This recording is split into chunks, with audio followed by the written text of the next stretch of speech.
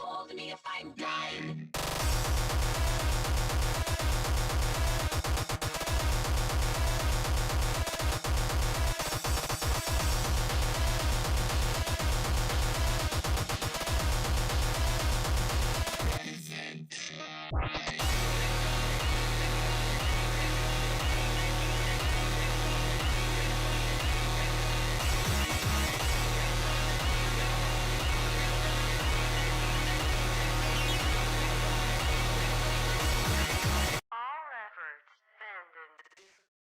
Hey. I managed to post the link in the server. Got hung up for a second. Yeah, Z.A.T.O. But you weren't expecting Z.A.T.O. I wasn't expecting Z.A.T.O. I don't know what Z.A.T.O. is. I thought that someone told me to stream it. I blamed Jules, but he said he didn't, so I don't know why I'm streaming this anymore. I'm pretty sure someone at some point must have told me to stream this. And I kind of latched onto it. It's a visual novel. It's set in Soviet Russia, as far as I know.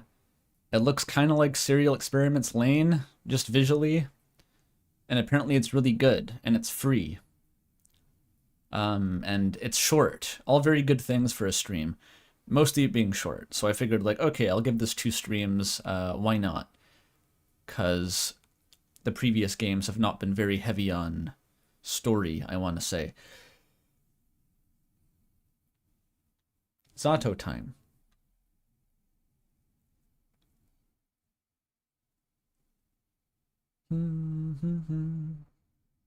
Yeah, I have a strange contraption that tells me what to play. Okay, to be clear, Jewel told me to play it, but not to stream it. So maybe I got signals crossed. I think Courier recommended it too. I recall Courier liking this game. Maybe I also hallucinated that. There's Yuri in it. I mean, every character seems to be a girl, so that kind of checks out. God forbid I play a game without Yuri in it at this point. Let's go, I guess. Let's launch the game. The subtitle of this game is I Love the World and Everything in It, so it's probably going to be very cheerful, very uplifting, inspirational perhaps. I love the whole world and Soviet visual novels. I love Yuri, and when... what the fuck rhymes with visual novels? Hobbit hovels? I don't know.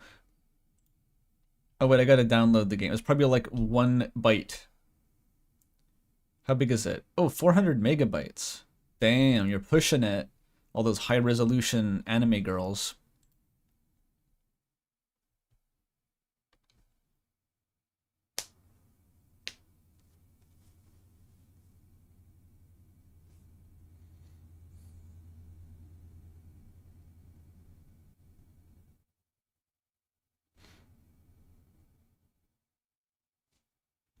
Oh, it's done. Okay.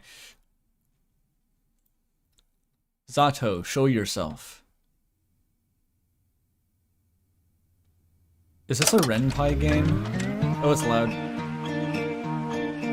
It kind of loud, though. Hey, I'll turn it down on your end until I can get to a settings menu. Oh, wait, I was warned about this. There's a cutscene already. Shit.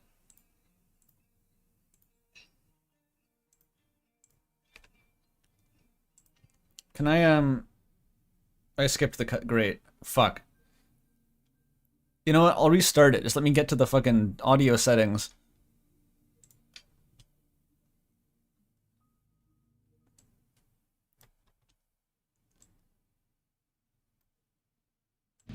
There we go. Oh, whoa, the game is really... Does it struggle with tabbing out, maybe? Is that the issue?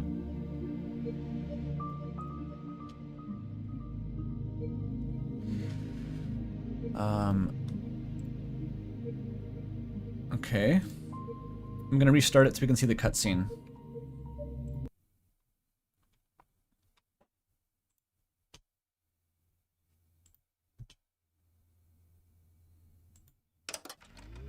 How do I do this?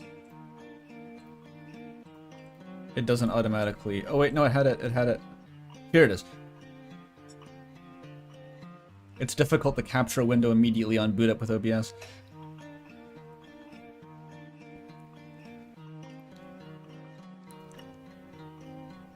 Yeah, it's giving RPG Maker Freak. It's one of those games. It's got Blorbos.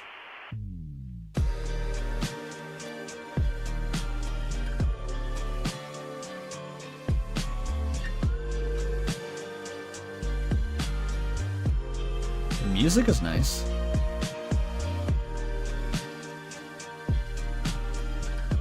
But it reminds me kind of the Odd Taxi intro without the vocals. Same vibe.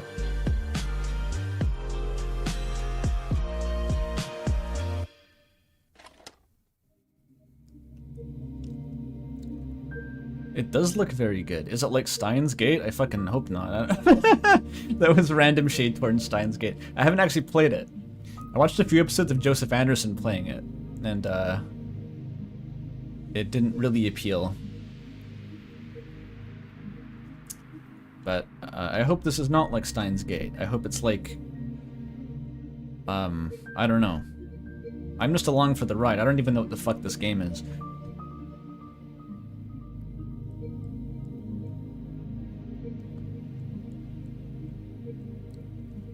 The dev is a Vocaloid producer? Oh. Oh. I see how it is.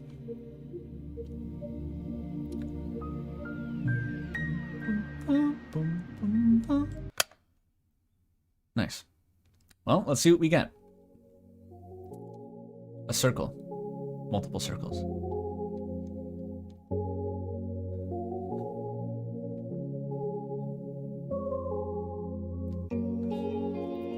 If this just functions as like a really nice, like, emo concept album, I'll be happy. That's chill. Did you know that our sun is a very unusual star? To start with, it's a yellow dwarf. Those constitute for just 7 to 10% of all stars in the universe. It's an outlier even among those. Most yellow dwarfs are primarily covered with dark spots. The sun isn't. The majority of its surface is bright. In fact, it has 3 times the number of light spots than it does dark spots. Sure, its overall brightness index is nothing special. You could even call it underwhelming compared to other stars of its type. But even so, it works harder than most to shine as bright as it can. And I find that really cute. Totes adorbs.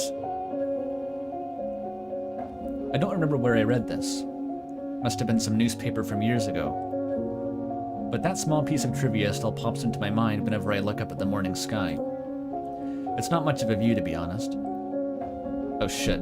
Okay, the Ren'Py curse is back. I randomly right-click by accident because my hand rests on the mouse. Not much of a view, to be honest. Not much of a sky, not much of a sun. I guess that's kind of, that's the kind of region it is. Some people say the sun is just lazing around in our parts, what with the constant snow. But people that go around saying that, well, they clearly haven't read that newspaper. The music is so nice. Wow.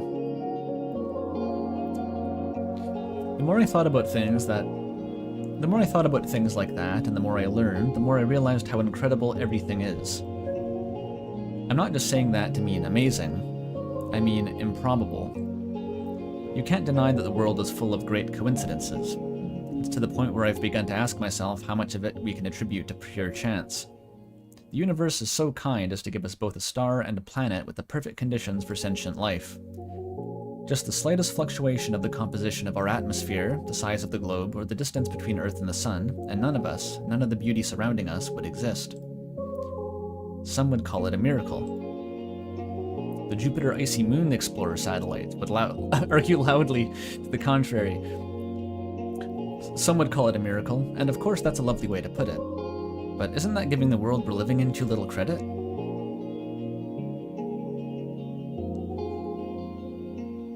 But it's not that I subscribe to the anthropic principle or anything. Chat, you just got called out. Who is talking about the anthropic principle? I don't even know what that is. I probably know what it is, but I don't know that term. You just got called out. I'm not so arrogant as to believe the universe exists just for our sake. Or rather, I'm not so sure it exists solely to be observed. When a baby is born, it's not preoccupied with how it is perceived. That conscious need emerges later as the child develops self-awareness. Until that point, its curiosity is aimed at its surroundings. So, if anything, it's the opposite of what the anthropic principle entails. We're social creatures, so the need to be observed makes sense for our survival. But to say the universe itself shares that priority, it just doesn't make sense to me.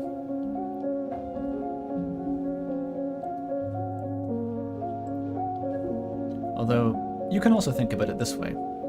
A child is curious about the world because it perceives the world as external. But what if the child is the world? What if all that it could ever observe existed within itself? What can the all-encompassing universe be curious about? There's nothing but itself, so nothing but itself. There's nothing else to care about in the whole wide world. It is the world. Duh. Ah, wait, now this makes perfect sense. If I put it like that, I guess the universe has no choice but to be self-centered. Even if this wasn't the case when it was born, what if the universe developed a desire to be perceived by others as it matured? The same way that a child would. And what would we do, and what do we do when we want others to perceive us a certain way? We try to mold ourselves accordingly. Ah, I think I get it now. The universe gradually felt the desire to be seen. It wanted to be admired, loved, and observed, because there's nothing more a world can do but observe itself. It's the best and only pastime there is, as far as the world is concerned. Unless you're the one from the kill 7 billion demons, where it like commits suicide and divides itself into 700,000 subcomponents who all like war and fuck each other for all eternity. Maybe that's a bit too Gnostic though, I shouldn't rain on the parade. And if observation is good, more observation is even better. Of course, an endless universe can observe itself endlessly. You can say that its observation value equals infinity. That value may seem absolute, but it's really not. Not in mathematics. Infinity plus 1 exists. Yeah, please, let's talk about the Vleben ordinal. Aleph null, epsilon naught. Yeah, bring him in. It's a value that the universe could never reach as a singular, albeit infinite observer. So it had to create new, finite observers to add to its infinity. It needed to create sentient life. It needed to create, or sentient life is the +1. When I put it like that, it sounds like all of us are extras at a party. Now isn't that fun?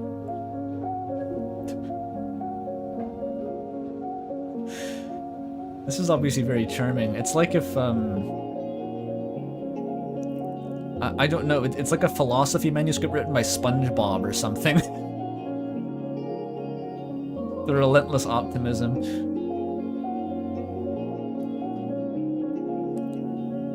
This vast, mighty universe changed itself so meticulously to make new observers possible. It fine-tuned all of its systems so precisely, just to have us here.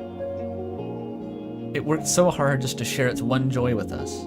Us, worthless insects. Oh no. Oh no, this can't be. That's cute. That's really cute. I should have expected this. I should have known the infinite universe would be infinitely cute. The world truly is wonderful. Wonderful, wonderful. Ah. Welcome to Soviet Russia. Woo! What an intro. Love that.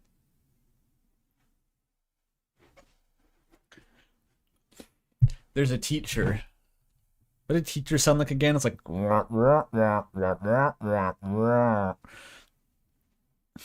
Ira Grachevskia is missing. Hey, Skaya. Homestead reference. Ira. Ram reference.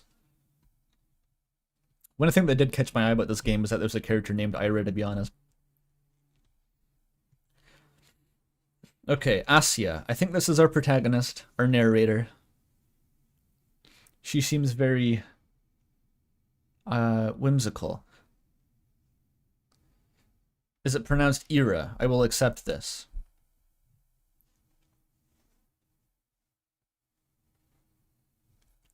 I think I went for the name.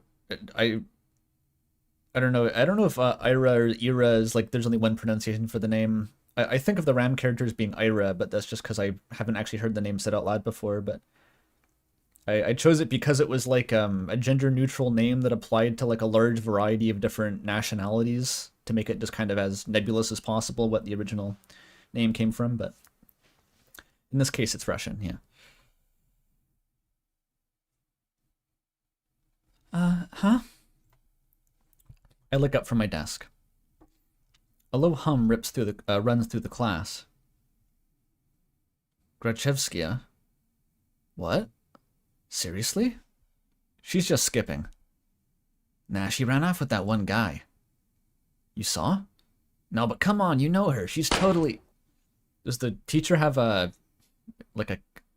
one of those pistols they use to start races? Like a blank gun? It sounds like she keeps firing that into the air.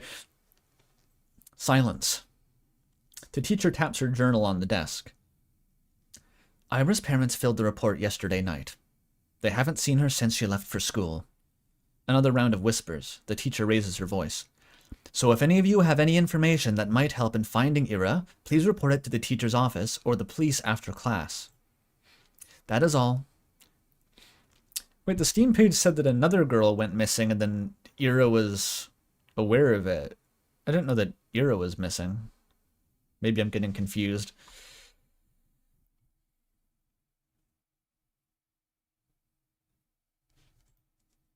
On to the lesson. A chair creaks in the back. Oh, it's Vadim. This was the one male character that was visible on the Steam page. He looks pathetic and unsightly. I kind of want to make him talk like this, but I don't know. Maybe this is the wrong vibe for Vadim. Oh yeah, his ears got like an alley cat scar in it. Is that Nagito? I don't know who this is. I think it's my impression of a TikTok I saw where someone was role-playing as Deku talking to his kitten.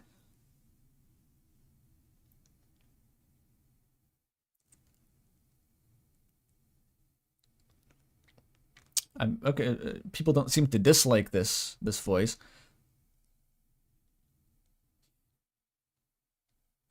Wait, you really just expect us to study like normal after hearing that? Yeah, we're shocked, you know. We're worried sick. Seriously, our classmate is missing. Our friend, Arirochka. The room fills with repulsive giggles. This is the wrong vibe, but it's fine. We'll see.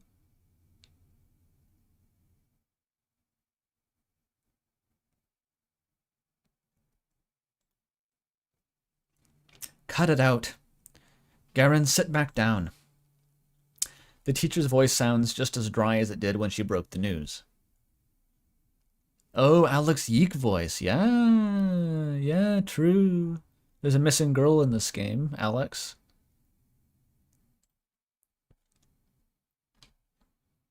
There's a slur in this game? Alright, I guess watch out for that. It's coming. Uh-oh. The teacher's voice sounds just as dry as it did when she broke the news. She turns toward the blackboard to write down the date.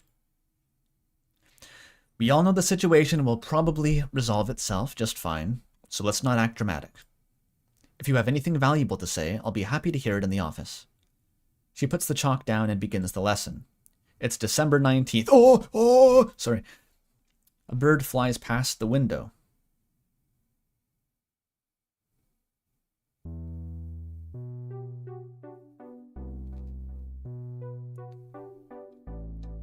Okay, let's try Alex. Disappearance? Give me a break.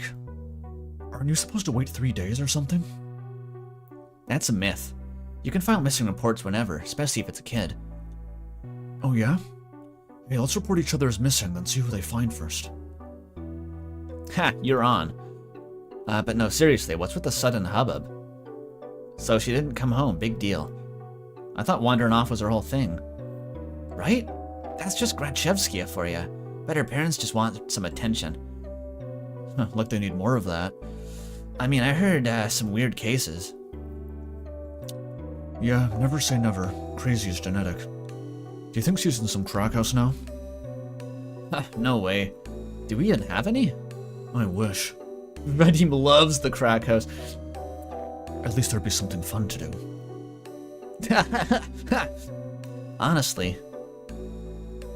Hey, but she's like, for sure with the guy, right? The guy? You don't know? Bunch of people have seen them together. It's some older dude, he's like 30 or something. Ew, are you serious? Yeah, it's so trashy. I slowly walk behind my classmates as we go to the next lesson. On the Steam page it said we were in grade 8? I don't know how grades work in Russia, but we're at most high schoolers.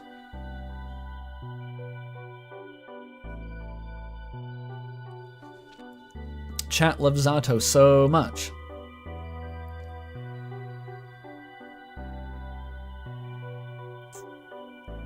You love teenagers being lame assholes? Yeah. One of the reviews praised this game for accurately written teenagers. Is this what they meant? The children yearn for the crack house? Yeah, the lack of empathy is indeed realistic.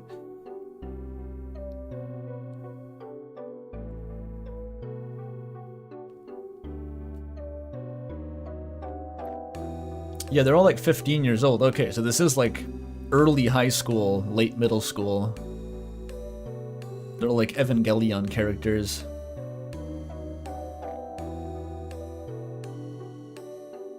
I slowly walk behind my classmates as I head to the next lesson. It's irritating. Their conversation is ticking me off. I'm not sure why.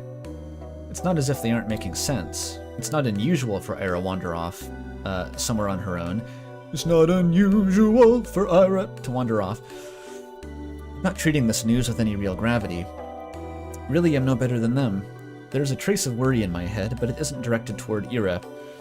I'm gonna flip-flop between Ira and Ira this whole time. It's irritating. Irritating, yeah. Instead, when I first heard about her disappearance, the thought that flashed into my mind was rather ugly. Now nobody will come to save me. It's a normal thing to think. Gross. Okay, but regardless of what people are saying, and regardless of what I personally think, that's still a missing person. Her poor parents must be so worried. Just picturing it makes me feel glum. Oh no, she's glum. I'm not surprised Ira would just run off somewhere without telling anybody, but still.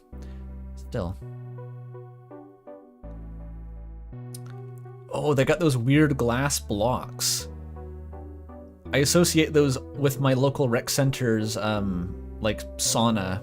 Had a wall made of these. They're weird looking. It's not like we've ever been friends. It would be stranger if I acted all torn up about it, right? She's just that kind of person. Always getting herself in trouble, always hanging out in places she's not supposed to be at. A real Laura Palmer. They're right, this wouldn't be the first time Ira left for God knows where. Are we over 100? Oh, we are! 136 viewers, huh? I'll take it. But is it really true? The stuff they said about that older man. I've never seen or heard anything like that.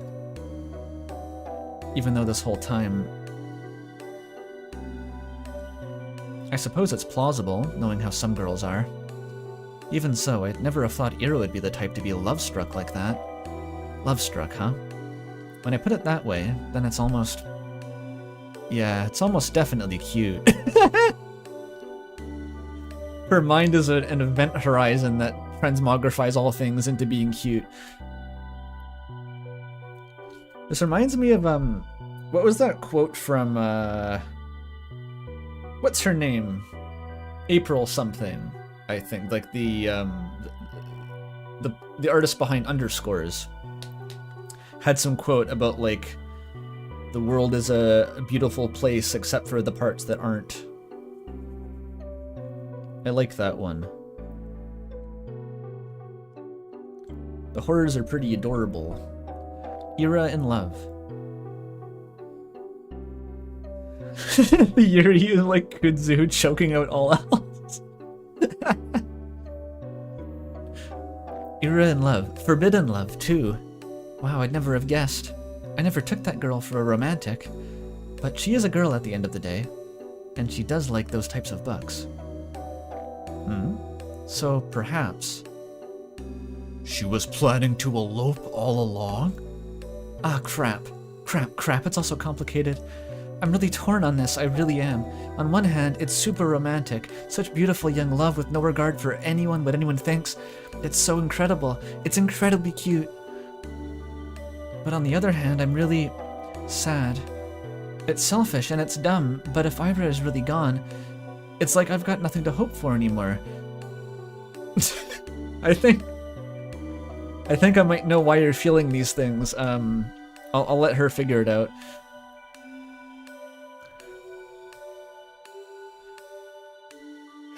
Hey, Shabina. Huh? Do you know anything about this? No. No, why would I? Well, you two are pretty close, right? Their whole group chuckles. We weren't. No? No, not at all.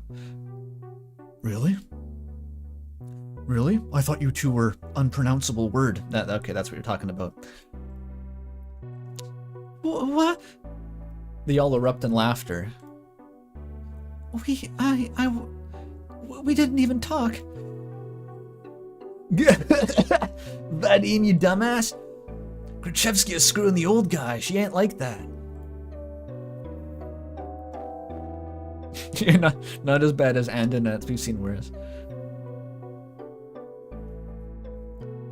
I don't know. Some chicks swing both ways.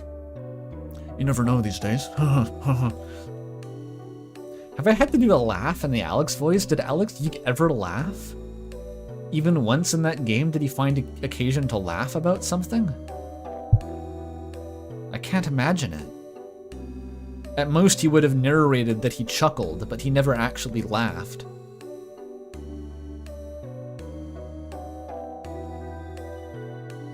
These days, 1986, Soviet Russia, yeah. Notoriously progressive time and place.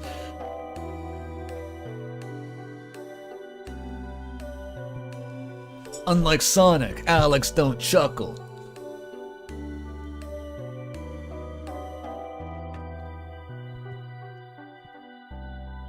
Wait, there's two slurs that are man-made river barriers? What's the second one?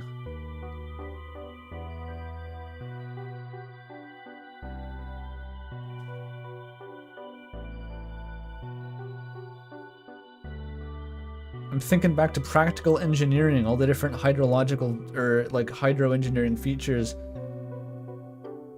Okay, don't tell me, obviously.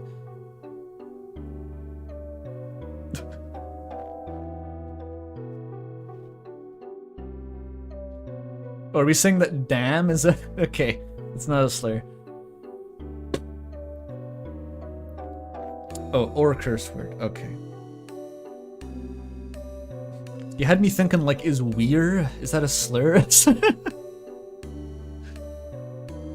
was thinking of all the obscure things that you use to, like, move water around.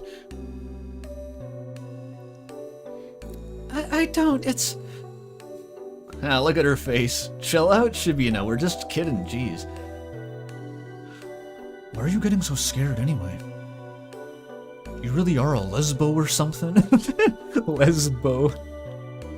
The sequel to Blue Bow. I'm not. This is every WWE promo in 1997 between Shawn Michaels and Bret Hart, by the way. Just saying. They keep laughing. What can I even say to that? No matter what I do, they just keep laughing.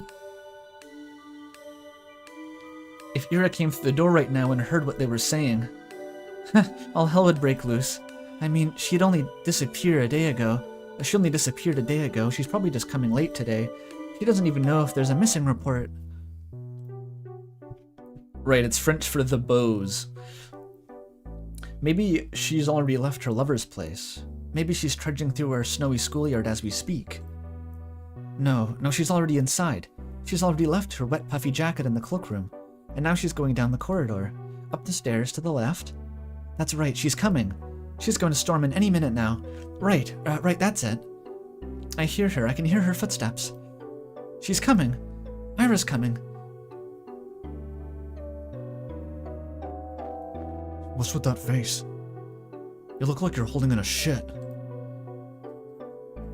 She's totally a lesbo. I'm not.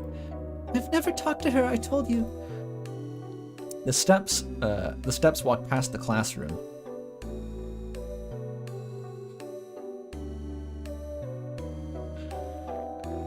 Now that they're closer, they don't sound like her at all. They never sounded like her in the first place. Well, maybe not with her, but like, in general. I feel like this is... The Alex voice has become the Tozik voice. I don't like that. I felt like they were distinct, but I've forgotten how to do the normal Alex voice. I don't want to make, like, Tozik into this guy. Yeah, you don't have a boyfriend, right, Shabina? Why is that? Is that a proposal? I don't know. I just... Dude, look at her. Be real. Come on, don't say that. What, do you want to be our boyfriend? Hey, Shabina, want to go out with Igor? Oi! What?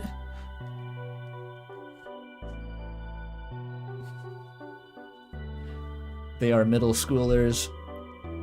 Yeah, middle schoolers are like high schoolers, but worse.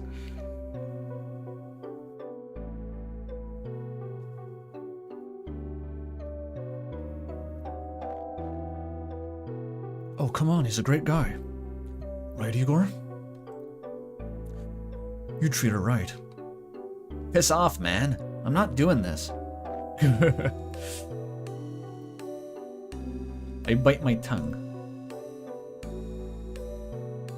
Middle schooler pushed you down a flight of stairs? Yeah, typical middle schooler things.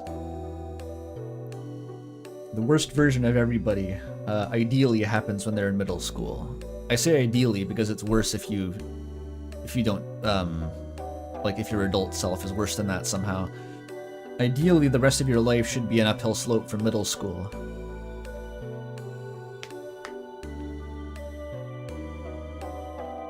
Because they're not innocent. They have no innocence whatsoever. Common misconception about teenagers.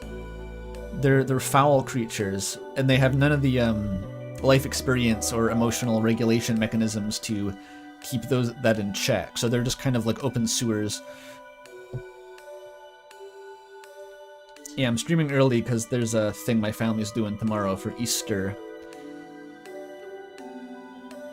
There I go again. Bad habit. It's not like it works anyway, so why do I keep doing it? I plop down at my desk and start mindlessly flipping through a textbook. I need to stop indulging fantasies like that. Imagining... Oh, she's talking about imagining Ira's coming.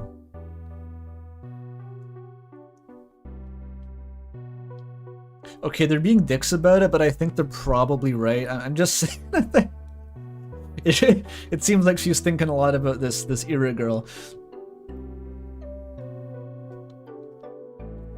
It just makes me feel stupid every time. If Ira came in through that door and beat me up right then and there, would it really help my case? They probably keep saying those same things behind her back. And to my face. I guess it really would be for the worse.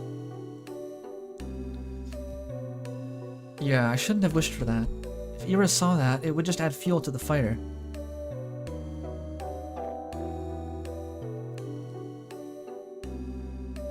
Did I make a Freudian slip? What did I say?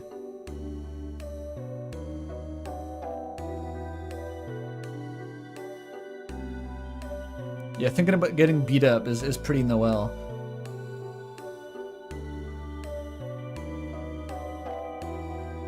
Oh wait, did I add that? Hang on.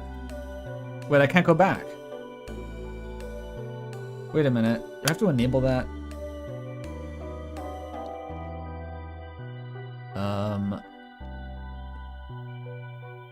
Oh, it's a log button.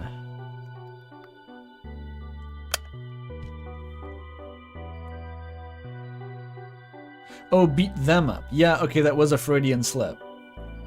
That was absolutely a Freudian slip. I was picturing, I thought that she was like, Ira would beat me up for being a lesbian or something. I don't know. Something like that.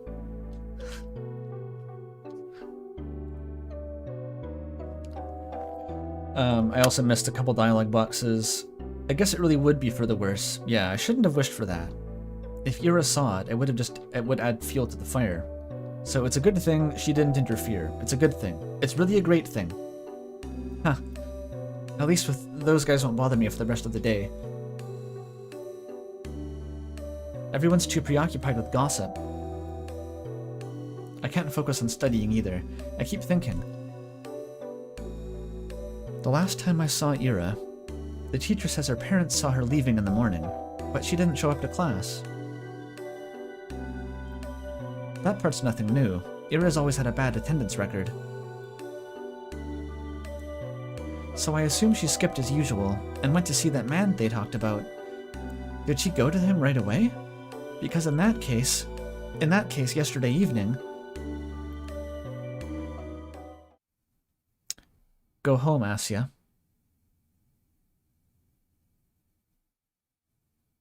Is this yesterday evening? The teacher's office, was it? I'm kind of scared of going straight to the police. But I should. I should probably report that. It's okay, something happened yesterday and we don't know yet. Not sure if it'll be of any help. And for some reason the idea of telling anyone what I saw, something about it just doesn't sit right with me. But there's no logical reason for that. I need to get over myself. Sure, she's probably fine. I know that. Freaking everyone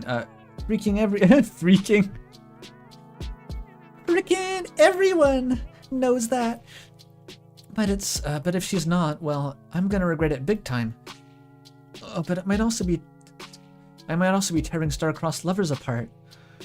If Eva really ran away to be with someone that she cares about so deeply, away from society's ridicule, would it really be right to ruin it? Crap. I have to admit, I'm also a little judgmental.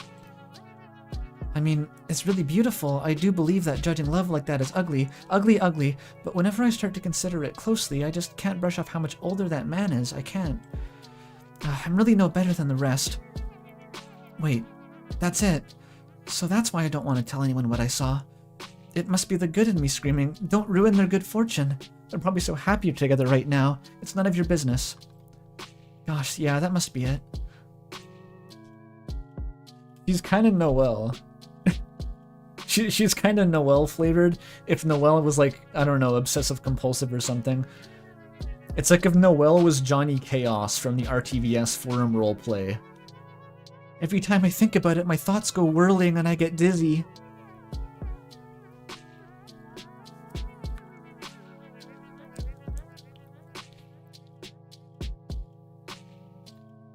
I should follow my heart then?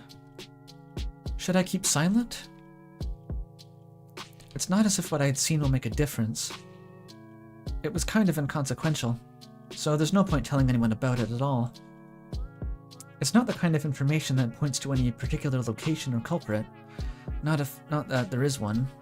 So let's keep silent and everyone will be happy. I'll be happy, the good, irrational me will be happy, and the cold, reasonable one will be happy as well. Yep. Good job, Asya, you solved it. It sure is nice to have a clean conscience. Well, no need to loaf around here any longer. Guess I better head home. Objection? Objection! Counterpoint. What if, and bear with me here, hypothetically, what if Ira is actually missing? Despite all odds, there's always a possibility that she is in danger. Even if there's the tiniest chance that my report will help in finding her, then that info is worth providing. And if she really did elope with her beloved, then my testimony won't change a thing. It's worthless at worst. The tunes. That's true. If I carefully weigh the pros and cons, that off chance of Ira being in danger and my words being the key to saving her makes for a strong argument. Whoa, my words being the key to saving her. Wow, yeah, that would be so amazing. Then I'd come to visit her in the hospital and she wouldn't know how to thank me. Yay, I'm sorry. Sorry, I shouldn't say that. She'd say I shouldn't have, and she'd say, I told you to leave me alone, dummy. But then I'd just shake my head and respond, it's nothing, I was just doing what I was supposed to. No, I gotta come up with something cooler. I need to think about that. Wait, why is she in the hospital? I hope Ira doesn't end up in the hospital. Do I hope that? Geez, of course not. I don't need my freaking testimony to save her. I hope my testimony is useless because she's already home. Or is calling home and telling her parents how happy she is with the love of her life. That's what I hope for. Just keep having stupid thoughts today. At least I know what I should do now. I've made my decision. I'm going to the teacher's office. Where was it again? I doubt they expect anyone to come. I'll probably look kind of silly. Wouldn't be the first time. Well, who cares? Walking, down the staircase, to the right, down the hall. There, that's the teacher's office. Oh? A girl. There's a girl standing there. Critical error. Crisis level event. There is a girl.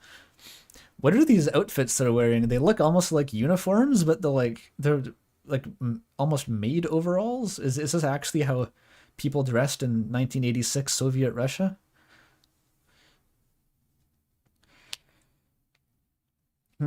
They are uniforms. Interesting.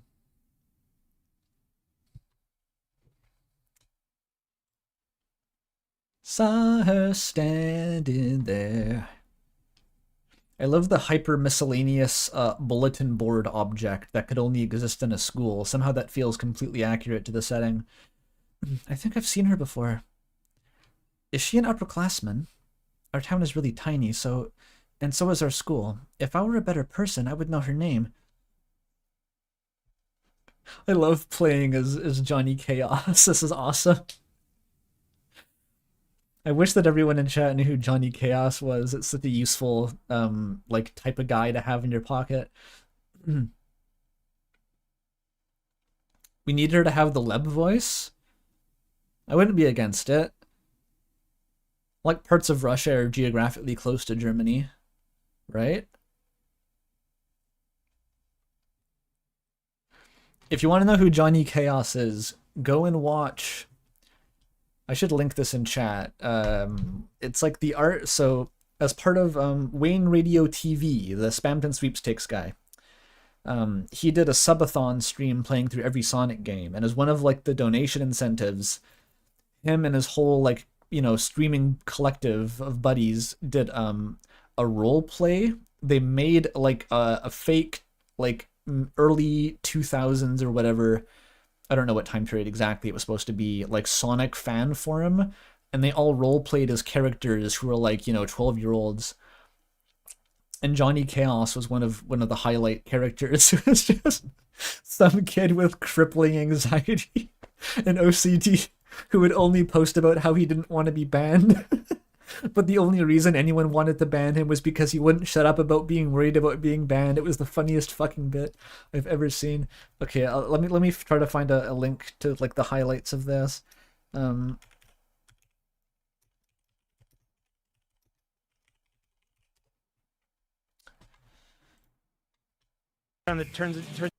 Here it is. I'll post it in chat. Oh my god. Okay, YouTube. The YouTube stream backend is like broken today. Don't ask me how this happened. It's not my job to know. I can't click on any aspect of the UI. And the way I found around this, I open up the like HTML inspector, I highlight the top level node in the like inspector, and I just delete it. So there's like a transparent overlay covering up the entire UI, and if you just delete it, it works again, but it comes back periodically and I have to delete it. Great. Isn't that cool? Thanks, YouTube. So there's your don't watch it yet. Don't leave, please don't leave the stream. It's really, really funny though.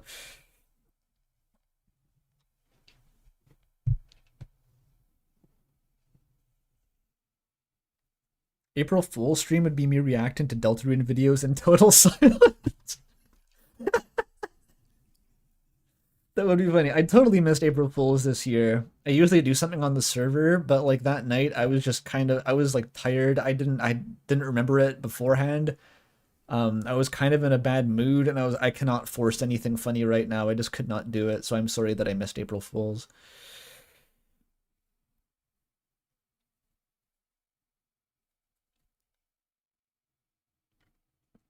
Yeah, it is a bit late for that. I'm not homestuck. Why would I be homestuck right now? Yeah, the same guy as Half-Life HLVR AI, which I still haven't watched the second part. I'm like mostly a Scorpy fan at this point. I kind of transitioned into watching Scorpy streams because he does these really funny streams where he just plays the weirdest games you've ever fucking seen. He just finds them in bulk and plays them like one after the other. He had a recent one. It was like one of the Weird Wares streams. I think it was the most recent one. Where he played this fucking surreal like Animorphs for PC early 2000s 3D game. That was a trip. The intro was indescribable. It was just like the lowest resolution textures you've ever seen. Like to a surreal degree, with just like this like really ethereal and sad narration, and the background music was like Aphex Twin ambient shit. Completely bizarre game, and that wasn't even the highlight of that stream. There was some crazy shit later. Anyway, I'm getting very sidetracked from this game.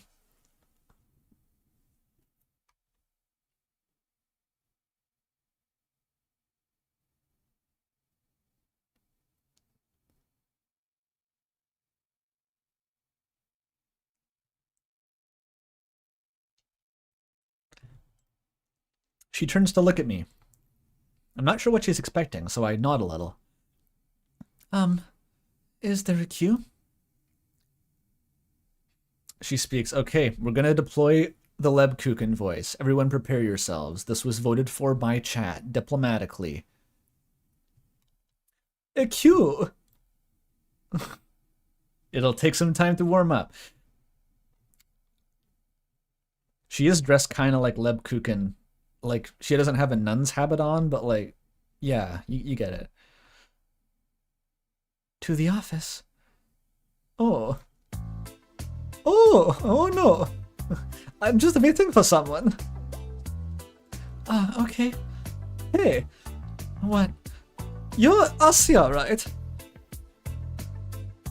This music. Oh yeah. Crazy.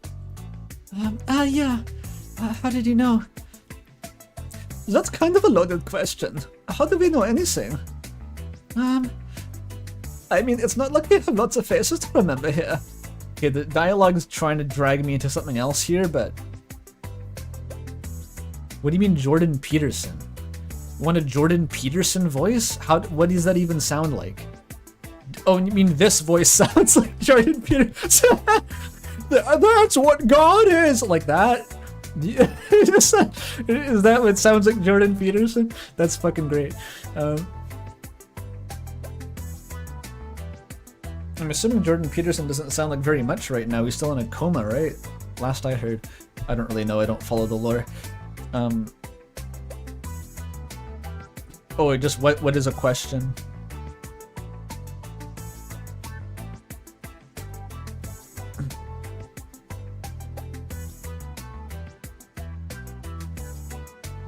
Isn't he in it? Last I heard he was in a coma or something. Can someone look up and report back about whether Jordan Peterson is in a coma?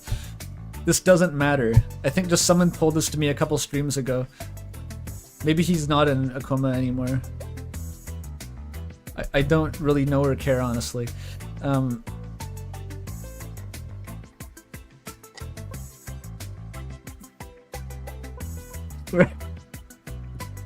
Okay, we're not gonna talk about Jordan Peterson anymore. Oh, he's not in a coma. Okay, okay. As long as people know the truth about whether or not he is in a coma. That's all that really mattered.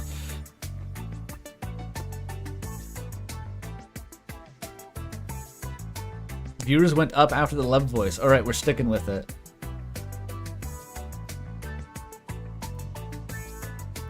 I mean, it's not. Look at that. Let me try that again. Lebekoken. Elise.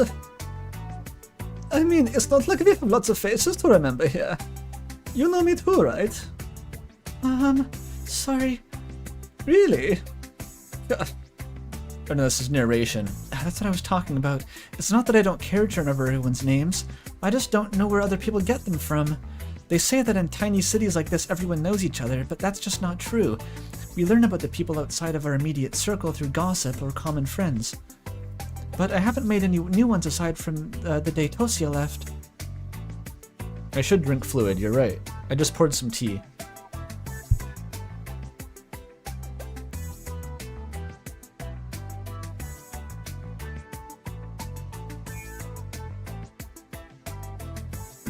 And gossip. Sure, sometimes I overhear my classmates chatting about this and that, but I don't like listening to them, and I don't like their voices, so I try not to pay too much attention. Wait, when I put it like that, it kinda does sound like my fault. My point is, when people regurgitate that idea that everyone knows everyone, the word everyone doesn't include me. The name's Marina. Oh, it's nice to meet you. Nice to meet you too. Nice to meet ya. What the fuck is this? I'm becoming a Mario. It's me, bitch. Did everyone see this? The Silva Gunner like Mario fell? That was the funniest shit. I kind of missed the whole Silva Gunner thing on the day of, but I've been slowly catching up. Like underfell Mario is just perfect. It's me, bitch. Get your greasy hands off of me!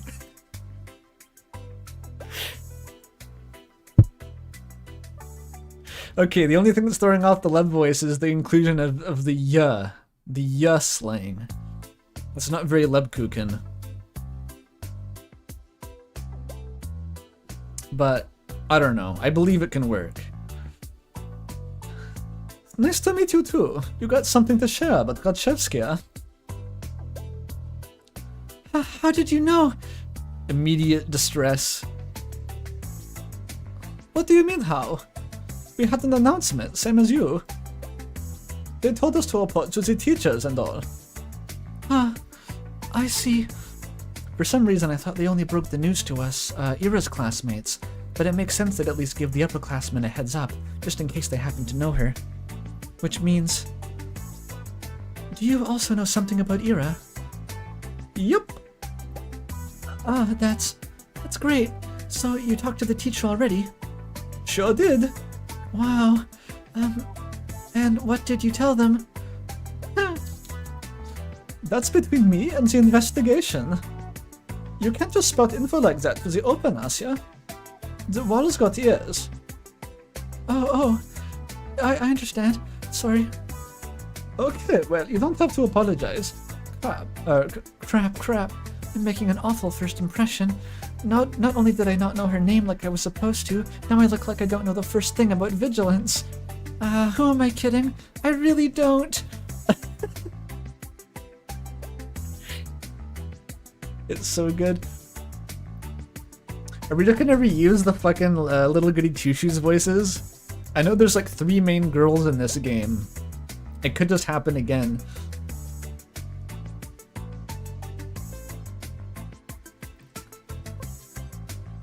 I'm feeling like Ira's gonna require like the Mei voice at this rate. It's kind of obligatory, right? There's a pretty finite Rolodex of girl voices. I'll just go in then. Marina suddenly blocks my path. Haha, no you won't. I'm sorry. You're not telling them anything. She gestures with her finger to the tact of each syllable. To the tact? Is that a phrase? I've never heard that. Why? Because... A bad feeling stirs in my chest. Please don't tell me it's gonna be the same thing as my classmates. It's just because I acted rude? I didn't mean to. Well, I never mean to. I just can't help it, can I? We just met, and I've already managed to mess everything up. Damn it, damn it, damn it, damn it. Another little death to haunt me. I desperately search her face for signs of mockery. But weirdly, I can't find any. I've been waiting for you. Huh? Surprised? Of course I am. No, wait. This has to be some stupid ruse. I'm going to believe this girl and then she'll just laugh in my face about it. I'm serious. Eva told me about you. Really? Yeah. Oh gosh, they talked about me. Wow. Shocked that Marina's being as friendly as she is, considering the kind of description Ira could give. Wait, does that mean that she is a friend of Ira's? For some reason I never thought about her having any, at least not at school. That was really presumptuous of me. I wonder what Ira's like when she's with friends.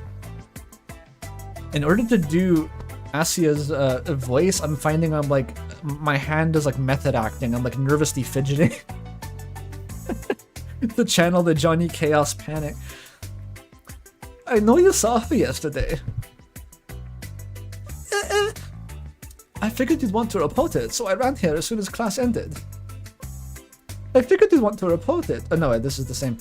I guess it'd be easier to catch you up between lessons, but I got so caught up in all those stupid rumors. It kinda slipped my mind. She knows? But hey, what matters is that it all worked out.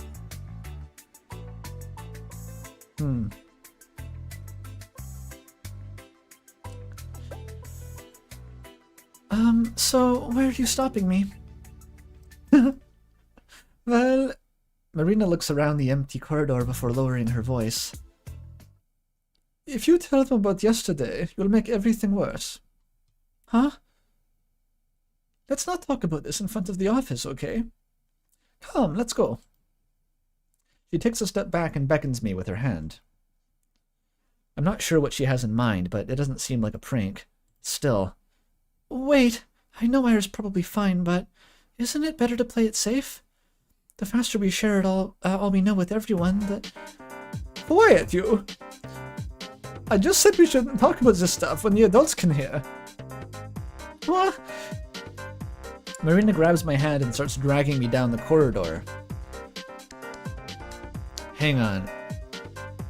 The thought occurs to me, would Marina be better with the May voice? Because the Leb is still kind of straining against her mannerisms. Marina May voice. I have to figure out something else for Ira. I kind of want to try it. Okay. Marina grabs my hand and starts dragging me down the corridor. She's not exactly being quiet either. All of my stumbled protests sound so weak they might as well be white noise to the other girl. Yeah, I spent half the day doubting whether I should report at all. So what? I carefully examined my options and came to my own conclusion. I deserve to see it through. I deserve to testify. But some part of me is relieved that the ultimate choice was made for me. I mean, that silly gut feeling I thought I overcame with reason has to come out on top. Or it has come out on top. So there was something to it in the end. So I was right. My heart was right. Sure, I can't actually know that since I'm yet to hear what Marina has to say. But this can't be pure chance, can it? And if it's not, what does it actually hinge on? Did Marina show up because the world needed me to stop for the sake of something more important? Or did Marina show up because I subconsciously wished for something, for anything to stop me? Manifesting? Whatever it was, I guess I don't mind this after all.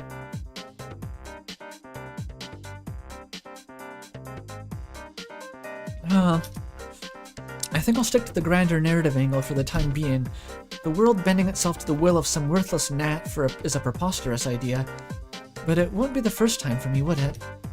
And the fact that the world, for any reason, has decided to guide me toward the right path, that's so endlessly sweet. Down the stairs, to the lobby, to the coat room. I don't resist anymore.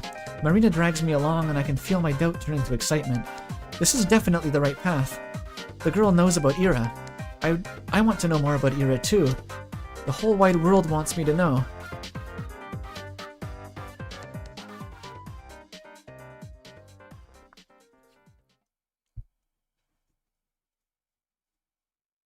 Does anything happen ever again? Oh no, here it is. Oh, okay, that was the prologue? Episode 1, Era.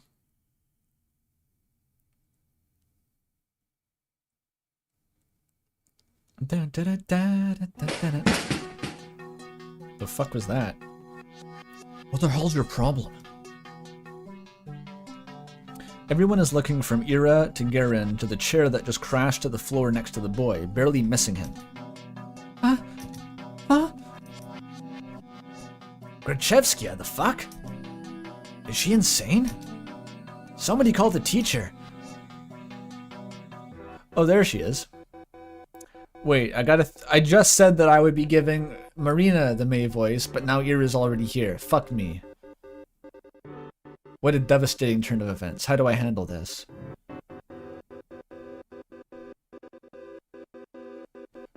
I assume this would take 2 streams. I did not think this would take 1 stream. Susie voice? That's way too much. Invent a new voice. Is such a thing possible?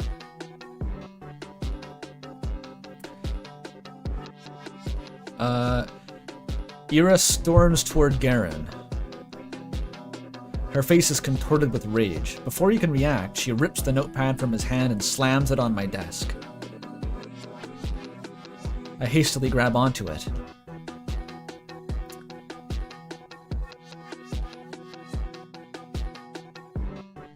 She is really aggro.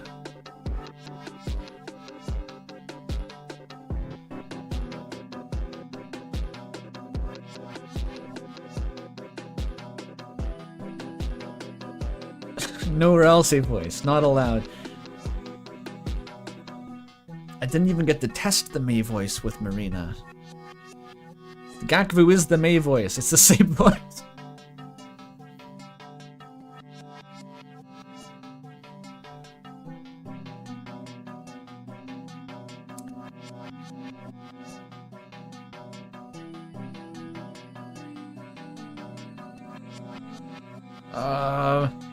Okay, no, not Elise.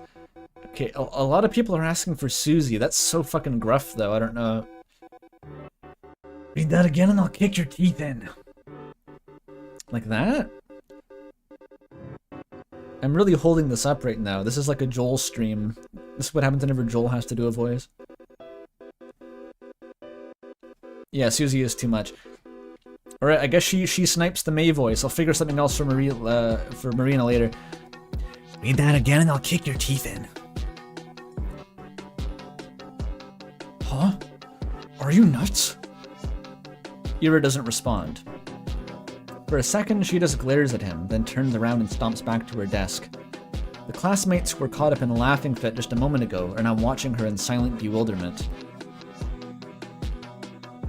They scoot out of her way as she retrieves her bag, then head toward the door. No, she heads toward the door. Crazy bitch. She ignores him. Ah.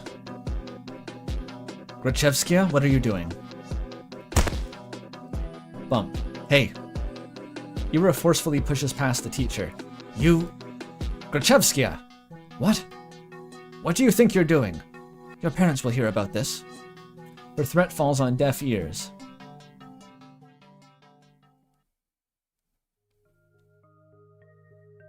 Everyone knew Grachevskia.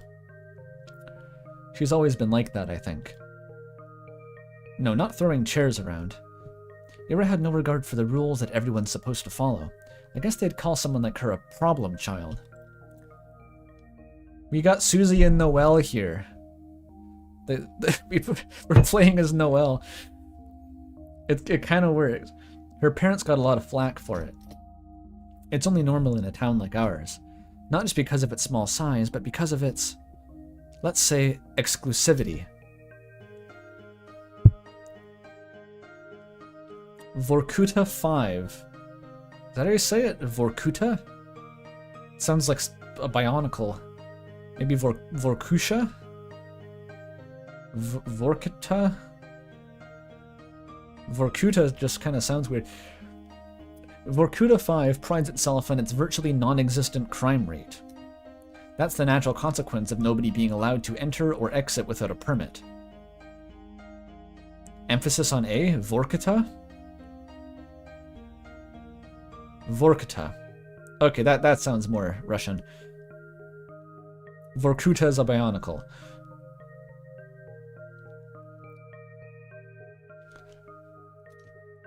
You're lucky to be here, to have a salary higher than the national average, to have access to good people in the neighboring towns, or to goods people in neighboring towns can't even dream of.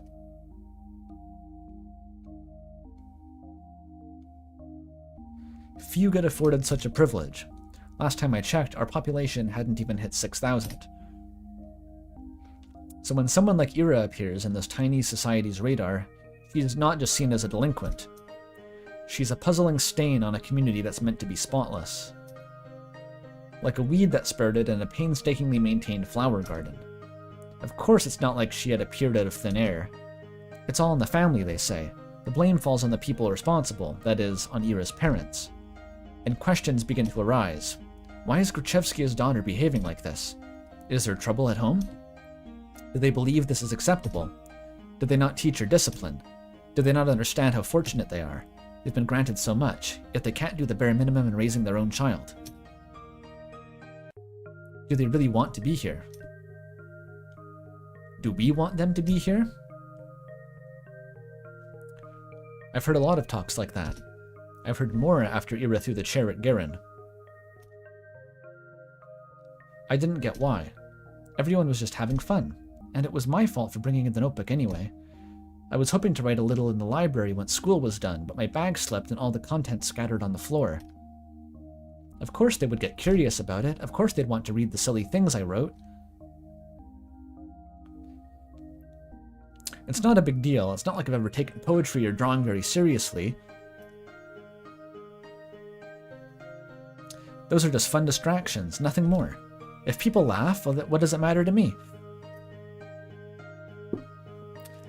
I couldn't wrap my head around it. I couldn't, but I still wanted to thank Ira somehow.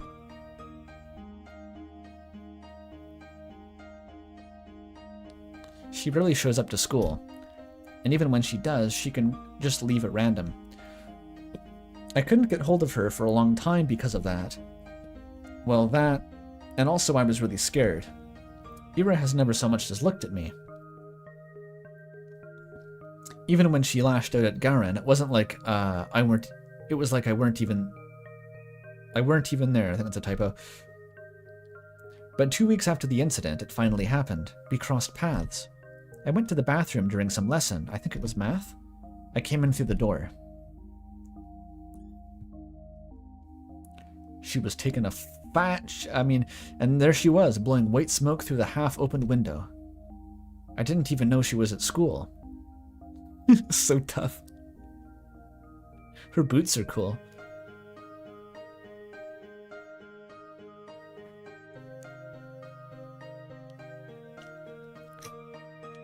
Garen with an American accent is endearing somehow. What is it then? Garine? Something like that? I'm pronouncing it like garum, the fermented fish sauce. Garine, okay.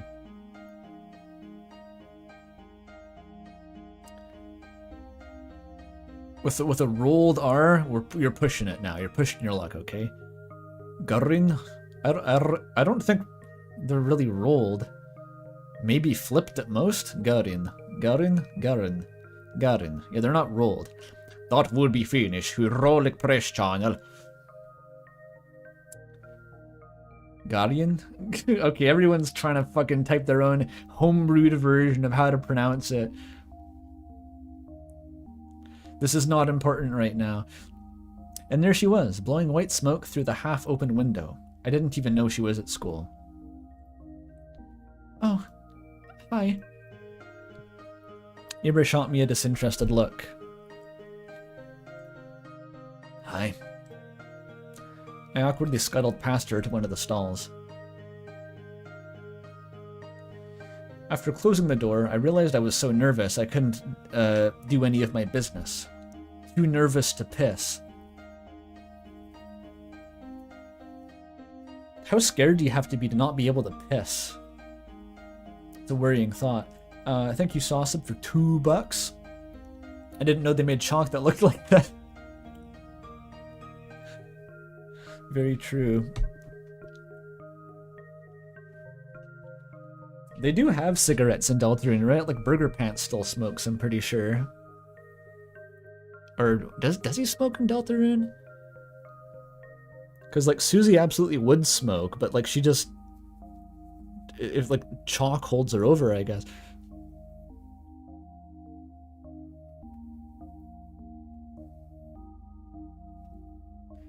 You don't want to pee when the cool girls are there? I guess if the cool girl hears you piss, it's embarrassing. Kinda true.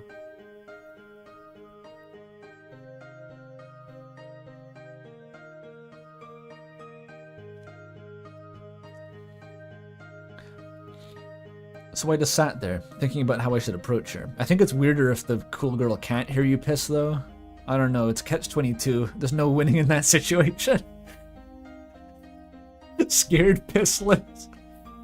Says Nilo for €2 to say scared pissless.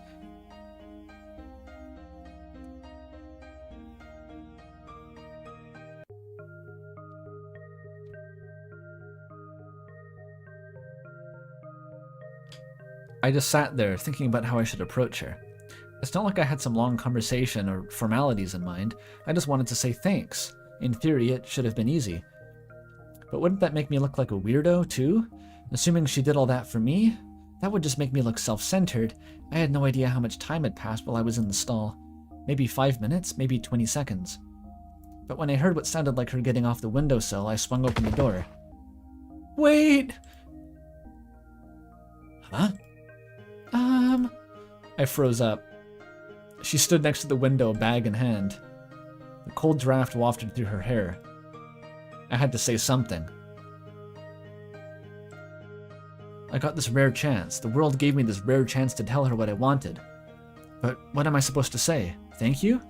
After just tumbling out of a toilet stall? What? She raised an eyebrow. I just stood there with my mouth helplessly open, as if I'd gone mute, as if every word in the Russian dictionary got wiped from my brain.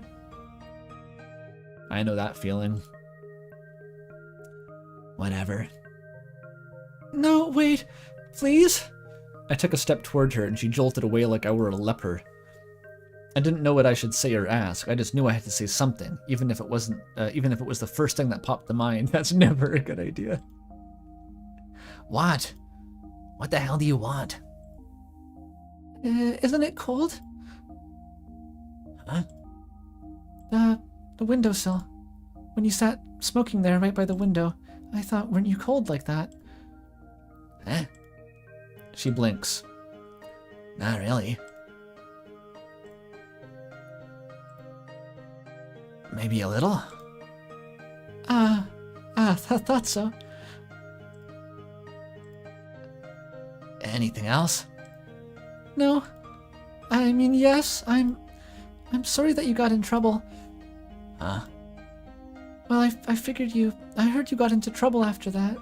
You know, when Garin read my stupid poetry. I'm sorry for that. She eyed me for several seconds, which to me felt like an eternity. She then sighed and slowly flipped her hair back. And why are you apologizing? That had nothing to do with you. Well, I guess not. His voice was getting on my nerves. I see. I looked down at the tiled floor. I knew that was the case, of course. It's not like I was hoping Ira jumped in to defend my honor or anything of the sort. I wanted to thank her regardless of intent, but no matter how hard I thought I tried to word it, everything just came out sounding awkward or wrong. Why does this always happen? The soles of her boots squeaked against the floor. She spun around and walked toward the door, and this time I made no attempt to stop her. Your poetry isn't stupid. Huh? I stood there, dumbfounded. Did she just say that? Did I hear it right? Your poetry isn't stupid. Yeah, mission failed successfully. Does that mean she likes it? Ira likes my poetry. Ira Grachevskia. The fuck is that? Oh, the bell.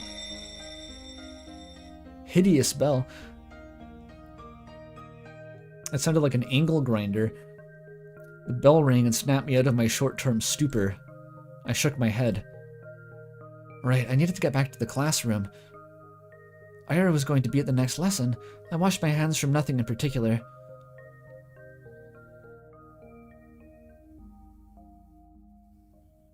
You're pouring cereal from really, really high up into a bowl.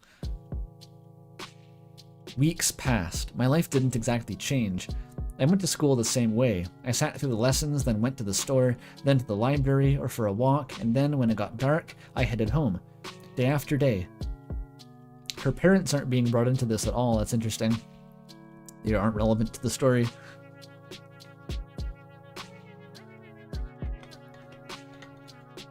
Chat's watching this like the Super Bowl.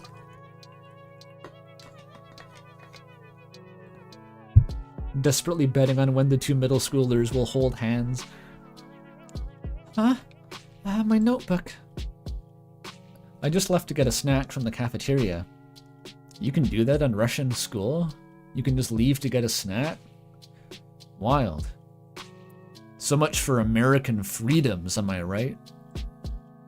Where did it go? Oh, Shabina. We borrowed your homework for a second. You don't mind, right? It's fine. Thanks. By the way, is this supposed to be you? He lifted a scrap of paper up to me. Oh no, I forgot I left it in there. No, it's just a drawing. Yeah? Are you sure? It really looks like you if you were pretty. It's not me. Huh, whatever you say. Sometimes my classmates joked around with me. Whenever that happened, my thoughts involuntarily drifted to Ira. She still attended classes, albeit irregularly.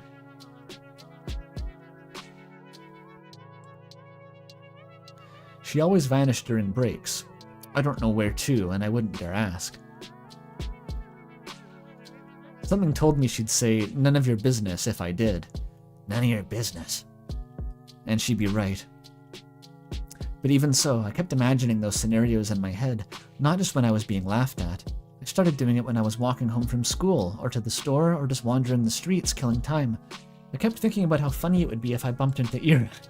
I thought how interesting it would be if we talked. I even tried to stay out longer. I started to take new routes. It's embarrassing to think about it now. But... Ira... She just walks past me in the corridor. Not even a nod, not even a look in my direction. I guess I don't exactly stand out in a crowd, but... No, it's my fault for mumbling. I should have spoken louder, even though it took all of my courage just to muster that much. Even though I definitely think she should have heard it.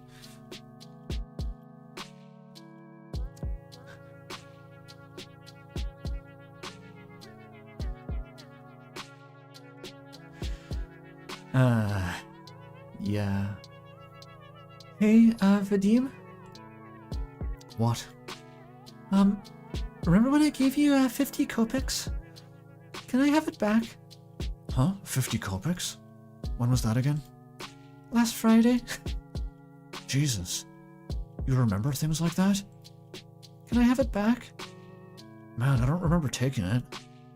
Are you sure you're not making this up? Maybe you gave it to someone else. No, it was you. Jeez. I don't freaking know. It's half a ruble, Shabina. Who gives a shit? Yeah, why do you care so much? So petty. Kopek bucks. Is there anyone else in this class? The whole class is just like one asshole. And the girl who never shows up.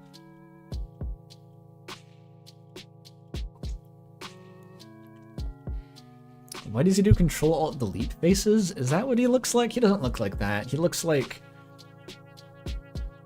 He reminds me of something, the way he's drawn.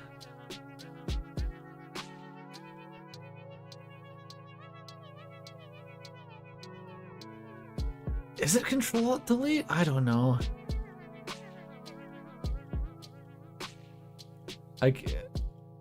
Yeah, I can't put my finger on it.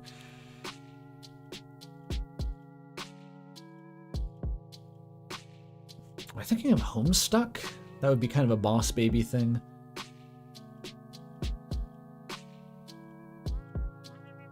I'm definitely not recognizing it from Soul Eater. I don't even know what Soul Eater is. We must move on.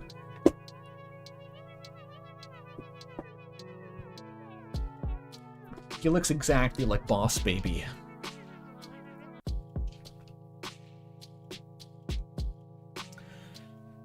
Probably just lost it or something.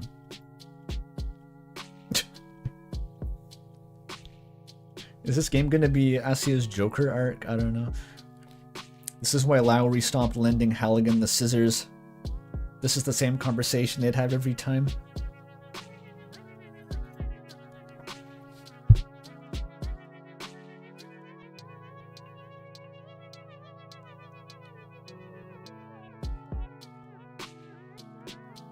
I don't know what Soul Eater is. I know it's probably an anime.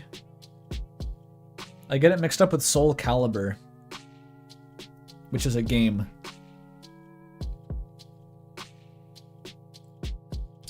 My eyes keep snapping to the doorway. It's empty, of course. What am I waiting for? Even if she showed up, what would she do? Mug him in front of everyone? That would be really funny. Hey, stop thinking that. Maybe she really did forget. Who knows? I really shouldn't be upset. It's not that much. You could go grocery shopping with that, but it's not the end of the world. I'm not exactly starving. Lately I've been eating too much junk anyway. Yeah. Maybe if I eat less of this stuff, my skin will clear up. That would be nice. It was 50 cents in 1980s Soviet Russia, though. You could buy a house with that, probably. Did you buy houses in Soviet? I'm assuming you did. I literally don't know how it worked. I know it was supposed to be communist. It was vaguely communist. I don't know how it worked beyond that. Depends on the era. Exactly. They probably kept changing it.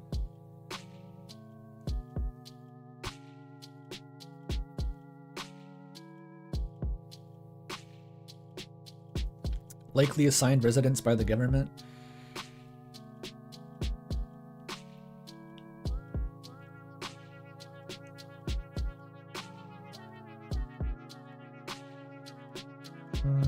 And yeah, this is a gated community, so probably it's all very like regulated who gets the housing. So maybe it is like essentially assigned in this case.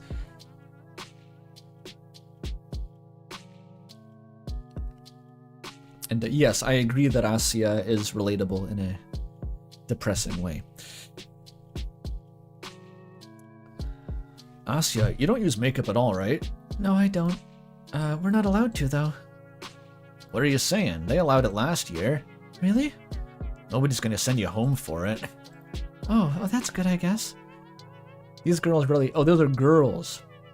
I just assumed all the classmates were, what's his face's cronies.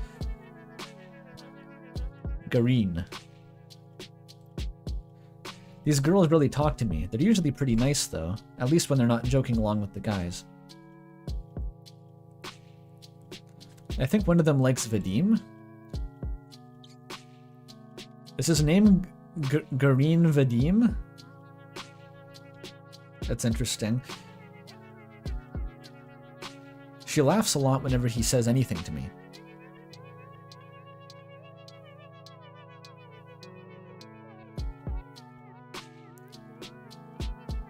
Okay, now is it Vadim?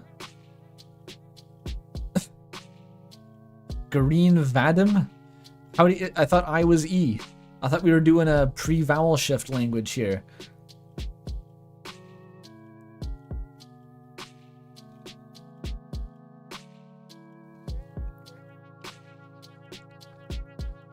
Are we talking Vadim? Do you just have to stress the first syllable? Is that it? It's always just you stress the first syllable?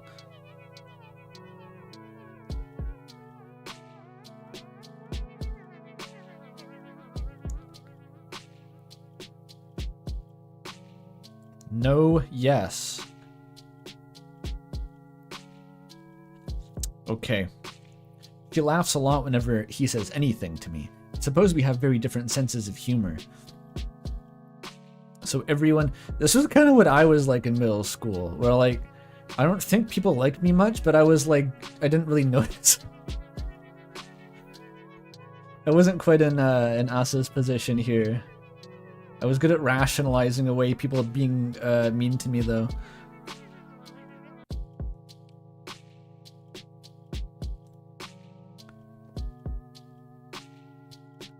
You never tried it before, yeah? Makeup? No, never. Seriously? You're like 15 already. 14. Same thing. You gotta learn to do it at some point, especially with that complexion. Is she supposed to have acne or something? She looks like an anime girl, unfortunately, so I can't tell. Well, I'm not really... Hey, how about we help you out? Huh? Yeah, just some light makeup. You'll see what it's like. I don't know. Come on, it's gonna be fun. Yeah, you're gonna love it. Alright, but... Yay! Yay! Yippee! Yay! Come here then. Is she gonna look like Marge after Homer's makeup shotgun? You haven't set the whore! I don't think people do unpleasant things on purpose. Nobody wakes up in the morning with the goal to make somebody feel bad. I really believe that. If someone is doing something hurtful, they don't fully understand it. So I shouldn't wish bad things on people who don't really know they're being mean. I shouldn't wish for Ira to appear and interrupt them, or to scream at them, or to punish them, or anything. Never do a Marge impression? Here's the secret. It converges on the Ralsei voice. Ralsei voice converges on Marge Simpson. I can still hear everyone laughing at me as I run out of the corridor. Covering my face, I don't need any teachers seeing me like that. At least the toilet's closed, so I can wash this mess off quickly. Buh. Bleh. Bleh. Bleh.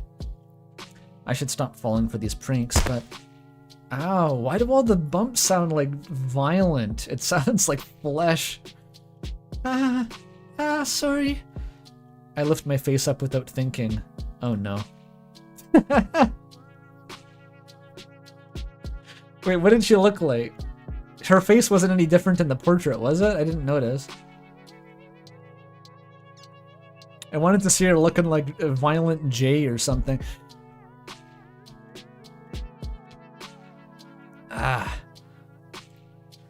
What the hell?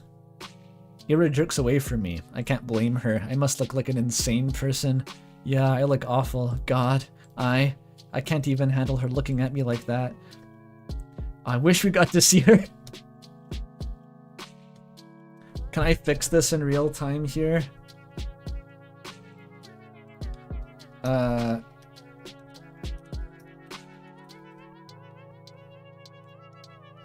If I just, why is the resolution so fucking high on that? Okay, I'm gonna do some quick work. Wait, fuck, I can't tab out of the game. It's not letting me.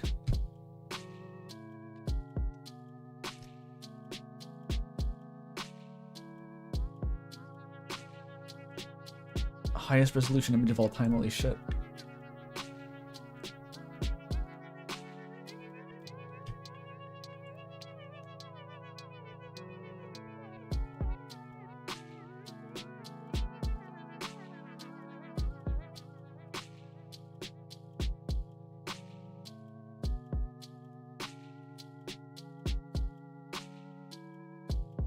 Just need, okay, hang on, it's not finished yet. Don't look, it's not finished yet. I should have put up the overlay. There we go. That's what the scene needed. I'm sorry. Huh? Fuck. One text box bit.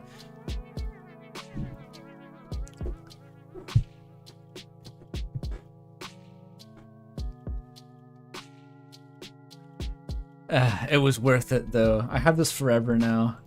I can bring him back at a moment's notice.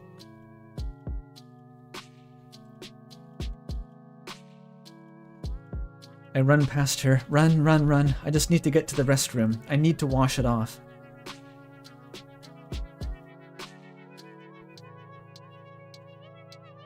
After about a month, reality had dawned on me. I kept telling myself that Ira's actions had nothing to do with me. She told me that much, and in no uncertain terms. She said that, and I kept repeating it again and again and again and again, but I didn't believe it.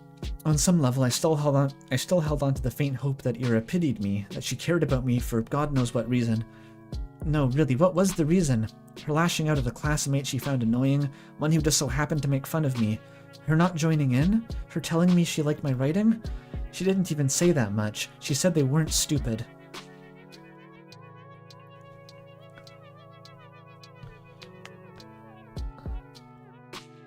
Vadim. Vadim. Vadim. Vadim. Vadim. Oi. Huh? 3 coins clinked against my desk. 20, 20, 10. So he remembered. There. Thanks for the unforgettable night. Everyone around erupts in snickers. Ha, you're a cheap deal. You free later? Yeah, very funny.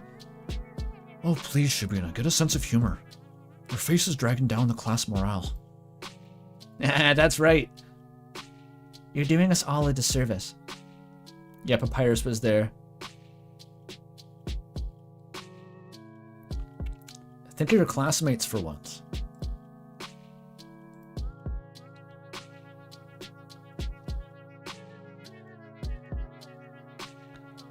I let myself believe something would change. I thought about it as if I deserved it, as if I didn't have it good enough before, as if my life had any real problems.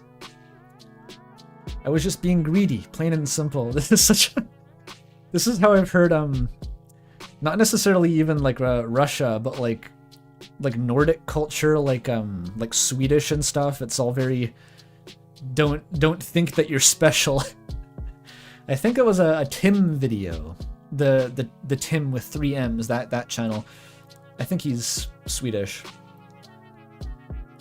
Talking about like the national philosophy of don't think you're anything special and how it bleeds into all aspects of life and your self-concept.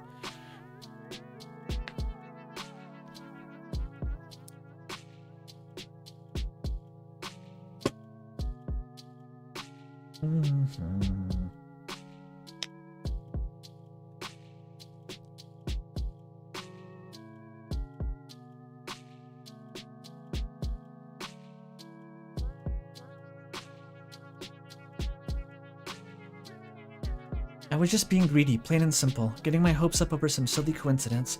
It's all so stupid, and I can't help but laugh. But that's okay, I know better now.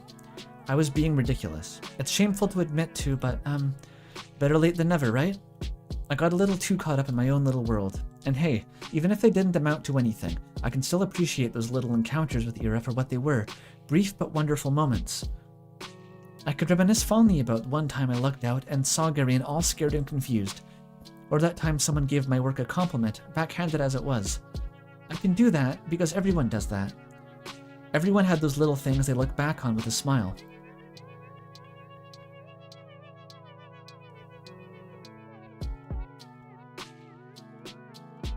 It's beautiful in its own way, is it not? Our whole lives are a series of episodes, both good and bad. It doesn't matter if they grow into a bigger story, because each moment has a lot of merit on its own. It's something I should learn to be content with. It's something I've been perfectly content with until now.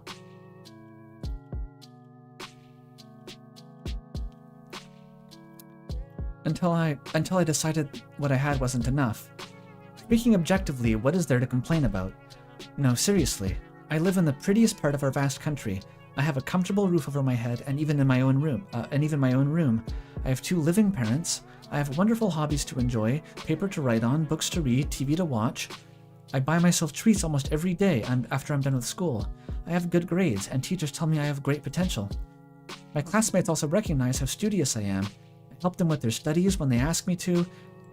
That's right, I have classmates that I can always talk to. Guys I can laugh along with, even if their jokes don't always land. Even if my sense of humor isn't the best. She allegedly has parents, true. All of this, I have all of this. Right here, right now. Everything that a girl my age could ever ask for. So why did I act as if it weren't enough? Why the hell did... You idiot. What? Baka? She has a puffy coat. New music. Okay, I need some tea.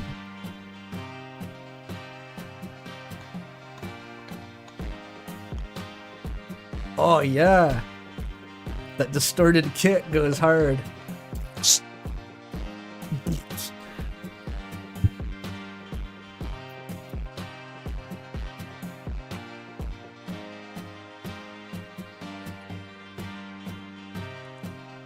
Puffer coat intervention. It's not quite the Isabel jacket. It's not like a, what do you call it, 3/4 length?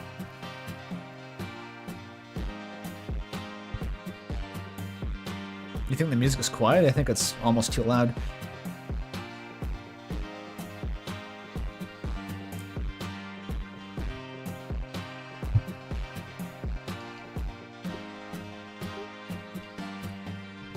Okay, the tea is too hot to drink.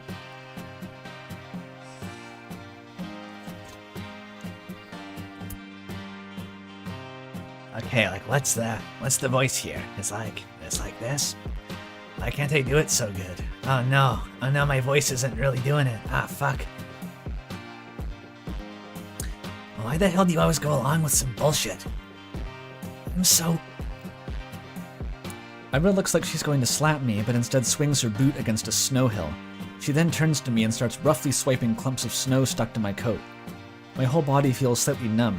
When I start to speak, my voice comes out weaker than I expected. Ira? How did you know I was here? It doesn't matter. I heard that asshole Gareen giggling about it. Can you stand? Yeah? I clumsily get up. My limbs feel rigid.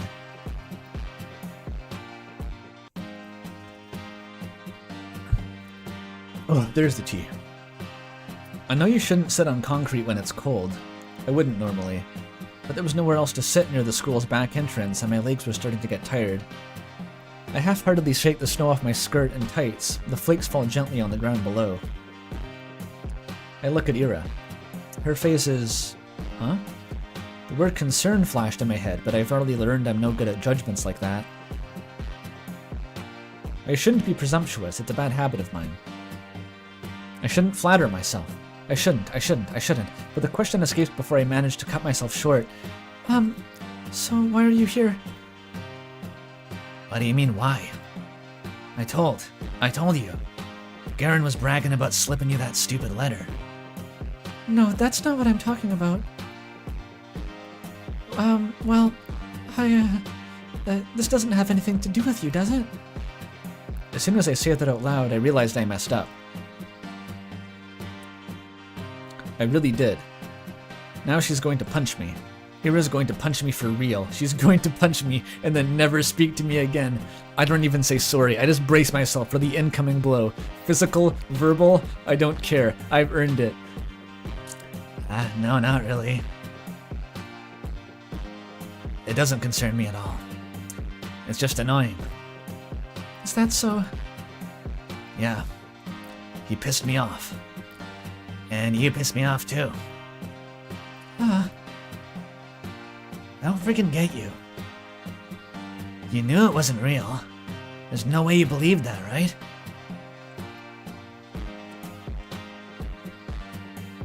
Right? I didn't believe it. I'm not that stupid. I look down at the moist, crumpled letter I forgot I'm still holding. It's the oldest trick in the book.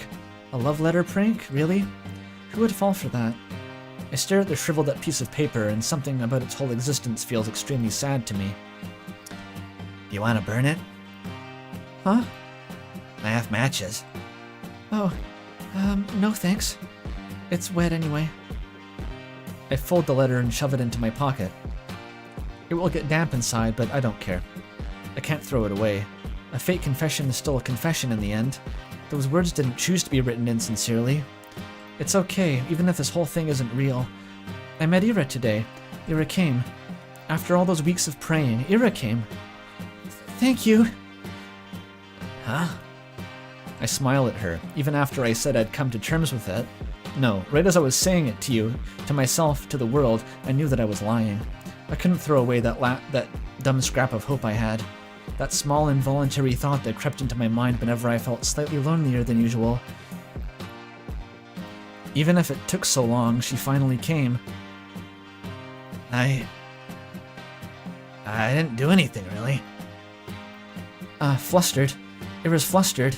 Is she flustered? Really? That's a genuine laugh. That's cute. That's just so cute. Well, what's with you? Right. I'm grinning like an idiot. Sorry. I'm fine. Whatever. I'm going home. What? Already? Ira gives me a quick once-over. You, take care. Yeah, okay.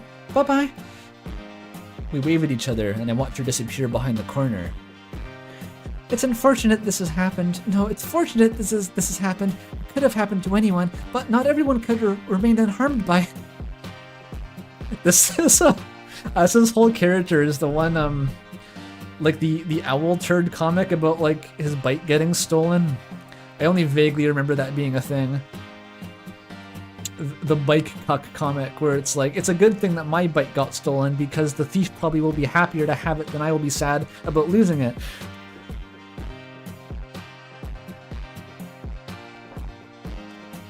We wave at each other and I watch her disappear behind the corner. I hesitate. Maybe I shouldn't. It feels like there's still so much I want to say to her. I don't know what or why, but I just know that it's a... She's totally Johnny Chaos. Concerning.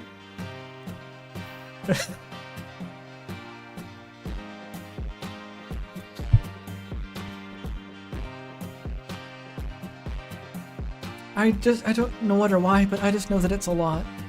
I turn and walk a couple steps in the direction of my home. No, change my mind. I run back.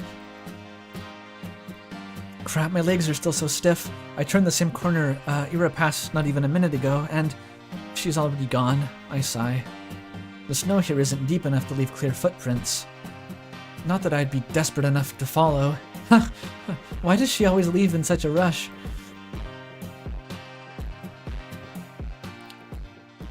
I'm enjoying this. This is fun. A lot of people were saying this wouldn't be a good streaming game, but I think it is. I think this is fun.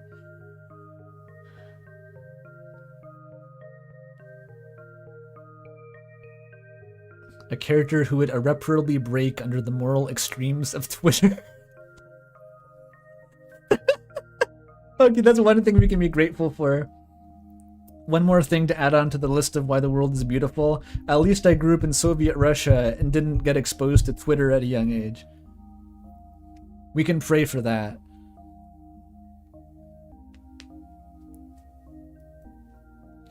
It's okay. My life didn't exactly change. I went to school the same way. I sat through the lessons, then went to the store, then to the library or for a walk, and then when it got dark I headed home, day after day. Sometimes my classmates joked around with me. Whenever that happened, my thoughts involuntarily drifted to Ira. She still attended classes, albeit irregularly. She always vanished during breaks. I don't know where to, and I wouldn't dare ask.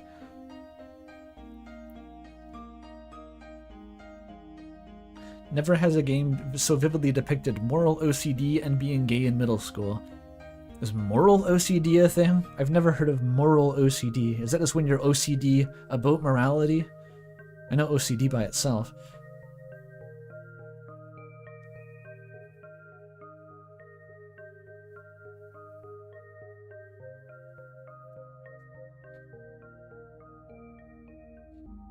Oh, buddy, it is. Oh, that's worrying. Concerning, even. Concerning. Something she told me, something told me she'd say, "None of your business," if I did. And she'd be right. But even so, I kept imagining those scenarios in my head. Not just when I was being laughed at. I did when I was walking home from school, or to the store, or just wandering the streets killing time. Like you do when you have friends. I keep thinking about how funny it would be if I bumped into Ira. I thought how interesting it would be if we talked. Wait, is this... Okay, this is actually like a repeat of an earlier thing, I think. I even tried to stay out longer. I started to take new routes.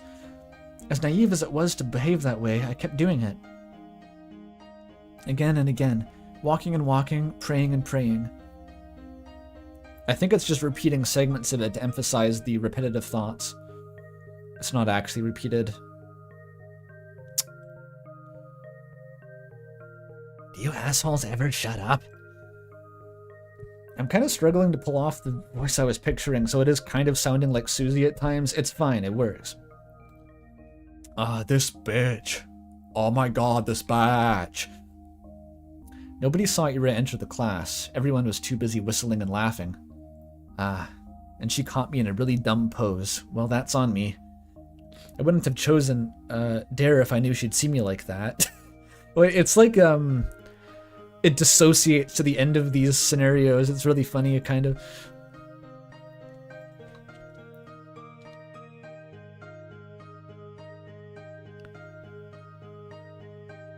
A new archetype. Sure.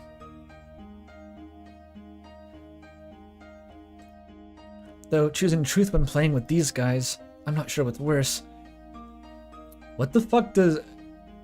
Is Asya not the kind of person who could just choose truth? Because, like, what is exciting enough in her life to be worth lying about?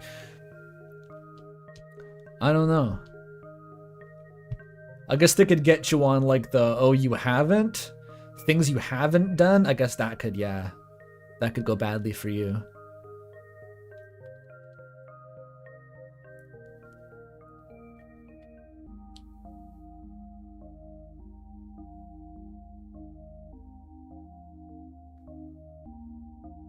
Andrew +1, Asya -1, and ratioed.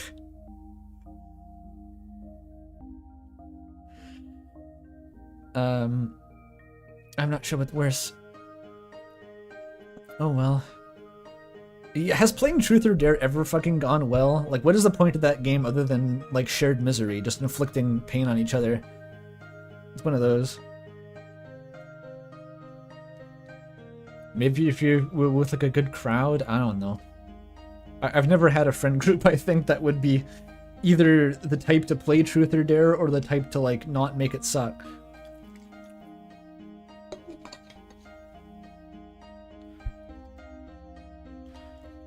Oh well, I'm saying all this, but I got what I was coming to me. I chose to embarrass myself, and as I did so, I kept begging, wishing as hard as I could for Ira to appear. And so she did.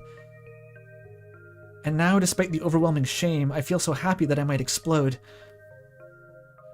You're gonna get complexes like this, girl, or maybe you already have the complexes and you're making them actively worse day by day.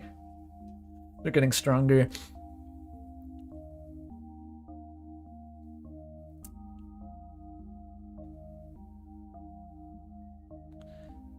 Fun with drunk people you want to make out with. I think that's true. That must be it. I think it has to be a group that you're already kind of willing to flirt with, because what the questions inevitably go to, like, you know, the raunchiest, most sexual situations imaginable. That's just always where it goes. So, like, yeah, if you already want to, like, just genuinely flirt with people there, sure. And you're drunk.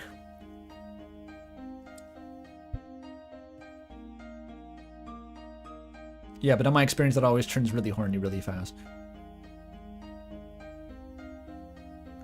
It's okay, you can beat me up, you can run me over with a cart, you can cut me with a knife a little bit, as long as you're happy. Are you happy? Are you happy? Yeah. And since she was Noelle, she's like Ralsei Noelle. She's Noalcy. She's Ralciel. Wait, Ralciel is an angel from the Bible. Never mind. I know that's probably like a ship name, but like I don't think anyone ever has tried shipping Ralsei and Noelle, so like it's untrodden ground. It's fine.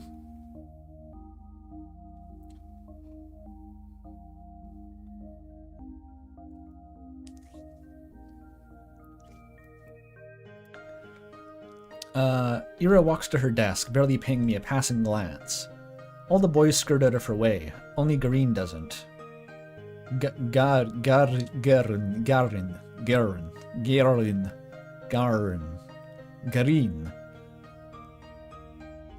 It's not happening.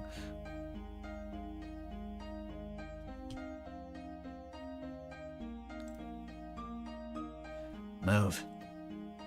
No. What's the rush? Come play with us too. Huh? Dude, are you serious? Come on. Have some fun for a change. Look, Shabina's having fun. Right, Shabina? Please don't look. What the fuck is she doing? Yeah. See? Ira doesn't flinch. Out of my way. Or what, gonna throw a chair at me? To everyone's surprise, Ira calmly puts her bag on the nearest desk. She starts digging through it without saying a word. Garin lets out an awkward chuckle. What, got a grenade in there or something? She looks at him. Huh? What? Swish. Whoa! Garin jumps back, bumping into another student. A pocket knife? What the fuck? Everyone shifts away. What was that? Huh? What the hell? You... Oh, a compass. Did someone attack me with a compass in middle school? No, someone attacked me with a ruler in middle school. And I think I stabbed myself with a pencil once by accident. But yeah.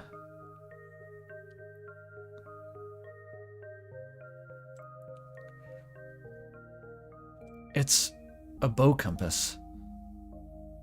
Someone stabbed you with a pencil. Okay. A ruler. Yeah, like wielding it like a club. With the thin end, too. It fucking hurt.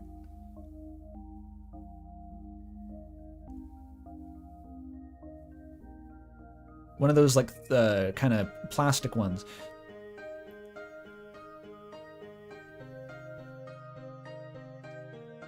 The kids in your middle school sharpened ruler. Like a fucking prison. I've come to terms with the fact that every story from anyone's school is gonna be, like, scarier and weirder than mine. I was in, like, relatively normal schools, but, like, even other people, like, I don't know, in the same province as me have, like, the sketchiest stories from their schools growing up. There was one singular kid in my whole high school who I think got, like, suspended or expelled or something for having a pocket knife. I think he accidentally stabbed someone. Like, he didn't even attack anyone. It was like he was showing it off and, like, someone walked into it. It was stupid as fuck.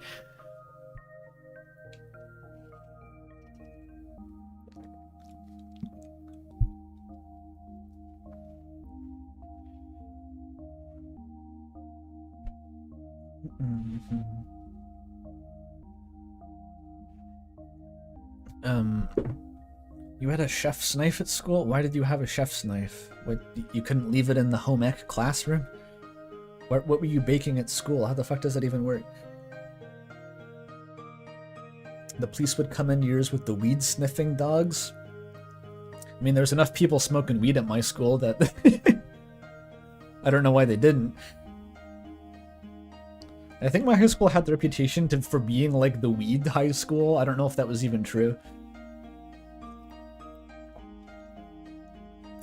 Loads of people just sat and smoked in the back lot though all the time. Never seemed to ever get in trouble for it. It was weird.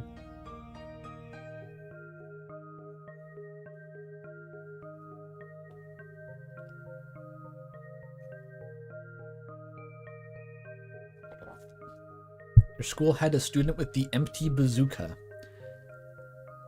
Yeah, that's hard to top. Bazooka. Show and tell. Here's my bazooka.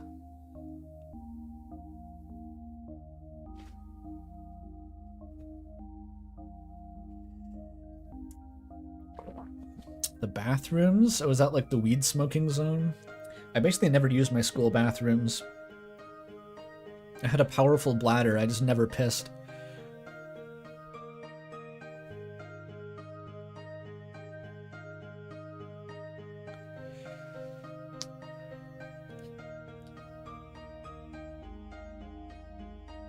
Yeah, that's true. I don't think vapes were a thing when I was in high school. I think vapes started to get popular, like, just as I was graduating, maybe, or like when I was going into university.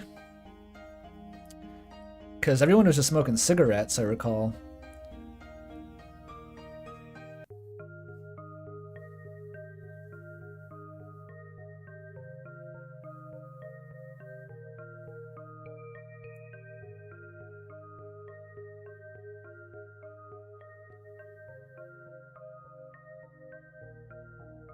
Anyway.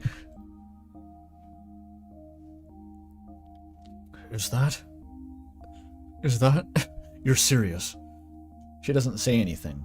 The room fills with low murmurs that quickly turn to jeers. Psycho, nutcase, crazy bitch, crazy bitch. Ira lowers the compass and makes her way to her desk, looking unbothered. It's just like the last time. Ira saves me without acknowledging my existence. Maybe some onlookers. No, most people will think she didn't plan on helping me at all. And that's what I'm inclined to think as well. Yet, my unreasonable heart is still elated, and I'm getting really silly thoughts. 2 times when Ira lashed out at Green were 2 times you saw him laughing at my expense, doing the math. That can't be a coincidence, right? Of course it can. It was only 2 times. 2 times, and weeks apart. You'd be an idiot to think otherwise. Yeah, I guess you're right. It's the only logical train of thought. I should agree. I would agree. If only... I didn't do anything, really. If only Ira didn't show up that day. It's been 2 weeks since then, and I haven't stopped replaying that moment in my mind. Over and over and over and over and over. I didn't get sad about Ira ignoring me at school or anywhere anymore, because in that moment I got all the justification I could ask for. It was everything that I could have hoped for. But I'm still a very greedy person. It's still not good enough.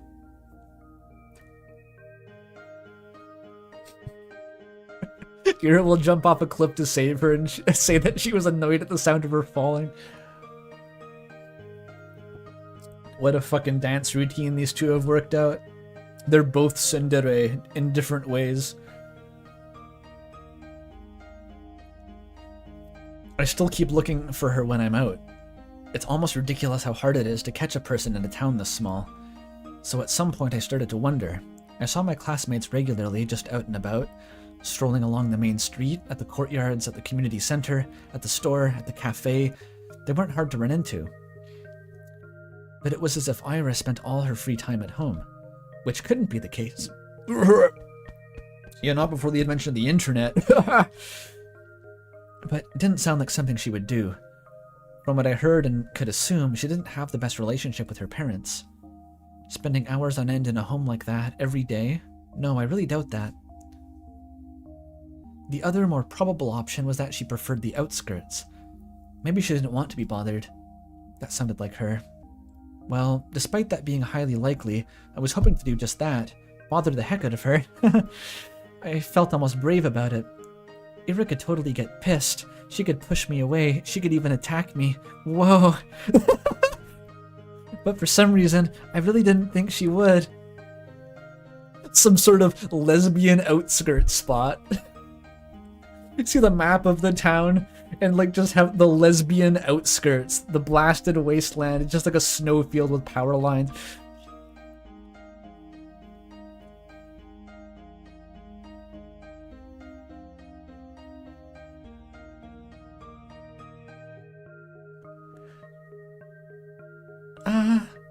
My breath halted. Oh shit, it her. Did we find her? Are these the outskirts? Standing next to the air conditioner like Noelle staring into the freezer. Oh. Hey. Hi. The vents near the research institute expel hot air. Nobody really goes here, aside from the staff coming out for a smoke. I never ran into any, but the ground here is littered with cigarette butts, so it's safe bet in my book. Why is Ira here of all places? She's like a cat sitting in the sunny window.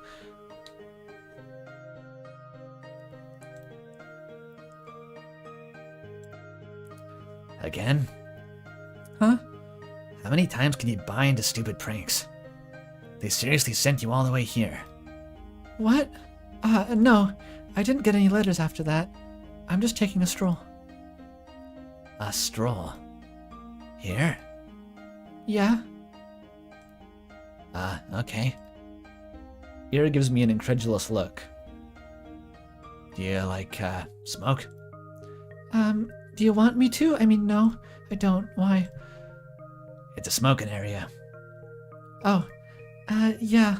I know that. You want to try then? You're not gonna get a bigger in than this. Okay? Listen to me. You're not gonna get a bigger in than this. I know your lungs are gonna pay. You're gonna get cancer from this, but like... You seem dedicated. What? What's smoking? Look, consider the context. When in Soviet Russia, in the blasted Siberian hellscape, maybe the cancer's worth it. I don't know. Like, that's your choice. Yeah, everyone smokes in 1986 Russia. I'm pretty sure everyone smokes in 2026 Russia.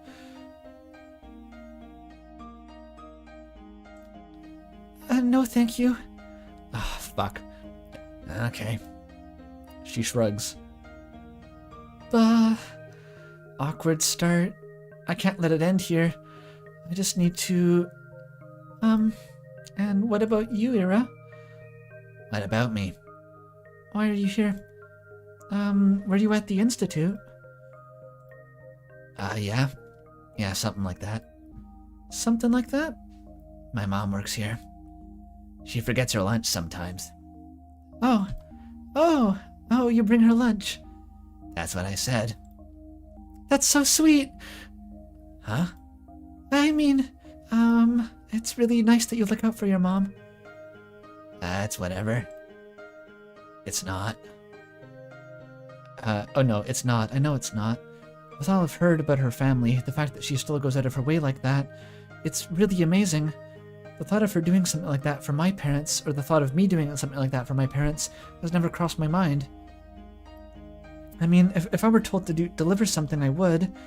But Ira's different. She wouldn't do something just because she was ordered to. She'd have to really care about it.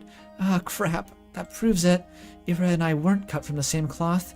When I spend my days looking for excuses to stave off the minute I have to come home, Ira's cooking, packing lunch, and carrying it to the edge of town.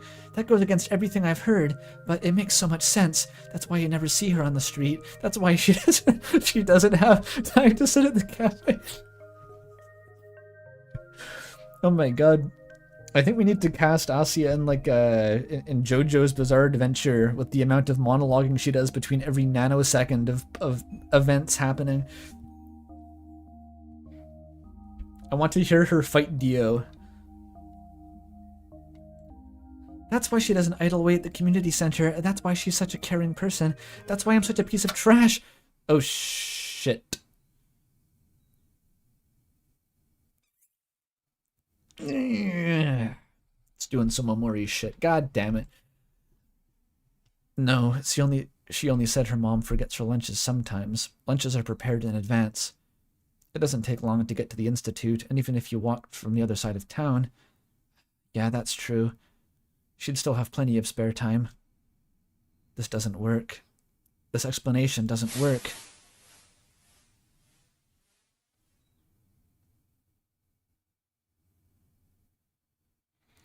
Ira walks back to the building. Oh. Do I really need an explanation? It's none of my business. I'm not so delusional as to believe we're close enough to share something like that. That would be nice, but it's not how things work. Things work like this. When Ira's in the room, Garen doesn't talk to me as much, and when she isn't, I wish she would be. Yeah. Okay. That was strange and frightening. What just activated the weird root there? What triggered that? The blatant expression of self-hatred? I guess that was the first time we've seen us blatantly express self-hatred. It's all been veiled before. Oh my god, why are there men in the Yuri? Go away!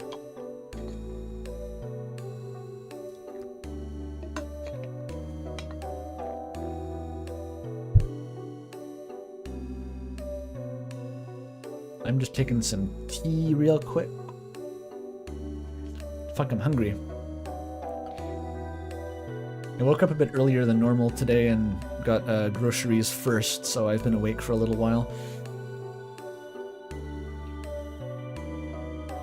I did get some pork buns.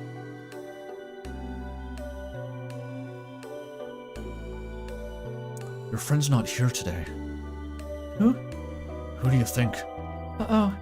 She's not really my friend. Your pit bull, then? Pitbull?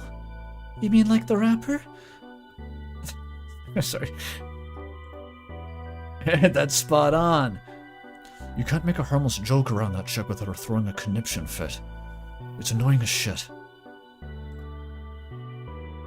They think we're friends? Well, not really. But it looks like they've picked up on it. On Ira reacting like that to me being used as a laughingstock. So it wasn't just me. It's not just my wishful thinking. That's nice to hear, even if I still don't know for sure. It's the most comforting thing I've heard out of Garen's mouth to date. At least she barely shows up. Yeah, they'll probably kick her out before New Year's with that attitude on record. Or that attendance record. Good riddance. That's right. Ira can't possibly be meeting with minimal attendance. Can't possibly be meeting the minimal... Let me try again. Can't possibly be meeting the minimal attendance requirements. I don't know about her grades, but... Wait, I don't think they can expel her. Huh? Why not? We're the only school in town. Where else is she gonna go? Damn. Yeah, good point. Oof.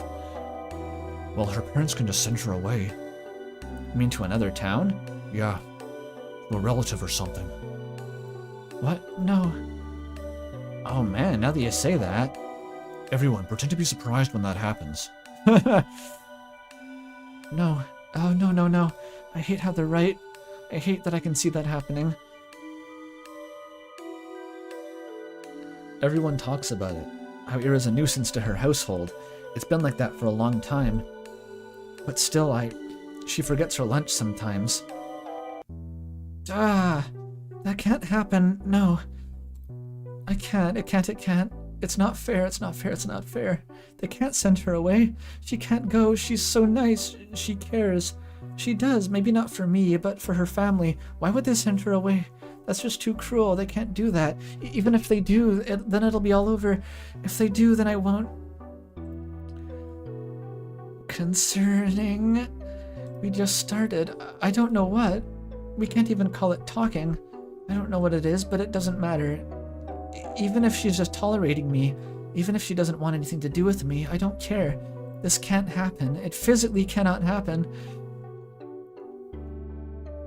I raise my head and look through the window. The snow is falling lightly in the yard. The dark pine branches sway under its weight.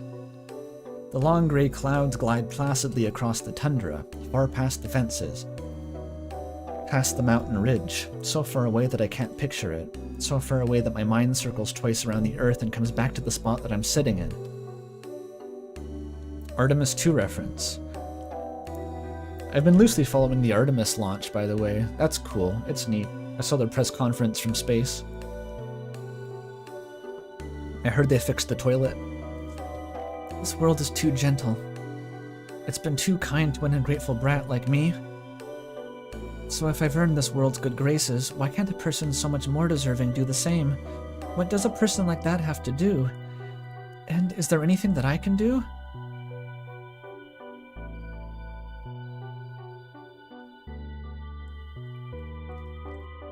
A bird flies past the window. This was mentioned on the Steam description. It's like the rosebud or something. A bird flies past the window.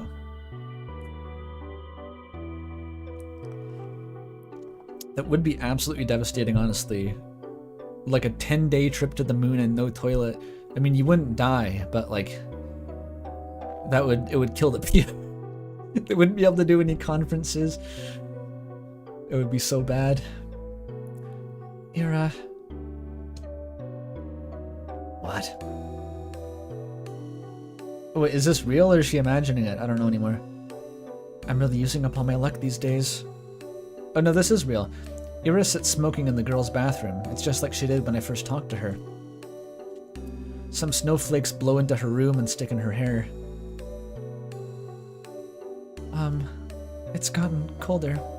Maybe you shouldn't sit so close.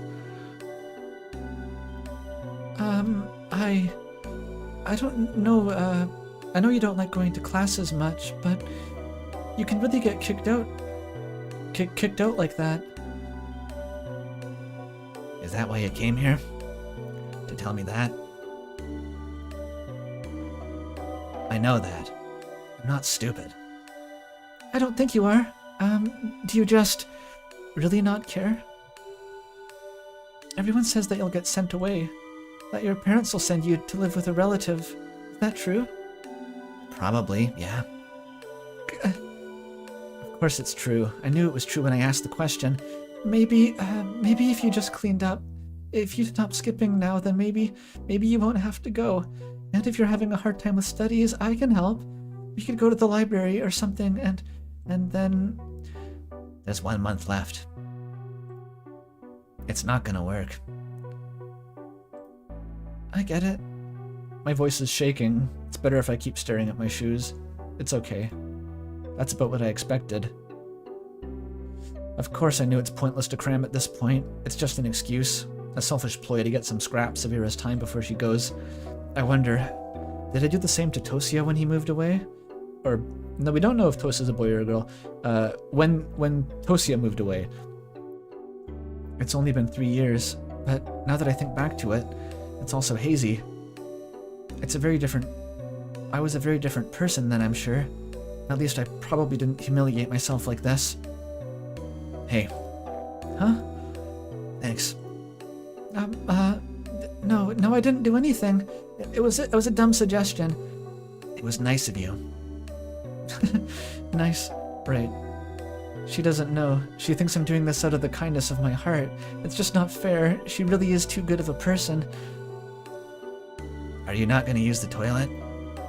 Oh, actually, since you're here, have you seen anyone hiding a diary nearby? A diary? Yeah. Those dipshits bullying her are like actually hella wingmanning right now. I just realized that they're basically the only reason she gets to talk to Ira. It's fucked up. Yeah, you know, the one we used for classes. Maybe you've seen something like that lying around. Ira's expression darkens. Don't worry, we're just playing a game. I guess the other guys got a little carried away. I checked the whole class and the corridors. It's probably somewhere really obvious, but I'm just no good at that kind of stuff. When I hid Igor's pencil case, they found it right away. He throws a cigarette butt out the window and hops off the windowsill. Oh, the window is open? I guess because of the smoke. Without saying a word, Ira storms past me, but I grab onto the edge of her dress just as she's about to leave. Wait, I said it's fine. We're playing a game. Really.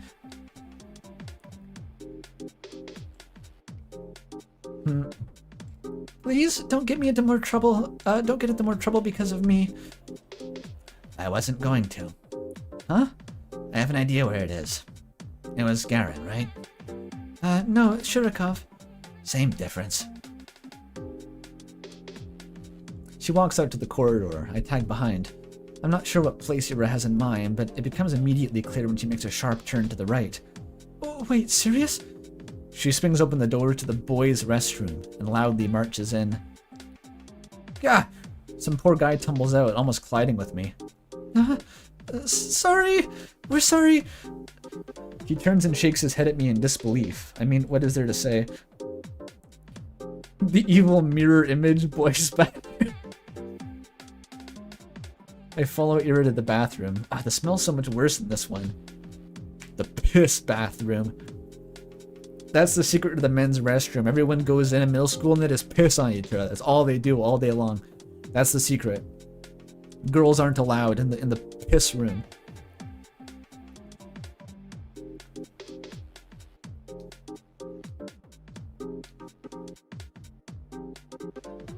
I've never played this, but I swear to God, this funky ass music is going to be playing in the scene where we find Ira's mangled car. Let's hope not. We can only hope and pray. I look around and see Ira's hand reaching above one of the stalls. Ah, there it is. My diary, right by the tiny window at the top. Ira steps on the toilet bowl. Please be careful. I'm fine. She grabs onto the flush tank secured way above. Then, using it as an anchor, she reaches for the windowsill. It's just like... sorry, random burp. It's just like Karen. Climbing mechanics. Catch. Tap. I clasp the diary in my hands. That would be a bad catch to miss. It's going on the piss floor. It really would have been here all along. I looked up to Ira, who's now awkwardly struggling to get down. Wow, thank you. Yeah. Oh. What? Ira almost loses her balance, but jumps just in time. The bowl makes a loud clang as she hops off. Whoa. Are you okay? Yeah. Let's get out of here. Do you think it's broken? I don't know. Didn't see anything. I don't know how boy toilets work. But... Why would I be in the men's toilet? Gross. Ah, I see. True. The alibi. The boilet.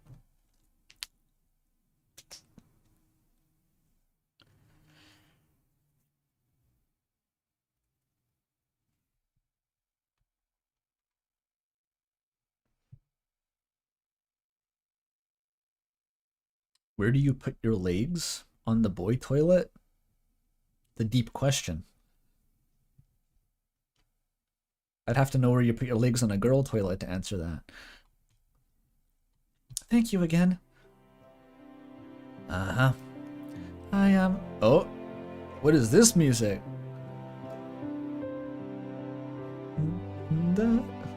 What? The fucking Twin Peaks love theme?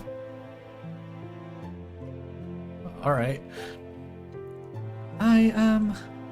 How did you know it would be in the boys' room? You think Shrek would go into the ladies' room? No.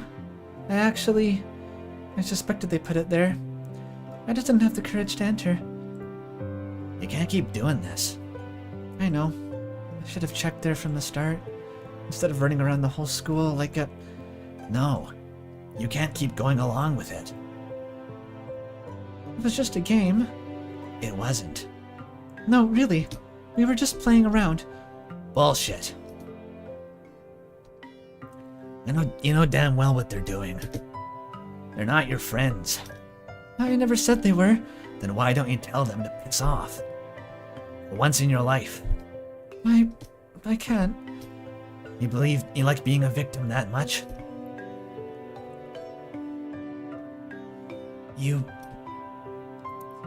It won't get better if you keep doing this. It'll only get worse. Unless someone like you cares an awful lot, nothing's gonna get better. It's not. Sorry. It's not that bad. I wouldn't...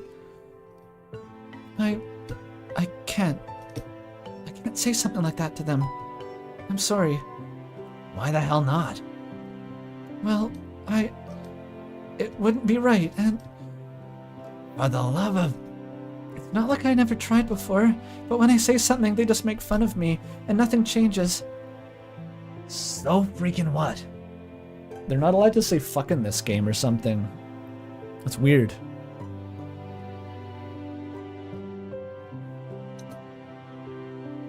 Who cares what they say? Just don't bother with them.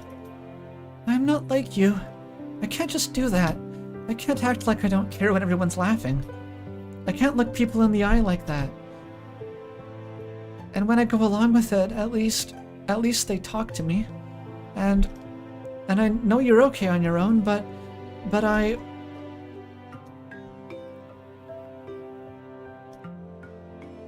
So, what's your plan? Huh? That's it? You're gonna spend the next 3 years like that? Seriously. She exhales sharply. She doesn't even look annoyed anymore. I get that. I'm also disappointed in myself. The most it's so relatable that she would be disappointed in me. Asya, Yeah? you know I'm leaving soon. That's right. I understand what she's getting at. The unspoken rule Garen and his friends have been sticking to, holding themselves back when Ira's around. The real cowardly reason I'm so terrified of her going away. I don't know what to do. Why can't I stop? The hand she's been dealt is much worse than mine, but here I am, whining and clinging to her like a leech. I should be the one helping. I should be the one telling Ira to get her act together, and yet I can't think of a single thing to give her. Write me a poem. Huh? A poem. Why? What kind of question is that? Because I liked them. Really? You liked them? You liked my poems? Why else would I ask? Thank you very much. I mean, yes, of course. I'll write one. And do you want it to be about something, or maybe in a specific meter? I don't care. Anything. All right. I'll think of something then. I'll try. Yeah, you do that. Ira checks her wristwatch. I gotta go. Be around, I guess. Already? Yeah, okay, alright. See you around. Oh, okay, that's really sad.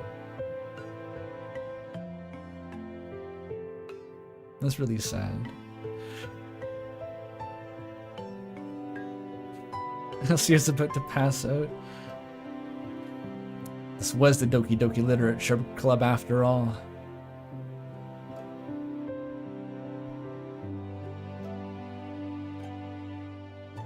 The game is a good at killing you game. It's good at killing you. Yeah, I am invested. The real test is if I can do it on stream. The game's got to be firing on all cylinders to get me sort of feeling emotions on stream. Ah, this passes the test. It works. She waves her hand and leaves. I watch her walking down the empty corridor. It's funny how it's literally always Yuri, every fucking time. But that's okay. Empty.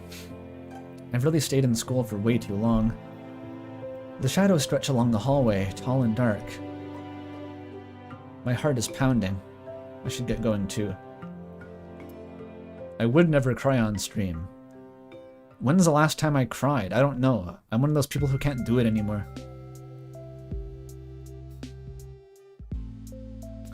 My life didn't exactly change. I went to school the same way. I sat through the lessons, then I went to the store, then to the library or for a walk, and then when it got dark, I headed home. Day after day. Sometimes my classmates joked around with me. Whenever that happened, my thoughts involuntarily drifted to Ira. She still attended class. What the fuck is this music? Oh, stop speeding up. She still attended classes. It sounded like I teared up for the 10th anniversary stream. The one I did with Toffee? Did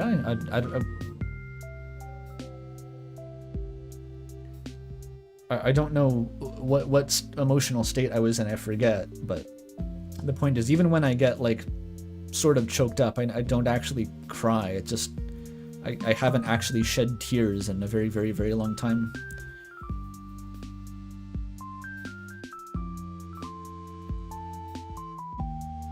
It's not really a thing I'm happy about, to be clear. It's irritating sometimes. It's just kind of how it seems to work. The onions work. I do, like, my eyes water up like crazy when I cut onions. Maybe that is the solution. It's not the same though. I haven't been cutting many onions recently.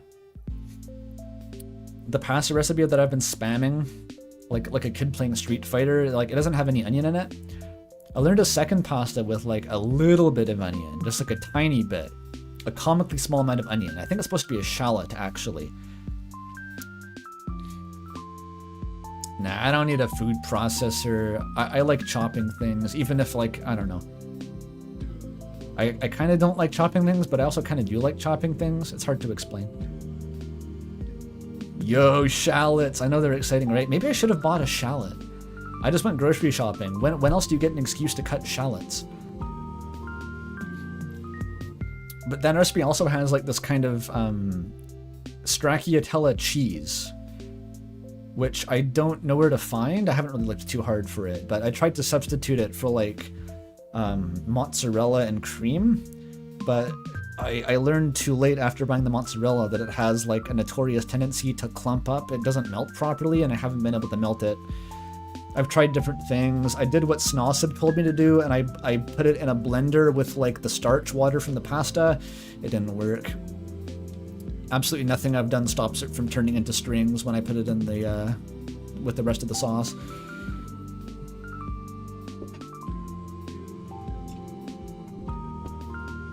Maybe the temperature control needs to be more stringent. Like, it was still kind of hot. Like, if I waited for it to really cool down and then I added it. But the problem is that I'm braising the pasta while I'm doing that, so I can't just like fuck with the heat too much. It's like a limited time period I gotta work with before the pasta gets soggy.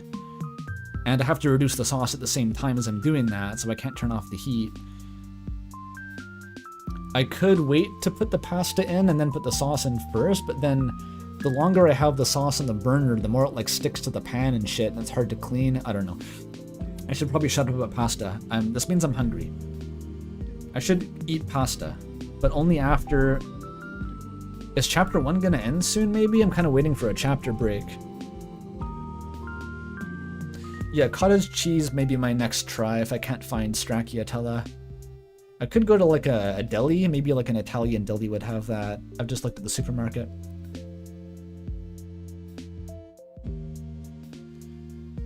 I could just omit the mozzarella and use cream, because like I think the point's just to add some kind of, you know, creaminess to the sauce, which does work, it's just the texture is wrong.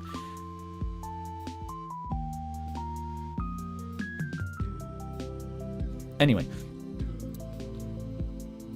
She still attends classes, she vanishes during breaks, I never ask where to. I kept imagining scenarios in my head.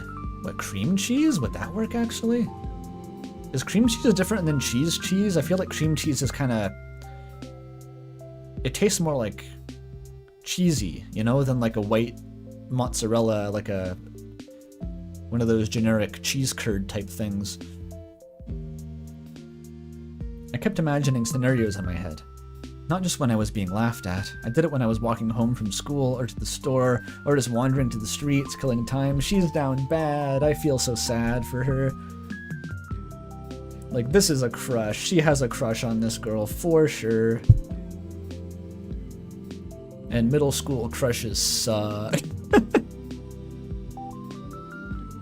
They're rough.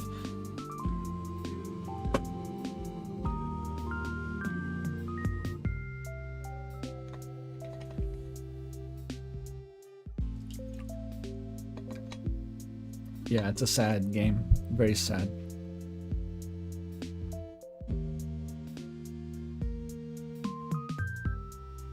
I keep thinking about how funny it would be if we bumped into Ira.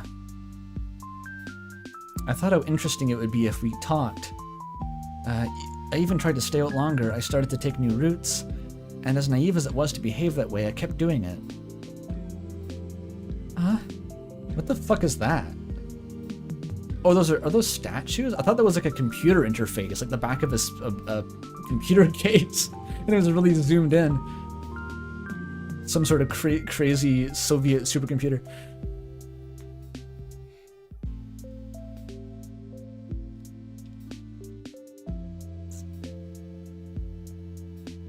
What did you tell you? You didn't have middle school crushes?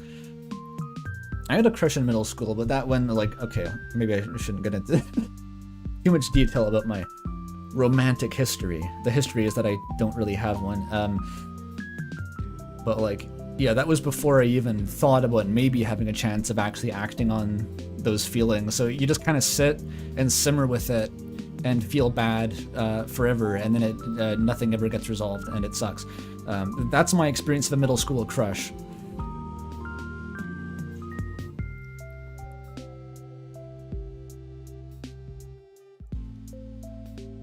Yeah, I'm so sorry. I'm assuming it's similar for many people, though. Oh, wait, I just remembered this. The closest thing I got to my big move in middle school, and I forgive myself for being this pathetic in middle school, because, you know, middle school, right? I think it was, I forget what the event even was. It was like a musical theater event, like a concert, and like we all lined up to take a bow, and I managed to maneuver myself perfectly so that I was right next to like the girl I was crushing on in middle school. And then we all grabbed hands to do the bow, and I was like, hell yeah, I grabbed her hand. That was my moment. That was as far as it got. Hell yeah, Riz.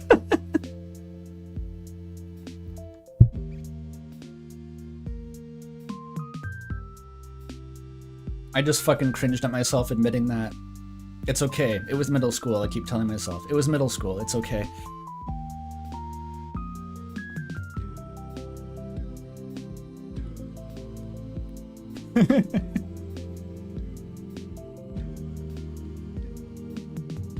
It's important to forgive your younger self, yeah.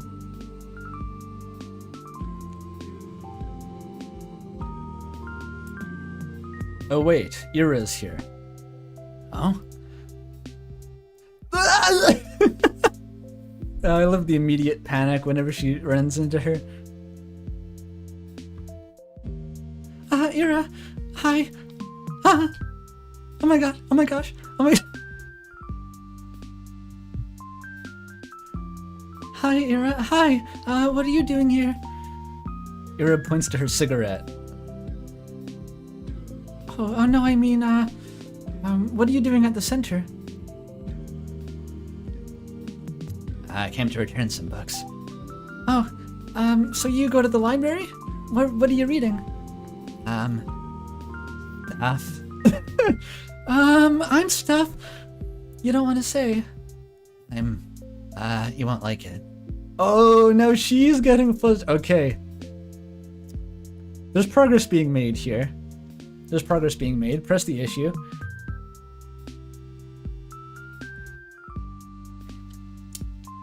Chad is the only person who's had a positive middle school experience. Oh no, I knew people in middle school who had full-on like girlfriends, boyfriends that were going steady. It was a thing. People do that in middle school. It was just not my kind of people. One of my friends in middle school, the most out of character thing ever, he got into a fight over a middle school girlfriend. It was crazy. Like, just, I guess you don't know the person, but it was like ridiculously out of character. Everyone was like, what do you mean? He threw a punch. It was crazy.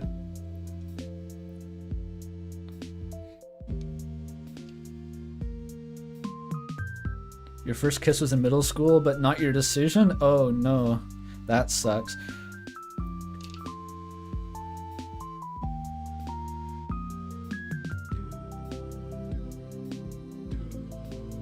Well, that's an impressive one. You dated someone in middle school, but then it fell apart because you were gay and he was trans. I'm like doing the math to figure out how that... So you know what? It's fine. I don't need the details. It sounds complicated.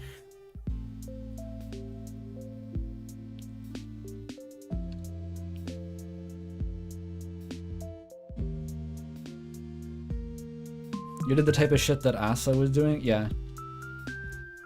I think I would have been doing Asa shit if I wasn't, like, also really convinced that I was, like, a loner and didn't want to be seen as, like... I don't know. I kind of forget exactly what my psychology was doing in middle school.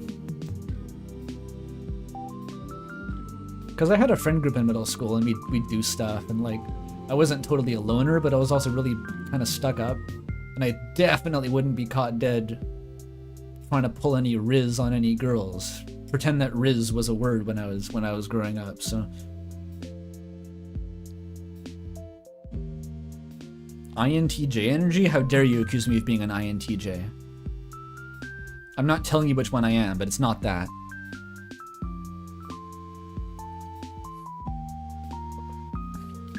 Game was the word?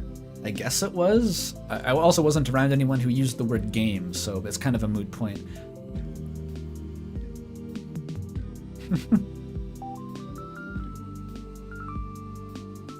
ENFJs? You got an E on front? Are you fucking nuts? I've never heard of that. No one's got the E on front. INTJ Henry Yoshi?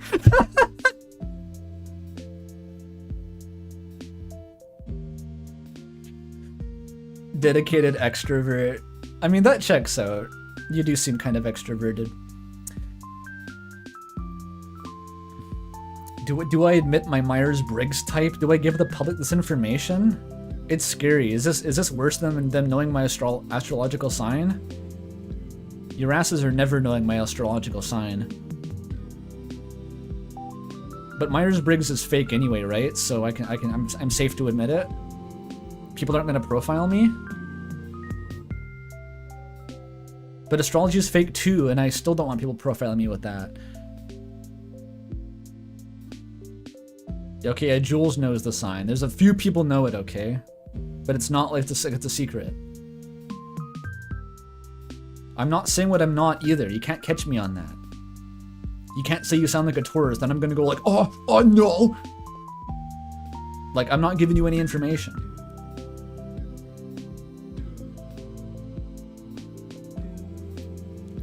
Okay, fine. Fine, my Myers-Briggs type. Are we ready? 16 personalities, verified, INFP. Don't tell anyone though, it's a fucking secret. It's a secret, don't tell my mom.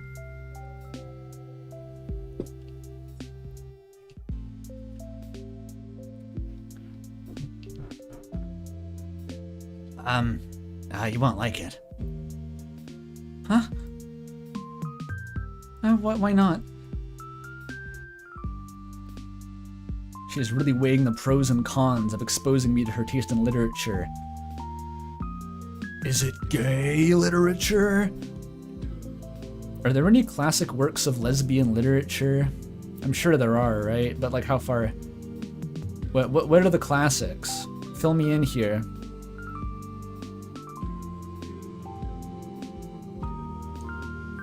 Wait, you can be like transcast Myers-Briggs? You went from INTJ to INFJ? It changes? That's awesome. Carmilla, that's a classic lesbian word. Okay, that's good. Sappho? Well, that's what Sapphic comes from. Isn't that like a mythological figure? I don't know who Sappho actually is. The Price of Salt is lesbian? Okay. I mean, learning to feel emotions is a good thing.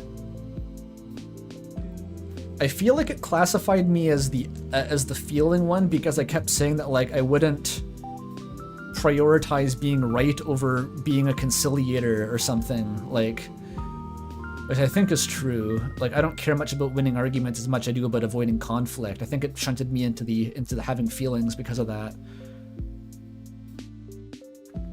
Sappho was a gay Greek poet. Okay. Was she from Lesbos? Or is that unrelated?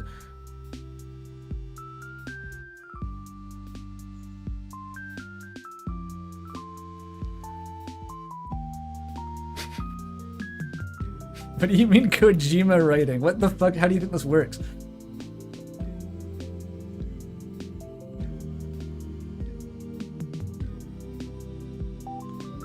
I know that. I know. I was being funny. I know that's what lesbian means. Shoutouts to anyone who has lesbian cheese available at their grocery store.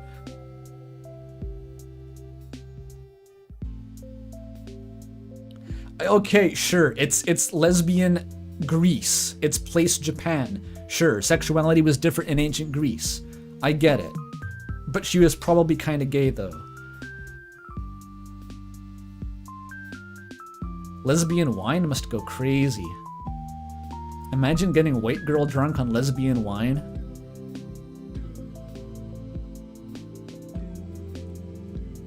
We need an island for gay men. Yowie-land. Yeah, yeah.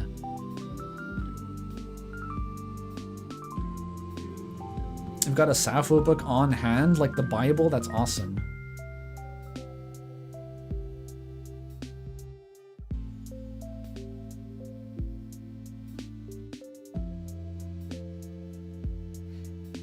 Sappho is notable because she expressed interest in other women as a woman in Greece. Well, that's kind of what we're talking about, isn't it?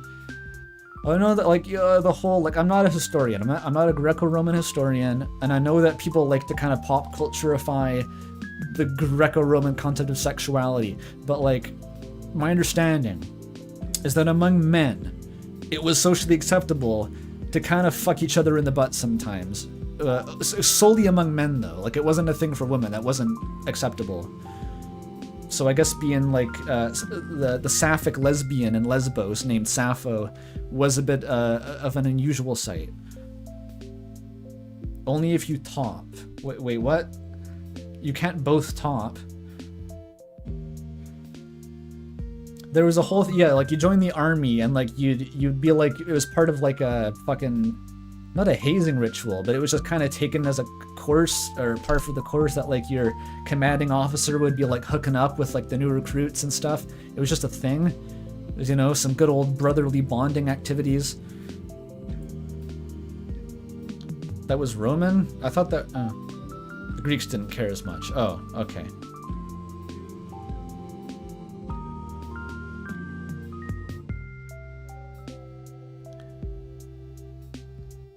Being the bottom is shameful. Is that Roman again, or is Greek different? Did they have to like wrestle then over who got the top? Is that where wrestling came from? This could be a huge advancement in our understanding of the world. That's still Roman, okay. Caesar got outed for bottoming? Crazy, dude. What is this discussion? It's par for the course, okay? This is one of my streams. It was age gapped? Oh yeah, it was like, yeah, there was like an age thing. That was kind of weird, but you know, it was like 2,000 years ago. They had different ideas about it.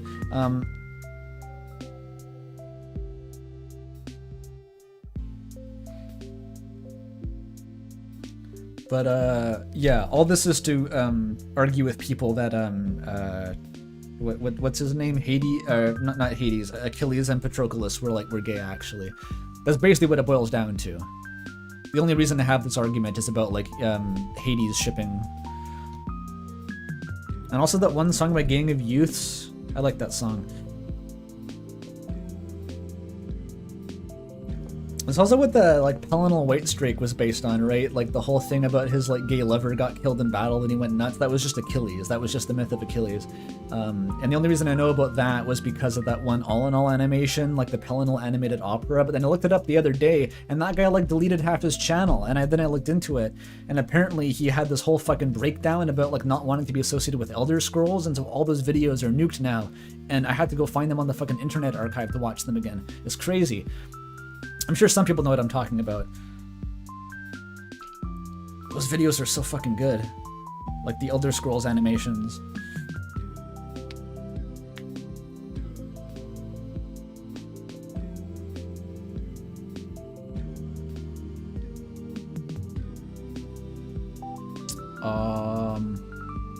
What was I talking about?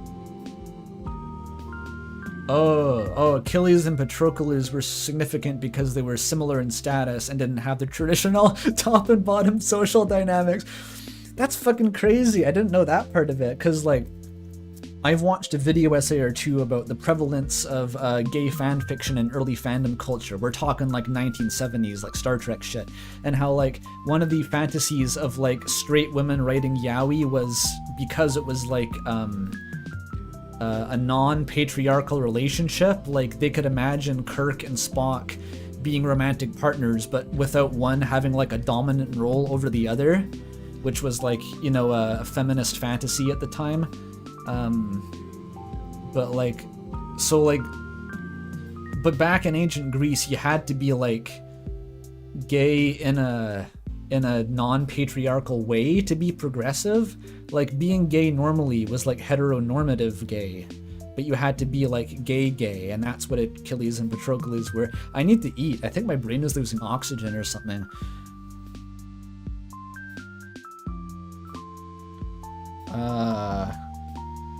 Okay, it's time for me to go eat. We're taking an emergency break because shit's getting too gay in here.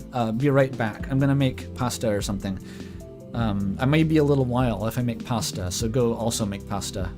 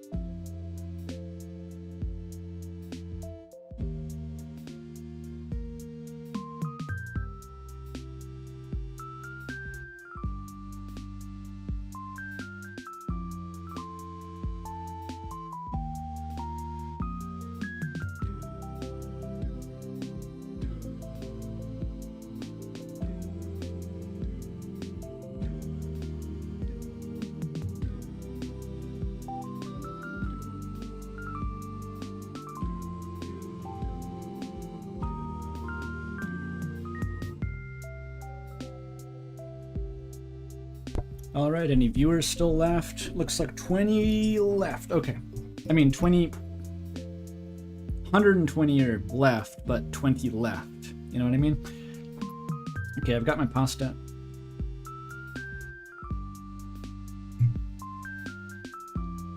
The stream breaks are probably getting longer, but the problem is that ever since I became pasta pilled, I don't really have leftovers anymore. Because the pasta is like a one and done. It's just one huge serving of pasta.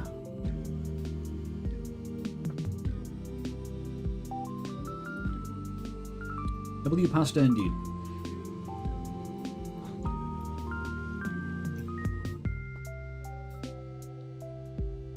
And it did turn out quite nice. But pasta, it's the same old arrabbiata. This is the fastest and easiest one. The sausage pasta takes longer.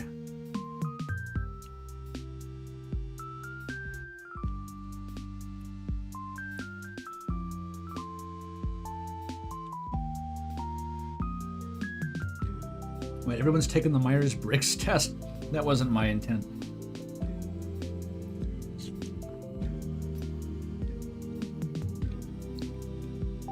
Please note, I'm pretty sure that Albert Einstein did not take the Myers-Briggs test.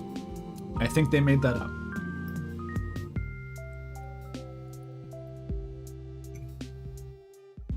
Would arrabbiata be good with onions? This one does not have any onions, so I'm assuming it does not need them. The remarkable thing about this arrabbiata is how little it has. The only seasonings are garlic, parsley, and a bit of chili. That really is it.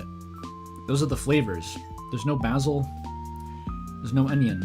The garlic one does involve onions for the sweetness. I think it's mostly to provide sweetness.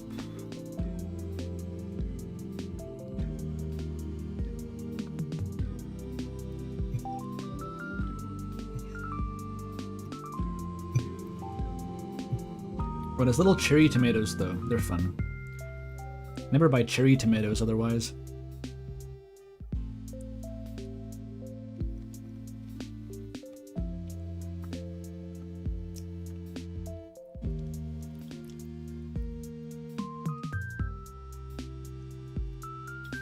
Wait, what? Wait, what? Juice? What is this? People in my university were yelling at you to invite me to your grad show because I animated some election trucking during university. I don't think they actually know who you are. So am I invited to your grad show? What's the bottom line? Also, where do you live? Don't tell me. Don't tell me that.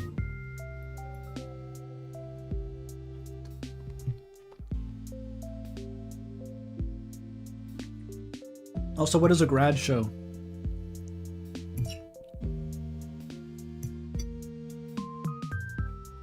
Wait, you're in North Van? Why did it have to be somewhere that I literally could go if I wanted?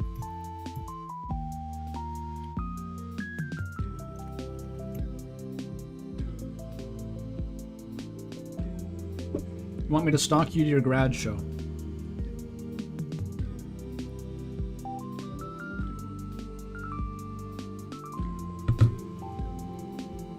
I'll have to get back to you on that.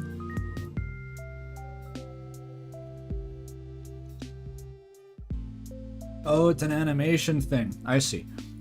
I always gotta wonder, like, is it some American thing? No, it's an animation thing.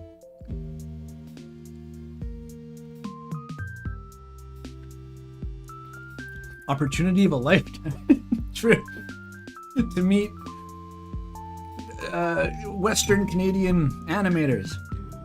Huge networking opportunity.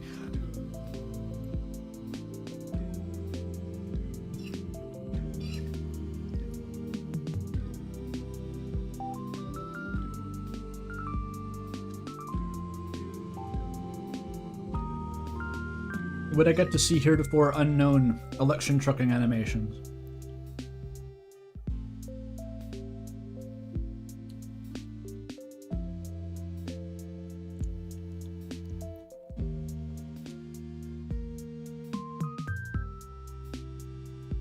Wait, is this a conversation apart from me? People are talking about Elfelt. Do I know who that is?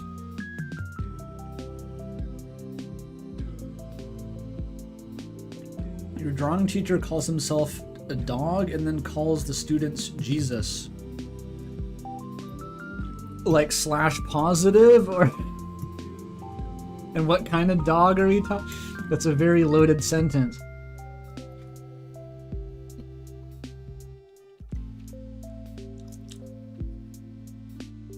From Guilty Gear? Must not have been talking to me, I don't know anything about Guilty Gear.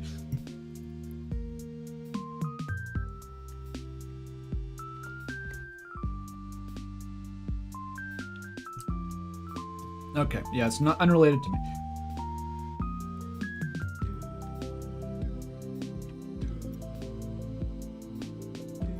Isn't there a Z.A.T.O in Guilty Gear? I was trying to make the thumbnail today, and I googled the game, and I just saw this Guilty Gear guy. He likes goats. Is dog likes goats associated with Jesus?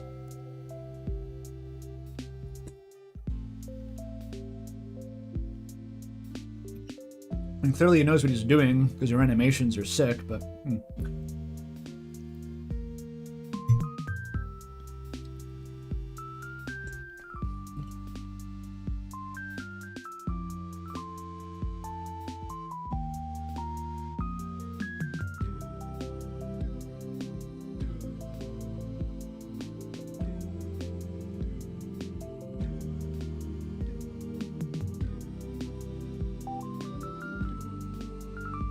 Where's Toby Fox? What track is this? This is the in-game music. I didn't put on any external music.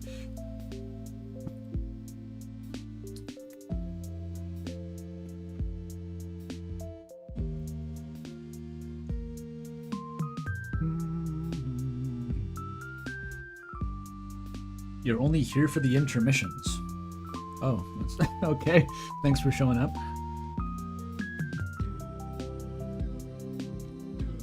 Are you the guy who loads a Scorpy stream, and then there's that like literally an hour of yapping before anything happens, and then after the yapping you leave? Meanwhile everyone else skips that part, you leave after the yapping.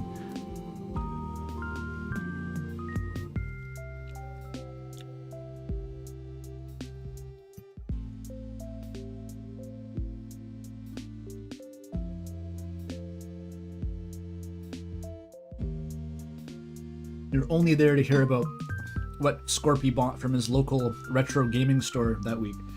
Or day. I don't know how often he streams.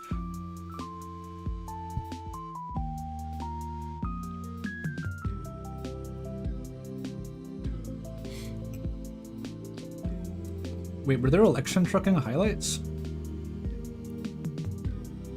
You mean like the juice animation? I don't recall there being an actual stream highlights for election trucking.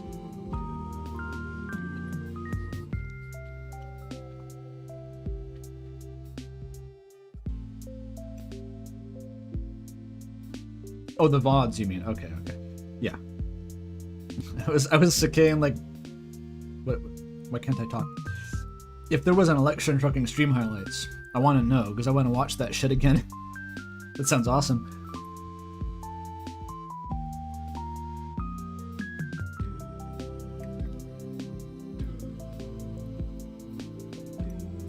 I'll stop eating pasta eventually, just wait.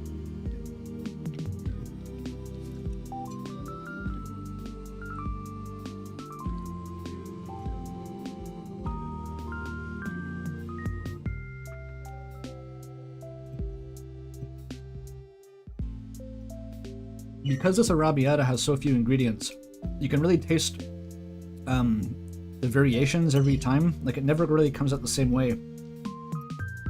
And it's just like minor things in like how long you fry the garlic and the chili, or what kind of tomatoes you get. Cherry tomatoes have very different flavors. And even canned tomatoes with the same brand, I've noticed very, very different flavors among different cans of tomatoes.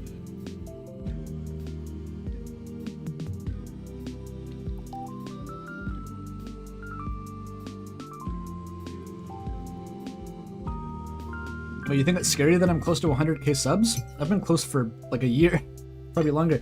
When I did that collab with Seek, they assumed until I burst their bubble that I was like a bigger channel than they were.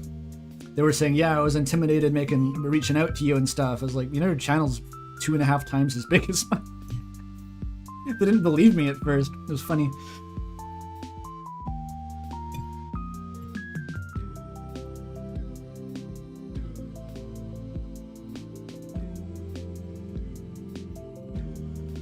Oh, big plate of pasta. I'm almost done.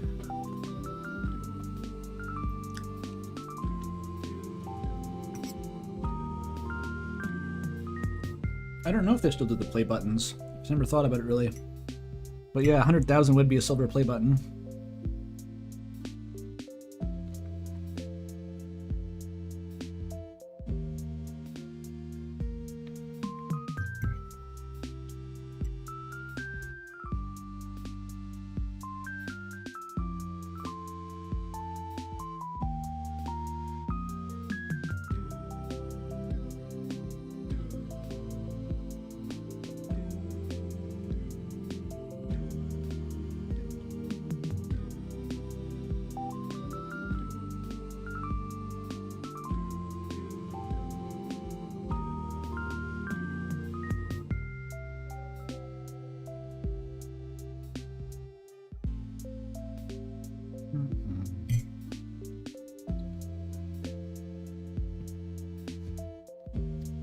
What about Minecraft YouTubers?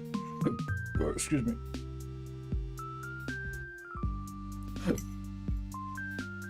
I'm not becoming a Minecraft YouTuber.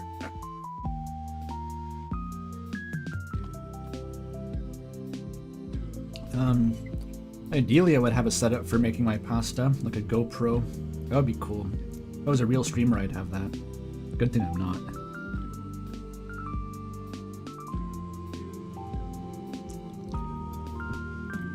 I should what I should do. I should just put on the video of Dennis Prokopiev making the pasta, literally the exact video I used to make the pasta, and just leave that on and pretend that it's me, and see if I can do it as quickly as he does.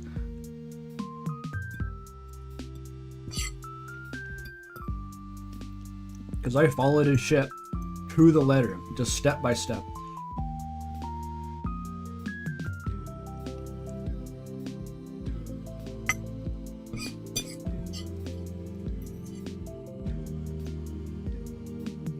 I was trying to look up Dennis Prokopiev the other day for more pasta videos, but I couldn't remember his last name, and if you put Dennis P into the search bar, you get fucking Dennis Prager as the suggestion. So I was like, ah, shit. Luckily, I remembered that.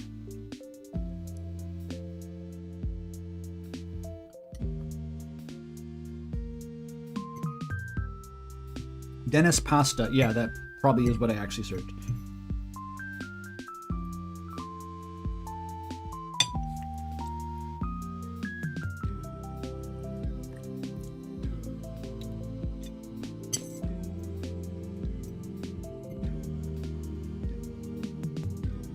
Am I a rigatoni or a gnocchi guy? Used to be a penne guy, now I'm a rigatoni guy. May try making gnocchi again, because they are cool. I saw this really fancy gnocchi recipe from that dipshit cooking channel where they make the fancy shit. Fallow, that's the one. But anytime I watch a video of theirs, it's like, wow, thanks for showing me something that I will never fucking make because it looks way too involved and time consuming. Cool. This one looks somewhat attainable.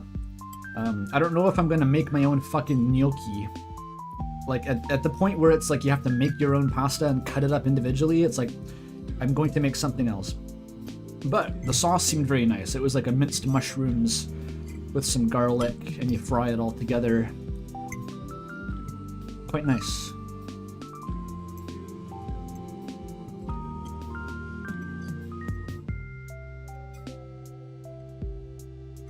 Yeah, the whole Fallow channel is like, here's how you can take 40 minutes to make a single slice of French toast. Thanks. I would love that. 40 minutes is probably a lowball, though.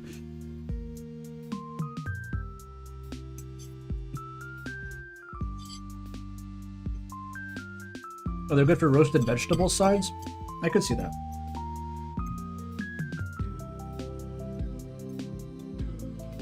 I think a lot of cooking techniques that makes surprisingly good food can be pretty simple. That's what this pasta is. That's why I was so enamored by it, was like, the techniques were simple, but they're still a cut above like what I would know to do just intuitively. And the results are great, so stuff like that I tend to look for on cooking YouTube.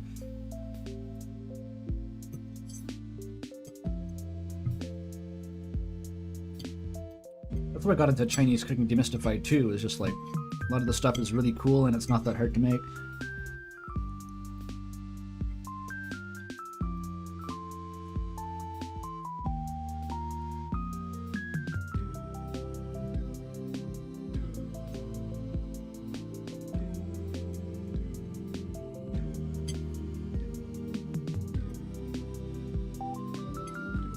I'm trying to get the sauce.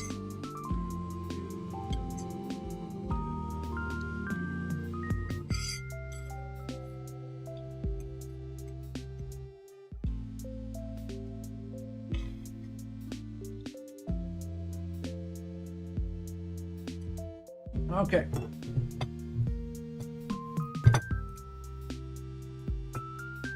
We can put the pasta aside and continue reading.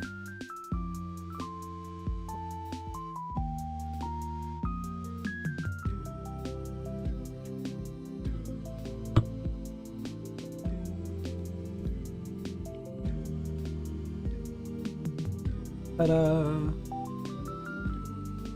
Okay, is my throat fucked up? I made my classic, like, 80-20 mixture of orange juice and sparkling water. So it's mostly water. Excuse me.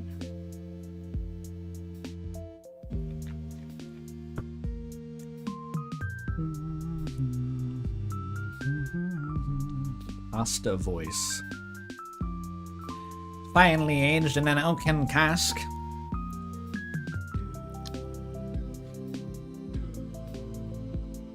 There's no way that I can do the fucking May Borowski voice right now, though. Yeah, that's rough. Will tea fix me? What'll fix me?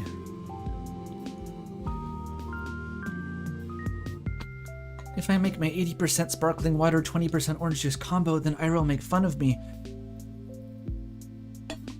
Meanwhile, she thinks it's sick.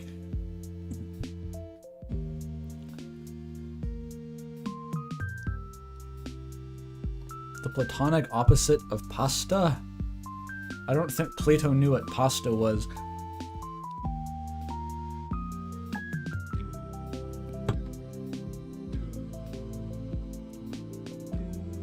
It's like a wheat substance that you put sauce onto. That's what pasta is. Is there a sauce substance you put wheat onto?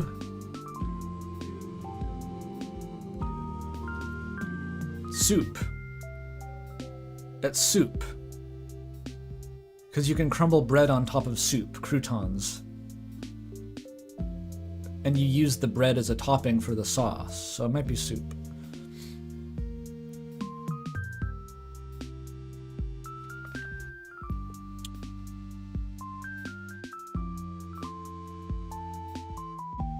I did make soup earlier this week, but I burned it. It may seem, you know, like a haha joke, you burned a soup, but it was a roasted mushroom soup, and I roasted them too much, and so the burnt mushrooms and onions got blended into the soup, and it still tasted burnt. It was very sad. I was thinking like, oh yeah, all this char is gonna add a lot of depth of flavor. No, moron, it tastes burnt. It will add burnt flavor, because it's burnt.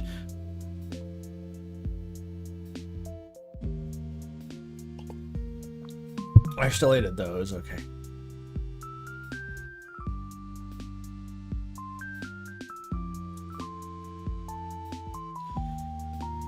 Okay, we continue. Ira looks like she's weighing down the pros and cons of exposing me to her taste in literature. Did she read something she shouldn't? Maybe she thinks it's too dark or crass for someone like me. That's kind of unfair though, isn't it? You know, the other week I finished The Plague by Camus. I never read it. It's about a physician trying to save a town from an epidemic. It's very visceral, but I enjoyed it a lot. I'm not sure I agree with the message, though. What are the message of other Camus books? All kids these days know is Smith of Sisyphus. Do they all have the same message? Yeah? What was it? It was, basically that evil is inherently a part of life. You can try warding it off, but it'll never be for good. And even if you do good things in times of crisis, there will always be some greater force spiking your guns. Spiking your guns? The fuck does that mean? Yeah, sounds about right. Huh? I guess there are some okay people in the world. But there's a lot more dirtbags. Really? That's a pretty depressing way to look at it. That's how it is. I don't know if I agree. At least I've never met someone I'd call a dirtbag. You serious? Garen's right there. Garen? Well, he's not that bad. Uh-huh. Really, I don't think he means it. I'm sure everyone's trying the best they can. Most people wouldn't want to cause anyone pain, right? I actually, I think that's something Camus and I agree on. Yeah, right. If everyone's so nice, where's all that greater evil coming from? You think that's some natural phenomenon? No, of course not. There are things we perceive as painful in the moment, and there are really horrible, awful things happening every day, but I don't think it's right to call them evil. Evil is intentional. Those things don't come from bad intentions. Sadness, loneliness, misunderstanding, and fear, but not evil. There was this famous judge, Dionysius something? From ancient Greece, I think. Anyway, he said evil is not a being, for if it were, it wouldn't be totally evil. Evil has no place among being. It's kind of... Does this girl just go home and read philosophy? Is that her only hobby?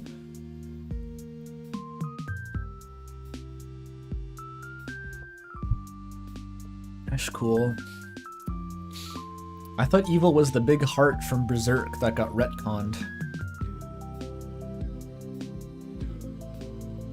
You weren't talking about this a 14-year-old? I don't know. I mean, I wasn't talking about this. I was big into my metaphysical arc when I was 14, but it wasn't this. Not this kind.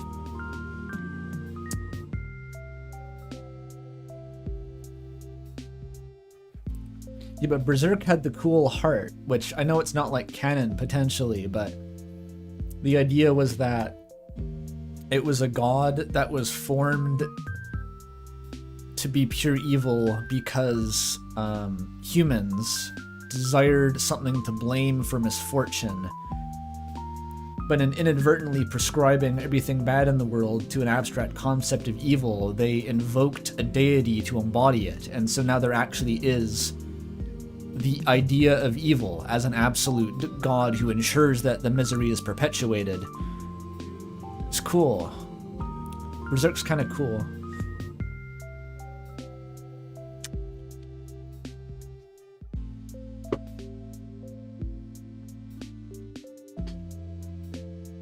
I'm not sure what the thesis of Berserk is in terms of evil. I guess it's just that it's from humans trying to justify their own actions.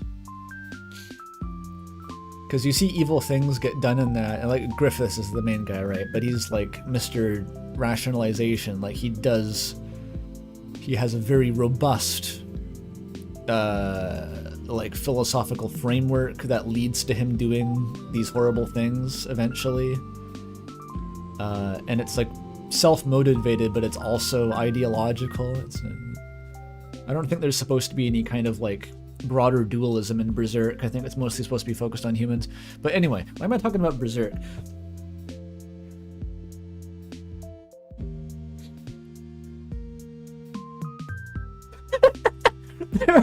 Berserk is cool when Puck isn't making Star Wars references.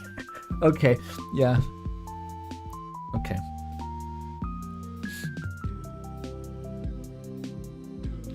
Why does that remind me of some fucking Reddit post I saw about like some guy waxing all philosophical about how like Magic the Gathering used to be so immersive and so believable back in the day before like Universes Beyond. And then the next reply is like, yeah, I remember casting Albert Einstein. There is some old ass card that just like Albert Einstein, copyright free. It's awesome. Yeah. Oh my god! Oh no, Ira, no! Damn it, I was just talking about Reddit.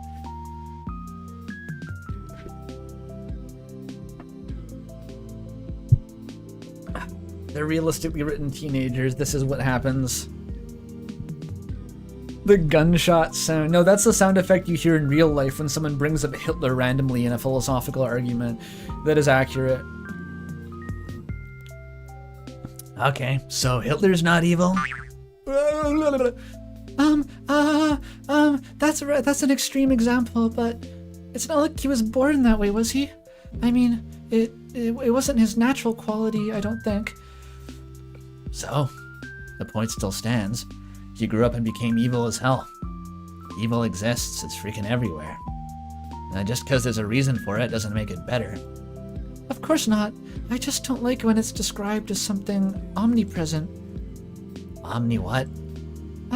It's like, it doesn't matter. What I'm trying to say is, we aren't born with some big evil force inside us. I doubt the universe is any different. That's a controversial statement in most schools of Christianity, okay? Give her some credit. She doesn't strike me as Christian whatsoever, considering the opening the opening rambling about the universe observing itself. What? The universe isn't a person. Of course it's different. Well, yeah, I know that. But it's kind of a being, right? I mean, since every being is pure by default, so is the universe, because it's the idea of being itself, right? And, I'm not making any sense, am I? You're not. Sorry. It's whatever. About what I'd expect. What does that mean? You're weird. You say weird things. Oh. For a second I feel a lump rising in my throat. But then I realize something. Ira doesn't look annoyed with me. In fact, it's like she's not repulsed by me at all. Wait, I need to read that again. Ira doesn't look annoyed with me. In fact, it's not like she's repulsed by me at all. Like, the fact that this is a higher level of admiration, not feeling repulsion, is a higher level of we're in than she doesn't look annoyed. That's kind of profoundly sad, actually. I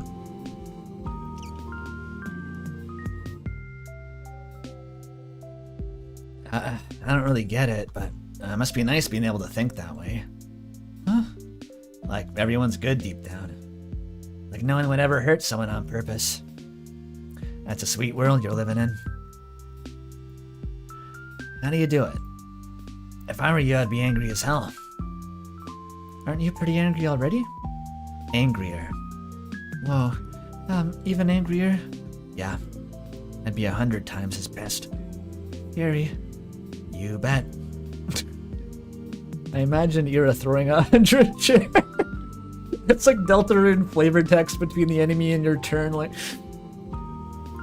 Awesome. 100 chairs flying toward 100 Garens. Chairs flying, bow compasses swinging. Ira's like a bodhisattva. Of course she knows what a bodhisattva is. Dozens of hands, half are for holding furniture, half are for stationery. A halo of chairs encompasses. I'm picturing that episode of Hunter x Hunter, but every hand is holding a plastic chair. And Netero with a steel chair, and another one, another steel chair, a steel chair, another one. I want to see Netero Pillmanizing the Chimera ants.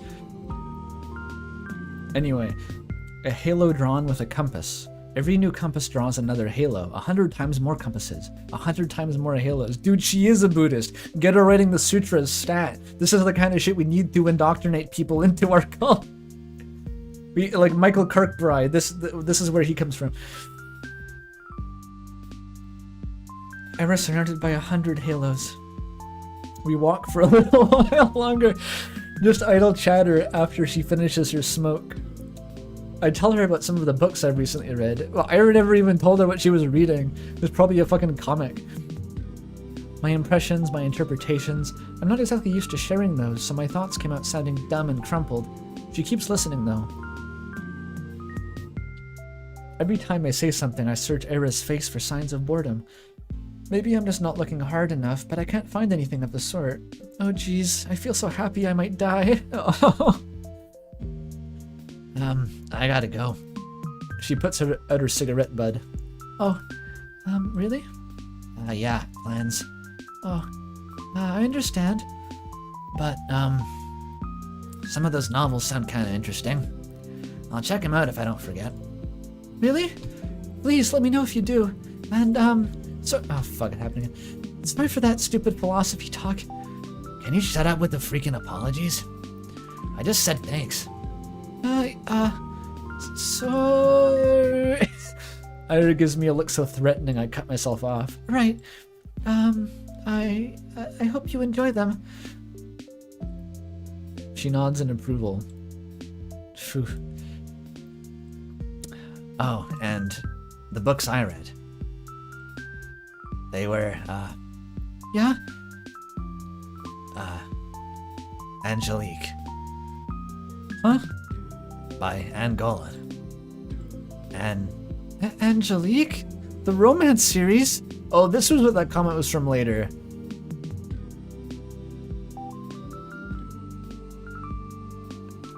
What does that mean? This is how Danganronpa characters flirt, but 100 times more charming. You imagine Asia holding 100 Danganronpa characters. Every Danganronpa character flirts with 100 twinks.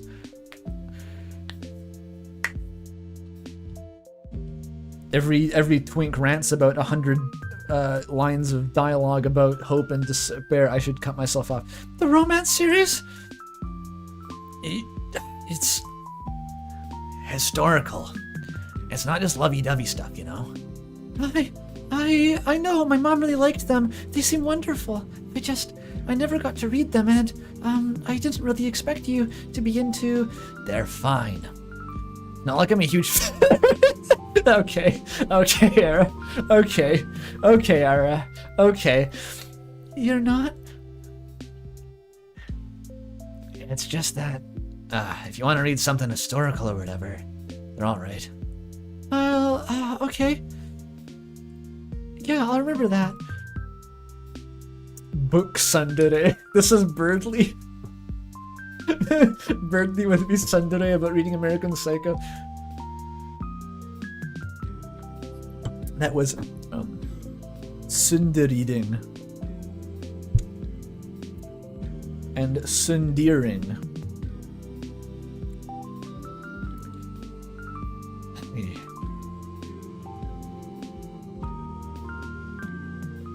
Ira looks like she's about to say something else, but then turns on her heels and stomps away. See ya. Yeah, see you around. Ira disappears down the street. There she goes again. My body leans against the frigid wall. My legs are weak. Arms, spaghetti. We talked. Ira and I really talked. I never would have guessed. It was even nicer than I imagined, and I had no idea. So she likes books like that, huh? Ira likes novels like that. It's so wonderful. It's really, really wonderful. Every new thing I learn about her is more wonderful than the last. I need to meet with her again. I want to talk more. Maybe next time she'll tell me a little more about herself. It kind of feels like I hogged the entire conversation now that I think back to it. That was really self-centered of me. Next time I'll have to ask Ira more questions. I'll ask her about the books she likes. Maybe we could talk about movies. I wonder what her favorite are. Does she like romance films? That would be cute. I usually prefer detective films, but I really enjoy all kinds of movies. So if you wanted to watch something, maybe we could even go to the cinema. That would be so much fun. It's been a long time since I've gone there. I need to see her again. Woo! I hope I'm channeling the intended tone of this narration. It just feels like it has to keep coming. This is how obsessed I need. Good luck.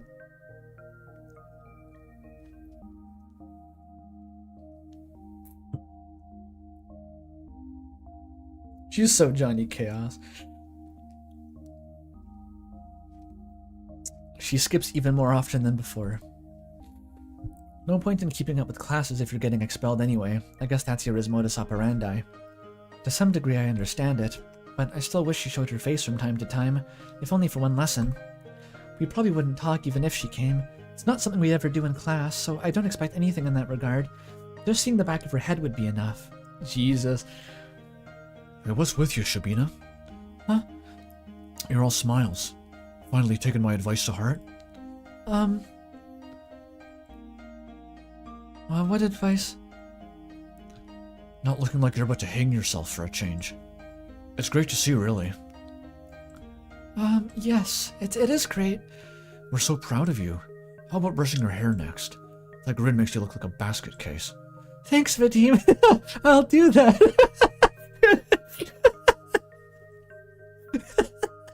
I'll do that.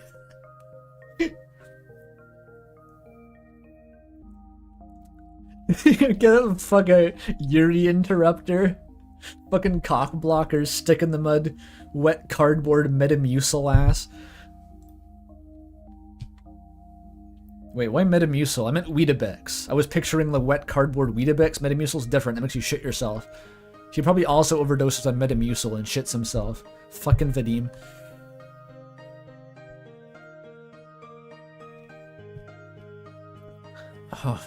You're welcome. He grabs my English textbook off the table. Payment for services. His friends chuckle along. I couldn't care less about that. Ask me if I give a shit, because I don't give a shit. Even though she isn't here today, I don't mind. I know we're going to see each other soon. I'm going to do everything to bump into Ira again. I'll walk the whole town up and down so that we can see each other. I'll scour every corner of this place to find her. Oh my god. Perhaps I'm being overly reliant on the universe's kindness. At the end of the day, even if I walk in on all the possible routes, there's no guarantee I'll run into Ira. But I want to believe, no, I'm convinced that the world is merciful. Hiccups, fuck. That the world is merciful. So if I try my hardest, maybe my efforts will be rewarded. Of course, it's an entitled way of thinking, but there's so little time left. Too little time. I need to make the most of it. I'll make as many memorable moments... That's a tongue twister. I'll make as many memorable moments as I can while Ira's here. I'll make every encounter count. I'll fill this measly scrap of time with wonderful things. Oh my god, the screenshots are so... the fucking background art is so relentlessly depressing. It's like... just like snow and sheds and fucking concrete walls and more snow and more sheds. God damn it. This is probably the town that, fuck, I forgot his name. I'm thinking of that one MMA fighter who came from, like, Siberia. From, like, a mining town.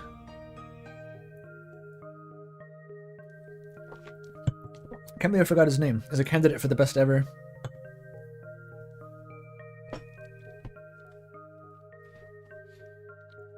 Ira! Hi. A white boy sumo wrestler? No. There's also, like, I guess there's no Russian sumo wrestlers I've heard of. No, I think there's a couple from Ukraine, but I don't know if there's a Russian one.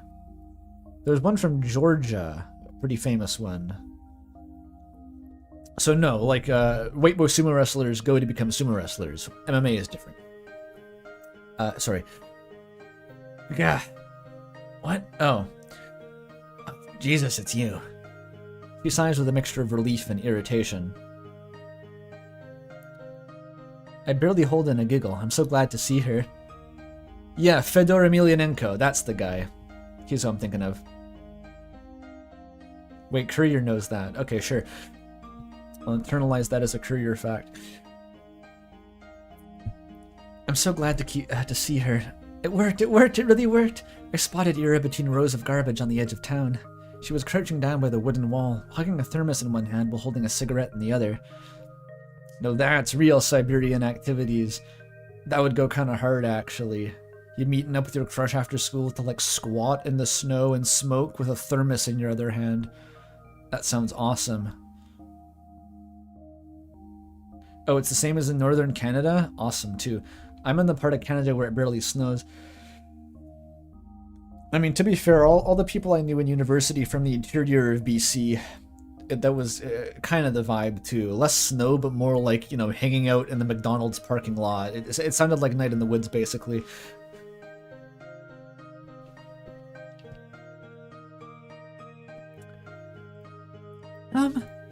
What are you doing here? What's it look like? Meditating? Wrong answer. Ira shakes her head and looks back at the ground. Huh. The rush of joy that had washed over me when I first noticed her began to dwindle. Now that I take a closer look, I don't think I've seen Ira curled up this way before. Everything about her posture screams exhausted. But why out here? Are you okay? She mutters something. Huh? In on me. What was that? I didn't quite catch it. I take a tentative step toward her, but Ira's scowl stops me dead in my tracks. Are you spying on me now? What? No. I was just walking here. At a garage lot? Yeah. She gives me a look of such contempt it sends a shiver down my spine. Why? I'm not lying, really. I'm always on these walks after school, and going the same route gets boring over time, so sometimes I go through here, or through the barracks, or a couple of times I even went to the helipad. You know, the one that's over there? As I speak, I see Ira's expression slowly change from disdain to confusion. This isn't right. We talked so nicely just a few days prior. Why then? Why did you hear something bad about me? From who? I don't think she'd believe a word of Garen's. I mean, I usually stroll along the main street or near the community center, but it'll get colder soon, you know, and it's better to enjoy the outdoors while you can, right? I just keep speaking, hoping she'll stop being mad at me. I need to keep going. I need to keep talking because that's what I wanted to do with her. I wanted to talk, so I have to because I can't waste this moment. We can recover from this. I can cheer her up, and we'll clear everything up. She won't think that I'm some creep. I just can't stand it. I can't bear having her glare at me in silence. And you know, the views are really great here on the outskirts. The sky is bigger, and you can see way into the tundra. And what I mean is, I didn't think you'd be here. That's a lie. Well, more of a half-truth. As opposed to talking with you is nice.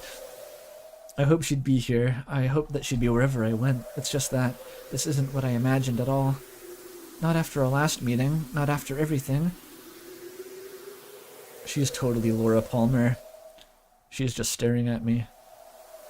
For a moment her eyes soften. Then she closes them, as if just looking at me was wearing her out. She takes a drag, then turns away from me. God. Can't I be alone for 5 minutes? I'm sorry. I wait for her to respond with something like, why are you apologizing again? Cut it out. Or even just whatever, it's fine. But she doesn't say anything. We got Ava vibes now. I'm sorry.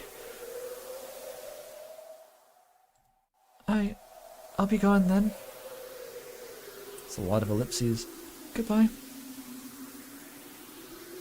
Silence. I walk away. Cold wind blows in my face.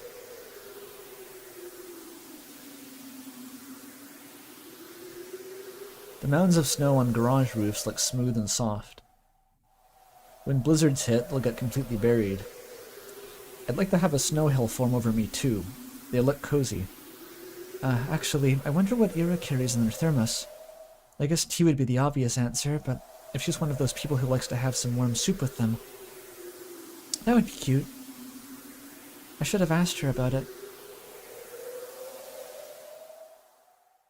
I feel feel like I'm going to cry.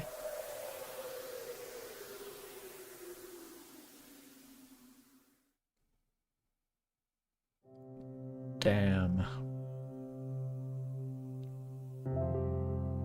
Hey, you got plans for New Year's? What plans? I'll be with my folks. No, I mean after that. My sister's gonna go to a party with an upperclassman. Oh, are you serious? I think we could sneak in. No way. I don't want to hang out with her. Man, come on. They're gonna have those older girls there too, right? The ones from grade 10. Oh, I bet Mishima will be there. Like she talked to you. Hey, you don't know that. Hey, I said we're not crashing anything. They won't let us in anyway. That's true. Where are we going then? Whose place? Not mine. We've got a grandma coming over. I can't host. Or, we've got grandma, not a grandma. Random, naturally occurring Soviet grandma. You? Me neither. Vadim? No way. Dad's been, he's been kind of tired recently. Oh, really? Yeah. It's whatever though. Work stuff, I guess. Is that tired or like crippling alcoholism tired? I hear ya. My mom's also out of it. All the adults are pretty stressed, huh? Figures. As though it's the end of the year. Right, it's almost New Year's. It's a shame, but I don't feel festive at all. I'll need to help Mom decorate the house. I should remind her about that, or should I? It feels like all of us kind of forgot about the holidays. At least I did. Well, maybe I didn't really forget. The end of the year has been looming in the back of my mind, but not as a cause for celebration. All I could think about were the days counting down to the moment Yura would move away. Yura. She's absent again. I'm not surprised. I wish I could clear things up with her. I'm not sure how, but I have to. Maybe I should apologize again? What for? Did I really do something so wrong? I guess I've been pretty annoying, but... I don't know anymore. I need to think of something that could cheer her up next time we meet. Will more apologies really cut it? Probably not. She'll just get more annoyed. Then maybe a small gift. That might be weird, though. And I won't get any more allowance until next week. What could I even buy with the spare change? Maybe a little treat will do? A waffle. Would she like waffles? Do you like waffles? Do you like pancakes? Do you like pancakes? Ah, what the hell? He's not a freaking dog. Do you feed dogs waffles in Russia? Is that, why does my mind always go to some weird place with her? Oh, okay, anyway, I should shut up. Focus on something else. It's so difficult to do these days. Difficult. I've got to try. Inhale. Exhale.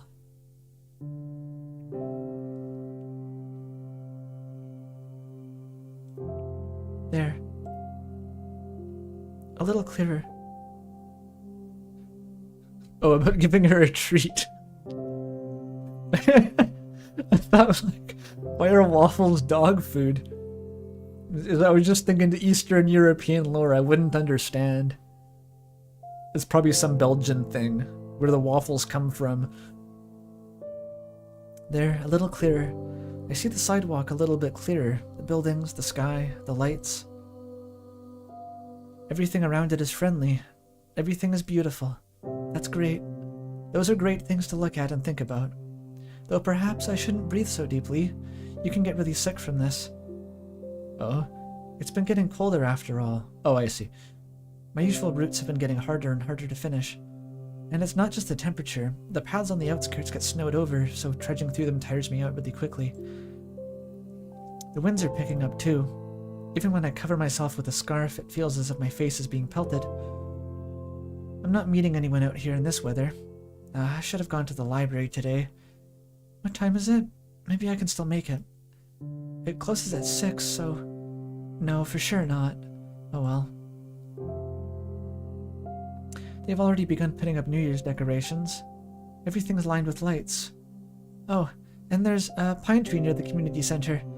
It's so tall, and bare for now. Well, I like it as it is. The way the snow rests on its branches makes it look so mighty. Alright, I'm getting into a bit of a festive mood. I wish the frost weren't so prickly, then I'd look around somewhere. The streets are empty, save for a couple of adults I saw walking down to the bar. Hard to imagine there would be a lot of people out in the evening like this. So why have I been meandering around like I've got nothing better to do? Every answer to this is embarrassing.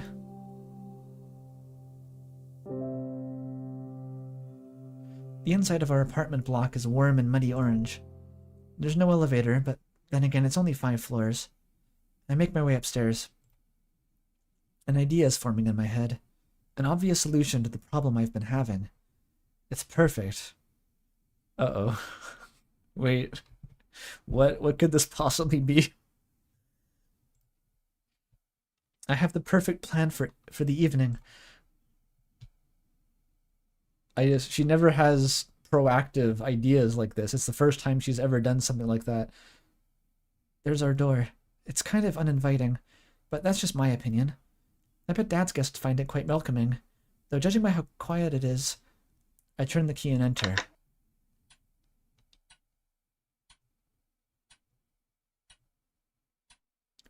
Why is it so scary?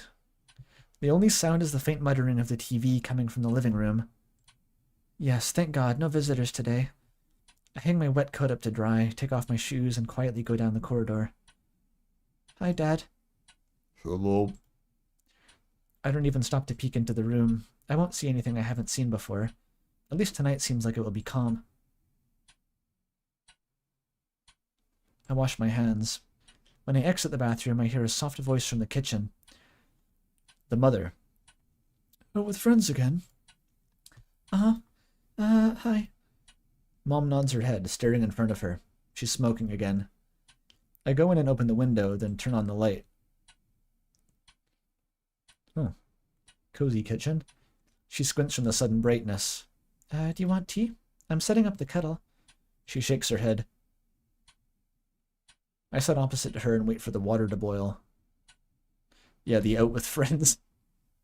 You sure have a lot of friends out there in the tundra all the time.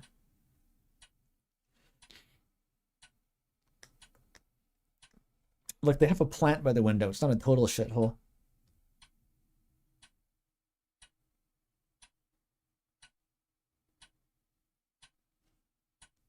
I sit opposite of her and wait for the water to boil. She's not saying anything, and neither am I. It's not awkward per se. I just pick at the oilcloth and swat away the smoke that occasionally drifts in my direction. We're both used to this kind of thing in our own way. Even so, I go to my room as soon as I fill up the teapot. Sure are 2 hella living parents you got there. I don't like locking myself in here. I do it every time, and every time I'm swarmed with nasty thoughts. Can't even spend time with your own mother? You run away from her. Even though she has it so hard. So hard. You traitor, brat, ungrateful filth. It's the kind of self-flagellation that goes nowhere. Do I think that if I badmouth myself enough that I'll be forgiven? This happens every time and changes nothing. It's pointless. So I direct my attention elsewhere. What was I going to do? What was I... Oh, right. I pick up a pen and start flipping through my notebook. Ira asked me to write a poem. Just thinking back to it makes me so giddy. She said it. She told me she liked it. Ira likes my poems. Huh. No one's ever said that to me before. Well, Tosia did. But that was years ago. That poem, the one that Garin read, what did she like about it? Maybe I should have asked. Where was it? That's it. Сырая черная земля, не обнимай меня так нежно, не рви наряд свой белоснежный и спи спокойно. Только я буду царапаться и биться, а иней пусть себе искрится, и пусть летят по небу птицы, и светит бледная заря. Exactly what she said. Oh, my turn. close to my voice. I'm giving her the most generic, just like me doing a higher pitched voice possible. I think it works fine. Oh wait, no, come back. Fuck. I didn't know there was a time limit. Wait, where's the poem? Where the fuck? Where's my poem gone? No! It's gone. I didn't click anything, it just went away. It's not in the stream replay either.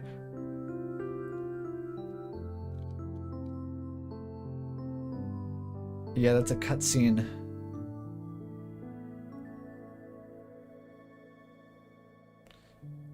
Well, I'm sure it was nice. Is there any way to see it? Fuck. I can't think of a single way, but other than like Googling it and hope that I don't get spoilers for later in the game. Autosaves.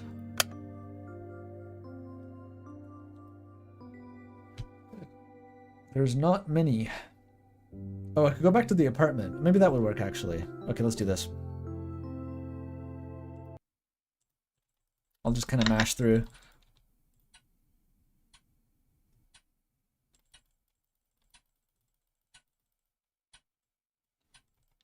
I know there's a skip button, probably. Whatever. There's not much dialogue.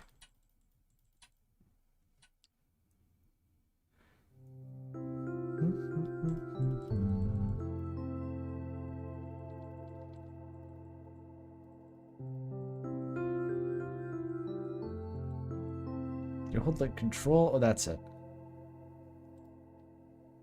Wait, did I skip it again? Did I skip the poem again? Fuck me. Okay, do not hold control. It skips the poem. Okay, what if I hold control? It kind of works. Oh, it's just really, really flighty. Okay.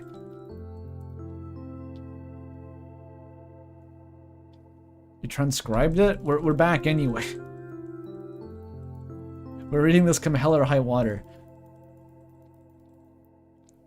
Сырая черная земля, не обнимай меня так нежно, не рви наряд свой белоснежный и спи спокойно. Только я буду царапаться и биться, а иней пусть себе искрится, и пусть летят по небу птицы, и светит бледная заря. Okay, don't dawdle. O damp black earth, do not hold me so tenderly. Do not tear your snow-white attire and sleep peacefully. I will scratch and I will beat, but frost will still glimmer, and birds will still fly across the sky, and a pale dawn will still shine. They don't fly in front of the window in the poem. Gah, it's so lame. I can't blame them for laughing. If anything, Garin was too nice. But at least she liked it. For some freaking reason, Ira liked it, so maybe it's not all bad.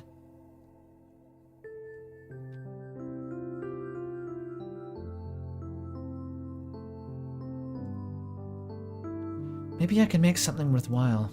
At least worthwhile in Ira's eyes. At least, that's all I really need. She got angry with me last time I saw her. I don't know why. I mess up a lot. I really mess up a lot. I doubt she was in a bad mood because of me, but, I definitely didn't help. But now I will. Maybe if I do this, she won't be so mad anymore. I've been really I've been really trying since that day. The day she helped me with the diary, I mean. I've been trying, but I can't get the words to flow right. Today, though, I really want to do this today. I think I can do it. Yeah, she would apologize profusely for making us reload twice to read the poem. Huh. I'm like the kid that only does their homework when their parents yell at them. I don't even know when she'll show up at school again. Bumping into her on the street is a tough bet, especially in this weather. Well, I'll try anyway. I've got nothing to lose.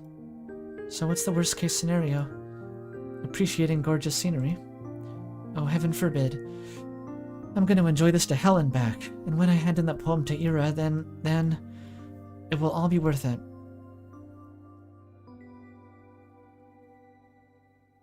Baka nan desu ka? I have no idea what I just said. I just read that. I hope that wasn't Japanese for I enjoy fondling balls or something.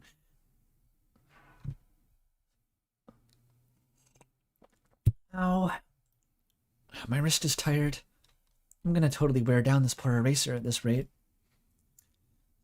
I've got to remember to buy a new one.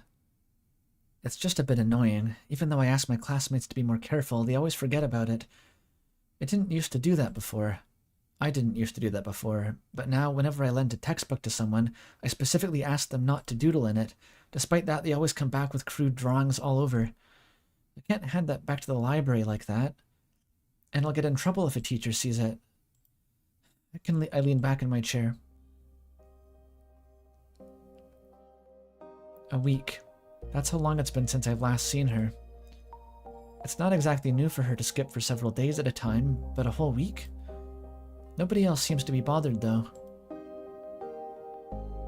I shouldn't be either. It's not her job to be my, I don't want to call her pit bull. Either way, it's nothing new. Nothing new, nothing bad. Maybe Ira's taking in the town she's grown to love? Who knows when she'll return to here after she moves out?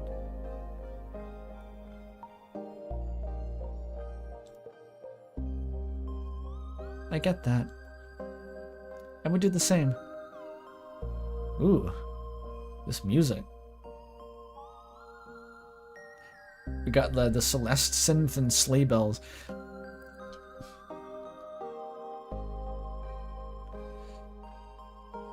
It's not quite a theremin.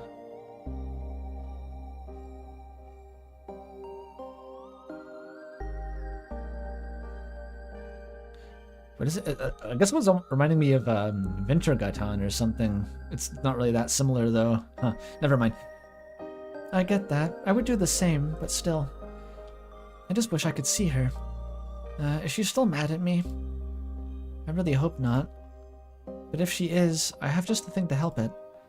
That's right, it's done. I wrote Ira a poem. I wonder how she'll react. I wonder if she'll like it. I really hope she likes it. Maybe she'll smile. Or what if she gets flustered? That would be so cute. I want to see her make that face again.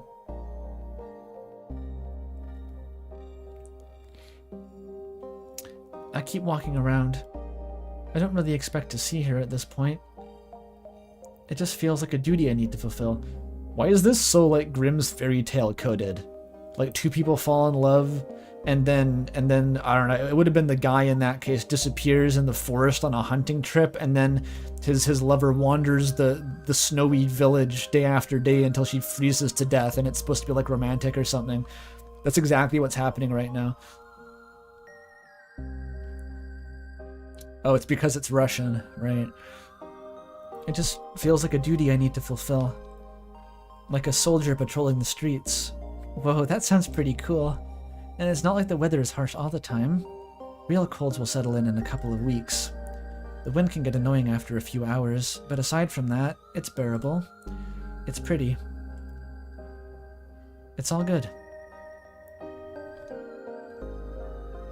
The main road. The 2 residential streets, the community center, the helipad, the garages, the parking lot, the school, the stadium, the research center, the kindergartens, the barracks. I've seen it all thousands of times. Perhaps somewhere deep down I'm a little tired of this view.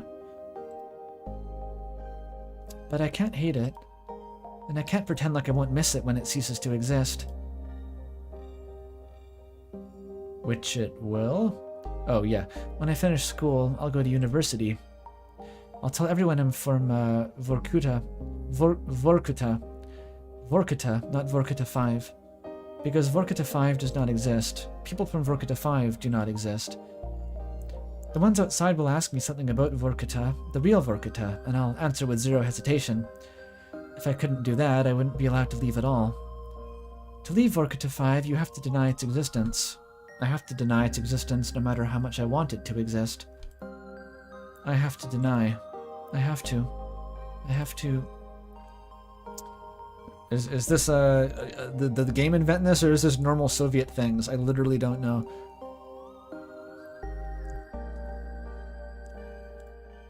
But it's tough. So tough that I'm not sure I'll ever manage. Realistically, I'll probably slip up and blurt out something incongruent. I do slip up a lot. I hope I'll get better at it by then.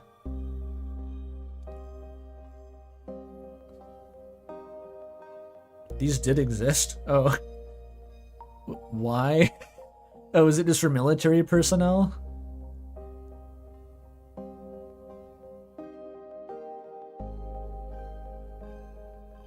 Yeah, the Manhattan Project may have... That was kind of a crazy exception, though. What the fuck are they doing here?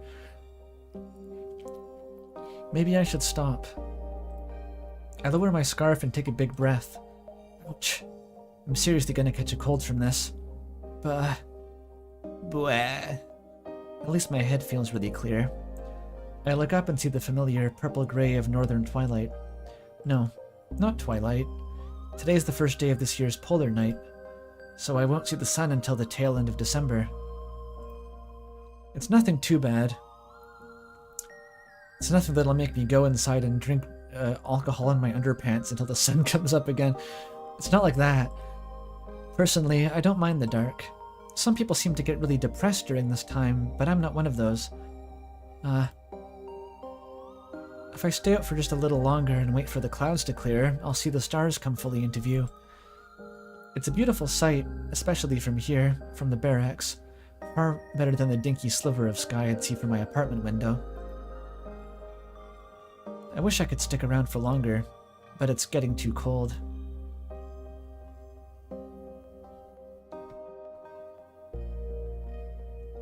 Oh, Z.A.T.O is a Russian acronym for the secret cities. Oh, I didn't even consider what the title meant.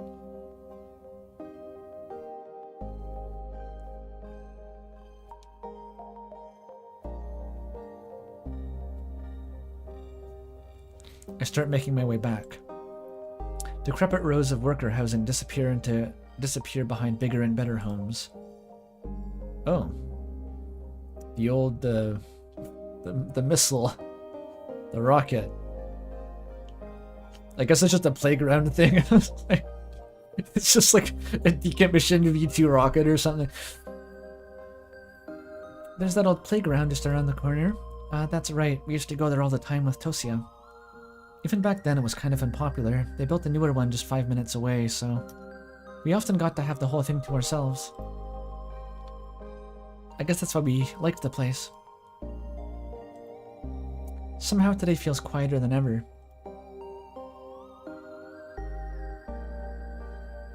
What do you mean there's a recreation of one of these towns in Morrowind? What the fuck is wrong with Morrowind fans?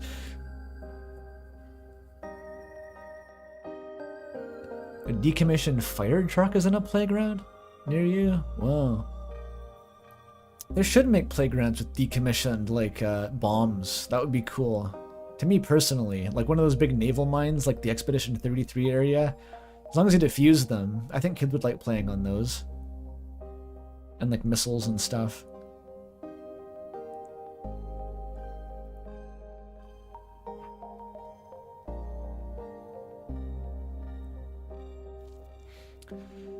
Somehow today feels quieter than ever.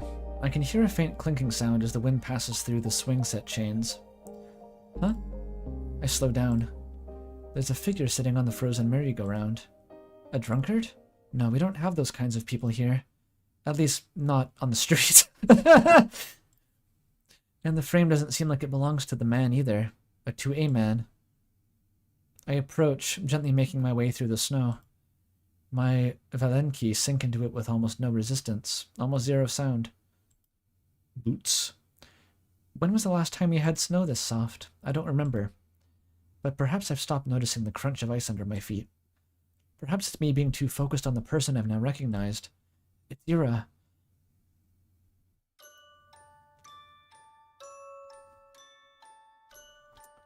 Oh dear.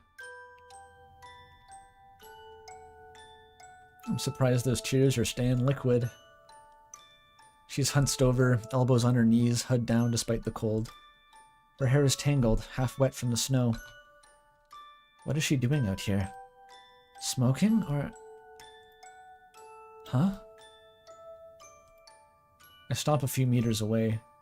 Ira's letting out quiet, gasping sobs. Ira? She looks up fast, as if jolted awake. Eyes red and puffy, face raw from wiping it with her sleeves. There's a bit of snot on her upper lip. What? What do you want? I don't know what to answer. What do I want? All I can think about is how I've never seen a person look so small. Ira wipes at her eyes again, then stands. She stumbles a little, trying to regain her usual posture. What, another one of your hangout spots? Damn creep. Her voice starts to crack halfway through. Well, enjoying the show? I slowly shake my head. No, I just saw you. Ira rubs her nose on her sleeve again. Her hands are shaking. Then go back to wherever the hell you came from. Go home, Asya. This isn't for you.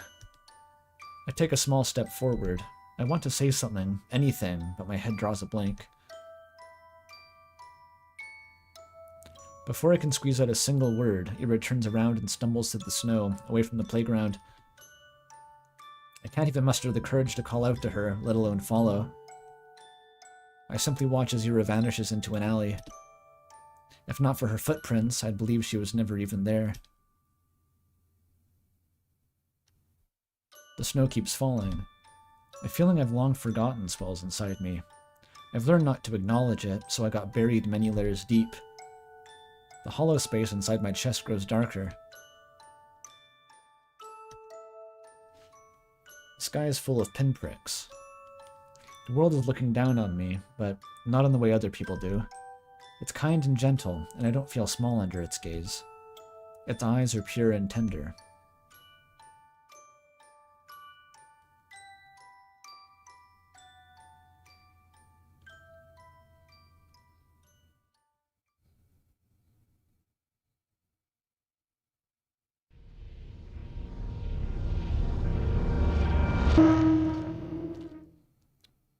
So that was the last time they saw each other.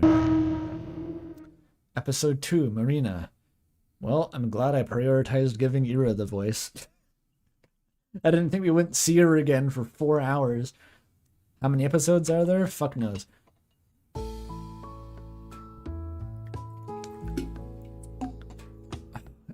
The left voice wasn't working. I don't think it was working.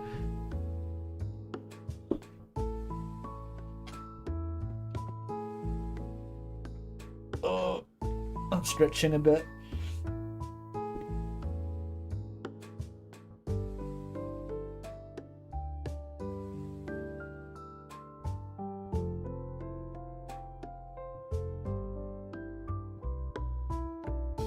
Okay. No Asgore voice. Fuck me if I could even do an Asgore right now. It's the first one to go. Do a stoner voice? The Ira's voice isn't the stoner voice. It's just not manifesting because her dialogue is scary.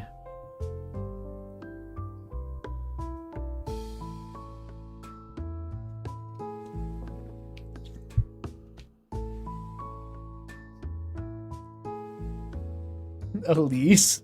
Jesus. Let's just rotate her through the entire cast of Little Goody Two Shoes. Why not? What's stopping me?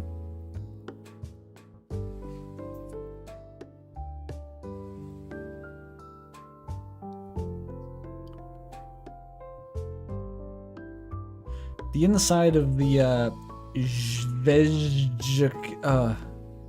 I don't know how this language is pronounced. I'm assuming that's like a Zvezdochka. Zvezdochka? Is it like that? It's probably the best I can do.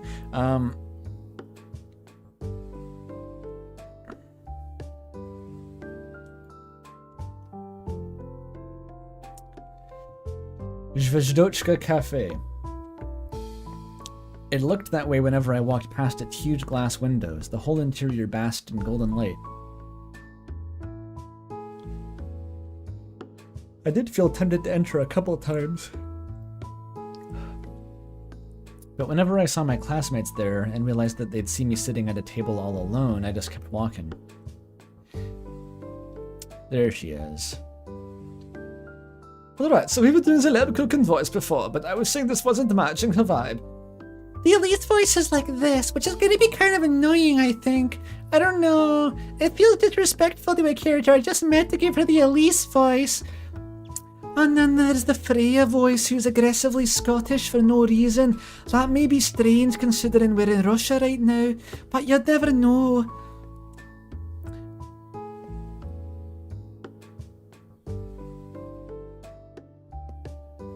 I don't think I can even do a good Valley Girl. It's kind of lame. Who the fuck is she on?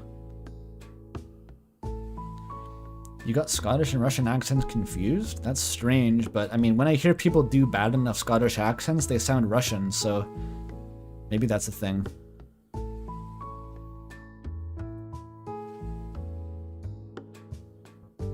She will not be receiving the accurate voice. Martlet? How the fuck? Martlet. That was Martlet. I don't think that's her at all. That's like a sopping wet cat voice.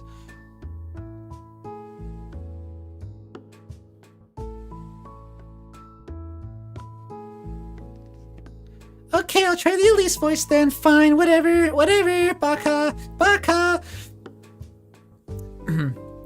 So you've really never been here before? Mm-hmm. Whoa. Well, there's a first time for everything. You gotta try out their bird's milk souffle. Wait, bird's milk? What? What is bird's milk? Why do I have to try that?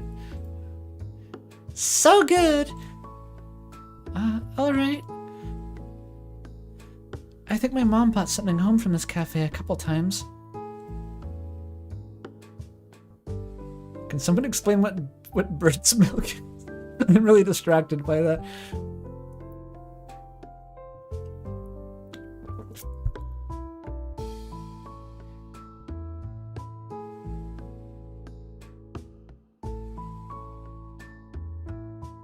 Birdly got his nipple. Oh no. No one knows what the bird's milk is. Eclairs, a Medivix, some other sweets. I don't remember much. They must have been good. I always buy my own treats at the store. They're cheap and tasty. Yeah, cheaper than these for sure. Oh, you got something else? I like the kartoshka more. Why didn't you recommend it then? They only had one left. Seriously? Hey, don't misunderstand. You just look like a bird's milk person, you know? What's that supposed to mean? Hey, don't worry about it. Just take a bite. Yeah, do you like it? It's wonderful. See? Marina's drinking coffee. She seems like a nice girl. At first I thought she was trying to mess with me or play some sort of prank, but now it doesn't seem so. When she pulled me all the way downstairs, I thought she'd want to talk outside our school. No way, it's cold as hell. Let's go somewhere comfy. So she said. I glance around. I suppose it's pretty comfy. Most of the customers seem to be other school kids, but the adults are probably at work. Okay, bird's milk is a cake. we've discovered this.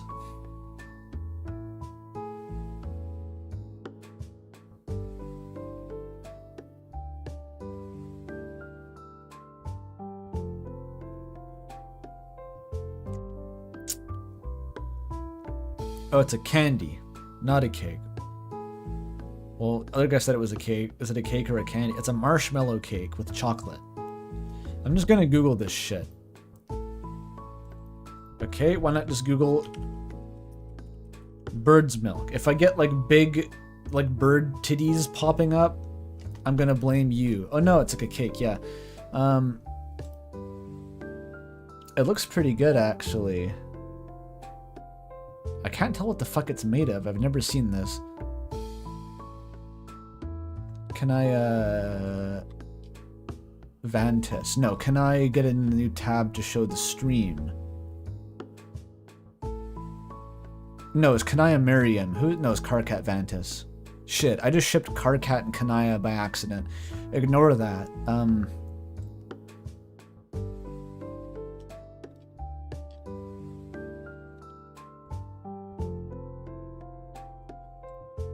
Wait, no, that's the wrong one. Firefox. No, wrong window.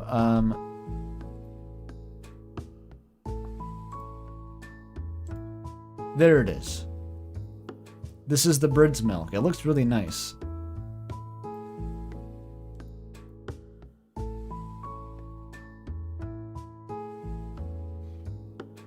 Lilacs had that. So it looks like a big marshmallow mostly.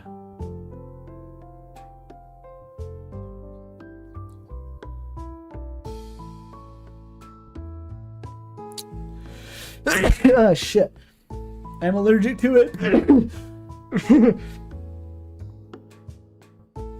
Anyway.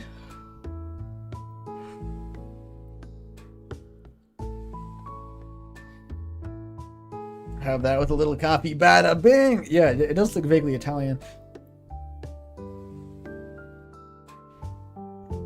Okay. Shit. No, stop looking at that. I turned off that window. Okay. Oh, I think I pressed space to advance the text, but it was focused on the OBS window, that's why.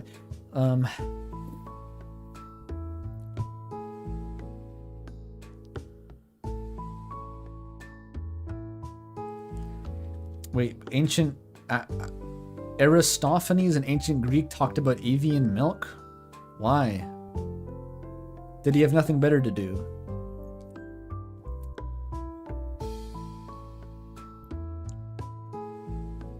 Isn't pigeon milk like a Joel stream bit? I don't even know where that came from.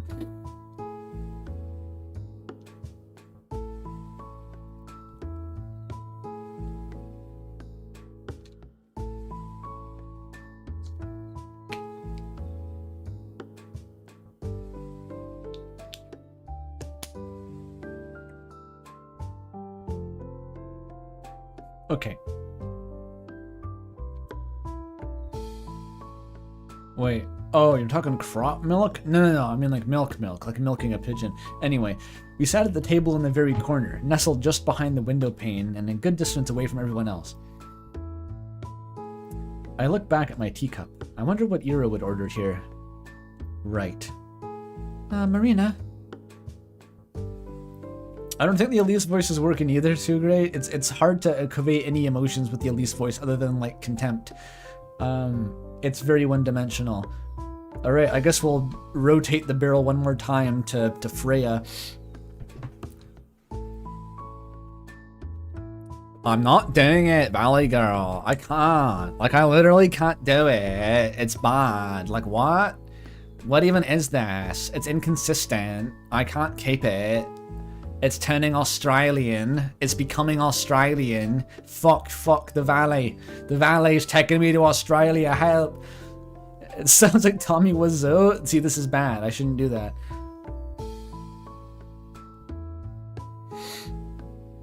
I did not hit her.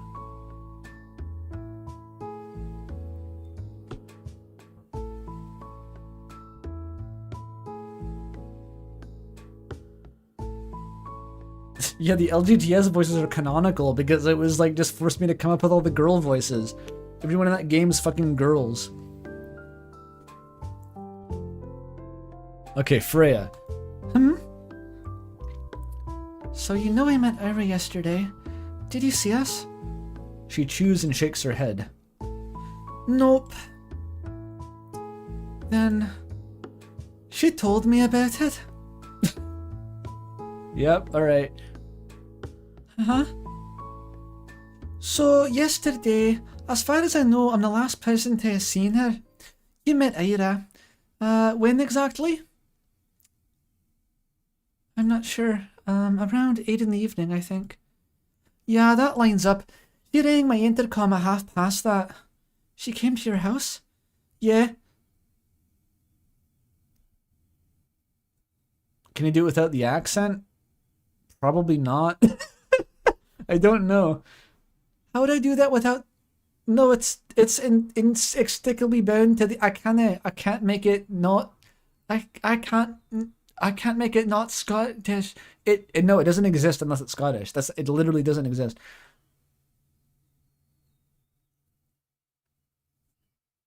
Cassidy, Amber, kind of like this.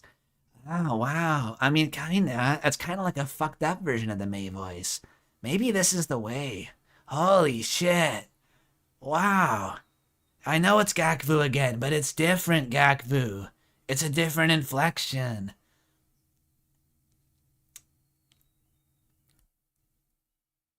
I mean, I think it's better than the Scottish.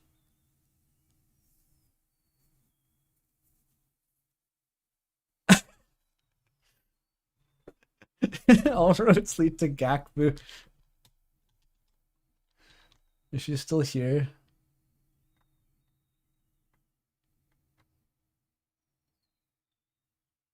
Surely somewhere, right? No, that's the...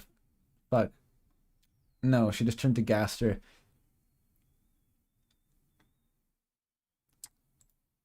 Oh, there. Found her. Hey. I'm a Soviet now. I practice communism. She asked for me to come out, and her voice sounded distressed. I invited her to come inside, but... Oh, this is her narrating. Okay, fuck off, Gakfu. This is serious. I invited her to come inside, but she refused. No, please. Just come down. I need to talk. So I ran down. And no, Cassidy was higher though. It was like a higher pitch version of that. I'm distracting from the scene. I'm sorry. She looked so shaken. I've never seen her like that before. Not in such a long time, at least. Yeah, she looked rough when I saw her too. Right? I tried to calm her down, but she kept sobbing. And I gotta do the other version of this voice. God fucking damn it. Why is it so hard? I can't. You were right. I shouldn't have. I don't know. I don't think I can help it anymore. I don't want to go. No, they're too similar. I can't do them both. They're too similar. No! It's okay. It's okay. You won't go. Hero, you won't go. No,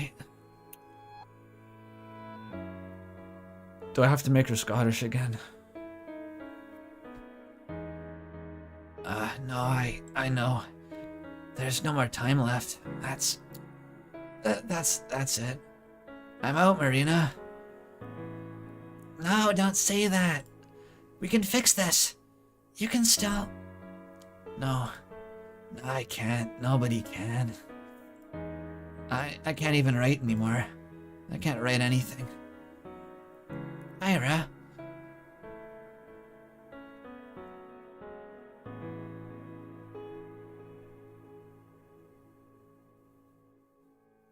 She was a raider. I held her while she stood there weeping. Ah, okay. No, I can't. I literally cannot do both these voices concurrently. She needs to stay Scottish. That's the only way we can do it.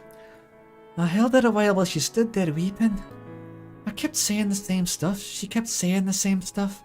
I didn't know what to do. Then she said, She saw me just now before I came here. huh? That freaking weirdo, Asia. She saw me like this. She saw me.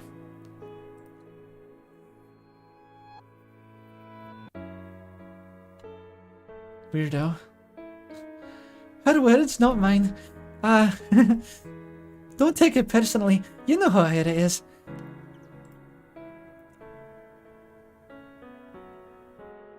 She seemed to cool down a little after that. Hey, you sure you don't want to come up?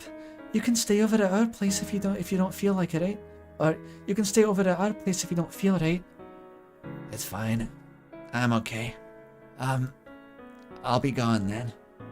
Wait, come on, just like that? Yeah. Bye. You're kidding me.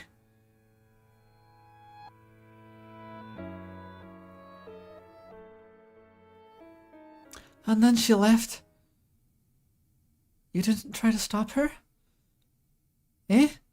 I mean, I can't, like, restrain her. And hey, I could ask you the same thing.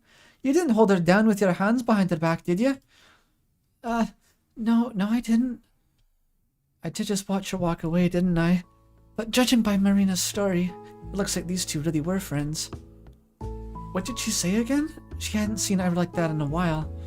She's been in a similar state before. And now she's all messed up. All because she'll be forced to leave? So, why can't we tell anyone about this? Well, how much do you know about Aira's family? Admittedly, not much. I know they've had some issues because of Aira's behavior. They say she'll be expelled and sent away after this quarter. That's about it. Well, you're not far off. Your parents have been catching lots of flack. Yes, but I still don't really understand it. What do you mean? I mean, even if they're getting criticized, sending Ira away, it just doesn't feel that it feels like they're giving up on her. Well, what do you suggest they do? Huh? We only have one school. If Ira gets expelled, she has to study somewhere. That's true, but it feels wrong. There must be other options. I guess some people learn at home, but I'm pretty sure you got to be disabled or get approved for that. And who's gonna teach her? Her dad works at the institute and mom's a nurse. No one has time for that. Ain't nobody got time for that. Wait, I thought her mom was... Oh, her mom, she said her mom worked at the institute, but her mom's a nurse.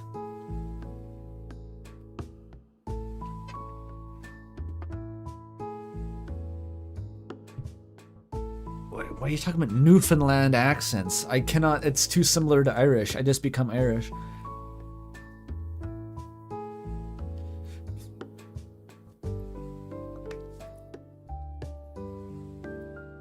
I don't like it either, but I can see where they're coming from. I look down at the cake I've been aimlessly picking up. She's right. I was so quick to cast a moral judgment that I expected her whole family to move just because of Aira's poor attendance. Did I expect them to come begging on their knees for the board to keep her enrolled? It's just so childish. I understand, but what does this have to do with keeping silent? Do you know Aira has a little brother? A little brother? I had no clue. Huh, yeah, she does. Her name's Tolik. Her name's, no, his name. His name's Tolik. Funny kid. Don't they all go to the same school? How young is he? Tosik. Fuck. Can you lock the fuck in?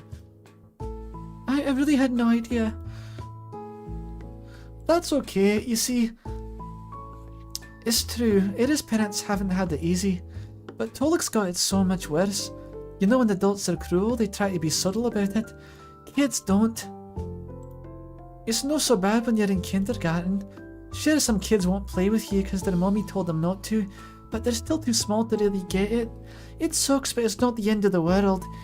However, he's going to school next year. Sorry, after his sister got expelled. That's one hell of a legacy to walk into. Oh no. No pressure, right? At least no one will expect too much from him. You don't say that. Sorry, bad joke. But my point is, everyone knows it's going to get worse. I can imagine.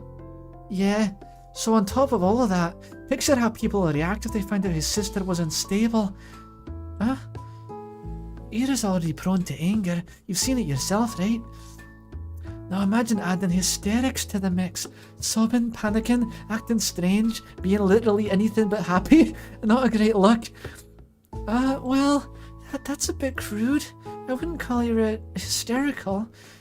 I wouldn't either, but you know how they're gonna paint this. Word spreads fast. You say anything to the teachers or the police, next day everyone in town will know. That's what I think. I don't think it'll help anyone, Asya. But maybe you could give them a clue. What clue? Well, if anyone should give a testimony, it's me. I saw her last night, right? Oh, right. That makes sense. Well, I told him I saw Eddie from our apartment window around the time. You know, without the part where I came down to talk. But I don't know how helpful that'll be. She seemed to go in the direction of her house after we met. But I didn't exactly follow her home. So, not much of a pointer. At least they know she didn't leave the city. Border control could tell them that much. Alright. Is there a chain link fence? I guess probably. This shit is a pickle. I've had my doubts about reporting from the start. And the Marina has solidified them. I'm not Scottish, sorry. The Marina solidified them one by one. Oleg, this really could harm Ira's little brother. But if that's the case, are we really supposed to sit back and do nothing? I don't like the idea of that. Ah, there's one more thing I wanted to clear up. One burning question Marina must know the answer to. Oh, by the way... Huh? You seem to be a good friend of Ira's. Maybe you know something about this. A good friend is generous. I mean, I guess I am. I just don't tell Ira that. She'll break out in the hives. Oh, really? Yep. She said my jokes get on her nerves. Can you believe that? Yeah, I believe that. What? Mean? Sorry. I'm used to the abuse. Wait, that gives me an idea. Huh? Let's climb a roof and yell some crap, like, well, that's her, Irochka? Ira's a nickname? I had no idea. Like, Irochka Merin... fuck, what the fuck? I'm supposed to read this in a Scottish accent. Irochka Merinochka. They rhyme? Irochka Merinochka, best friends forever. Oh, is that Marina's name? They have full names. Huh.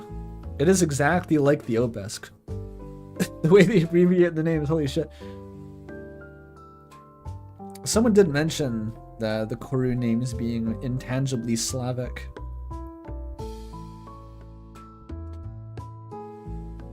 Oh, Irochka's a nickname. Oh, you make it longer to make it a nickname? Sure.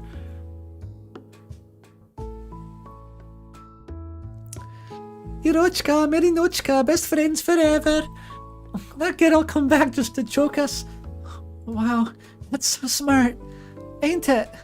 But the roofs are slippery this time of year. Boo. We'll tie a rope around you then. Oh, why me? You seem lighter. That's it. Don't worry, I'll hold you real steady. I'll have a strong center of gravity. So I'm gonna be screaming then. Exactly. Oh no, I'm not good at that. Don't worry, I'll just pretend to lose grip on the rope and you'll shriek your lungs out. I refuse. How long has it been since I last chatted with someone like this? Someone so aggressively Scottish. It feels like forever. Marina, huh? We keep talking and I don't feel uncomfortable, not one bit. Really, I haven't felt so carefree speaking to a person in a while. Should conversation be this easy? It feels like I'm cheating. Especially considering the circumstances. Cheating on who? Just yesterday we both saw Ira agitated and crying her eyes out. And today we learned she never came back home. It's supposed to be terrifying, but for some reason, it's as if both of us are certain we'll see her again. As if there's no way things will not turn out. They have to. Oh, what the hell? Huh? Crap. Why now? Oh. But he's allowed in here. Why is my nose stuffy? Oh, I'm gonna close the window. It's getting cold.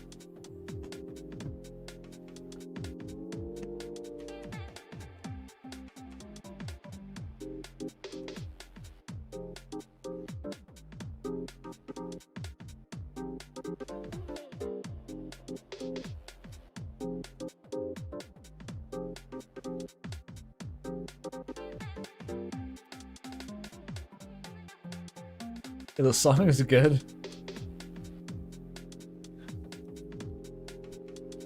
This would be good for the Z.A.T.O Balenciaga edit. Balenciaga.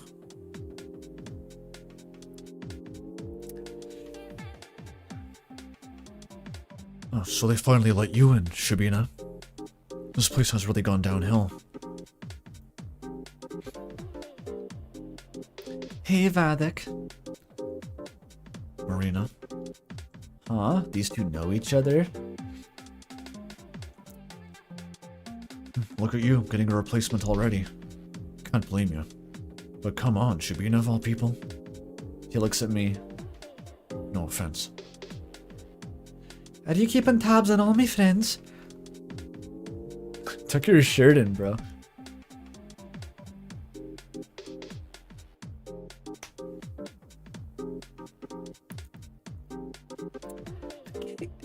Is the Freya voice is somewhat limited too, perhaps? It's supposed to have this kind of ditzy cadence to it, but Marina's not really like that. I don't know. I just don't know. Are you keeping tabs on all my friends? How flattering. Asia, he's in love. Yeah, in your dreams. It's just funny how you always gotta have someone like that around. Someone like that? Marina menacingly lifts her coffee cup. You want this on your pants? Oh, scary. You want to get banned from your single hangout spot? I won't. I'll just be a happy little accident. With your aim? Look who's talking. Oh? Asia, this guy couldn't aim for the toilet till he was 11.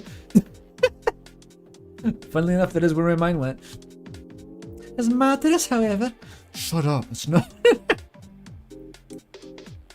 Wait, dude. His reaction implies that was true. How does she know that? Garen makes sure his buddies heard. None of his buddies heard that. Wait, are they brother and sister? She glances back at us, trying to look unbothered.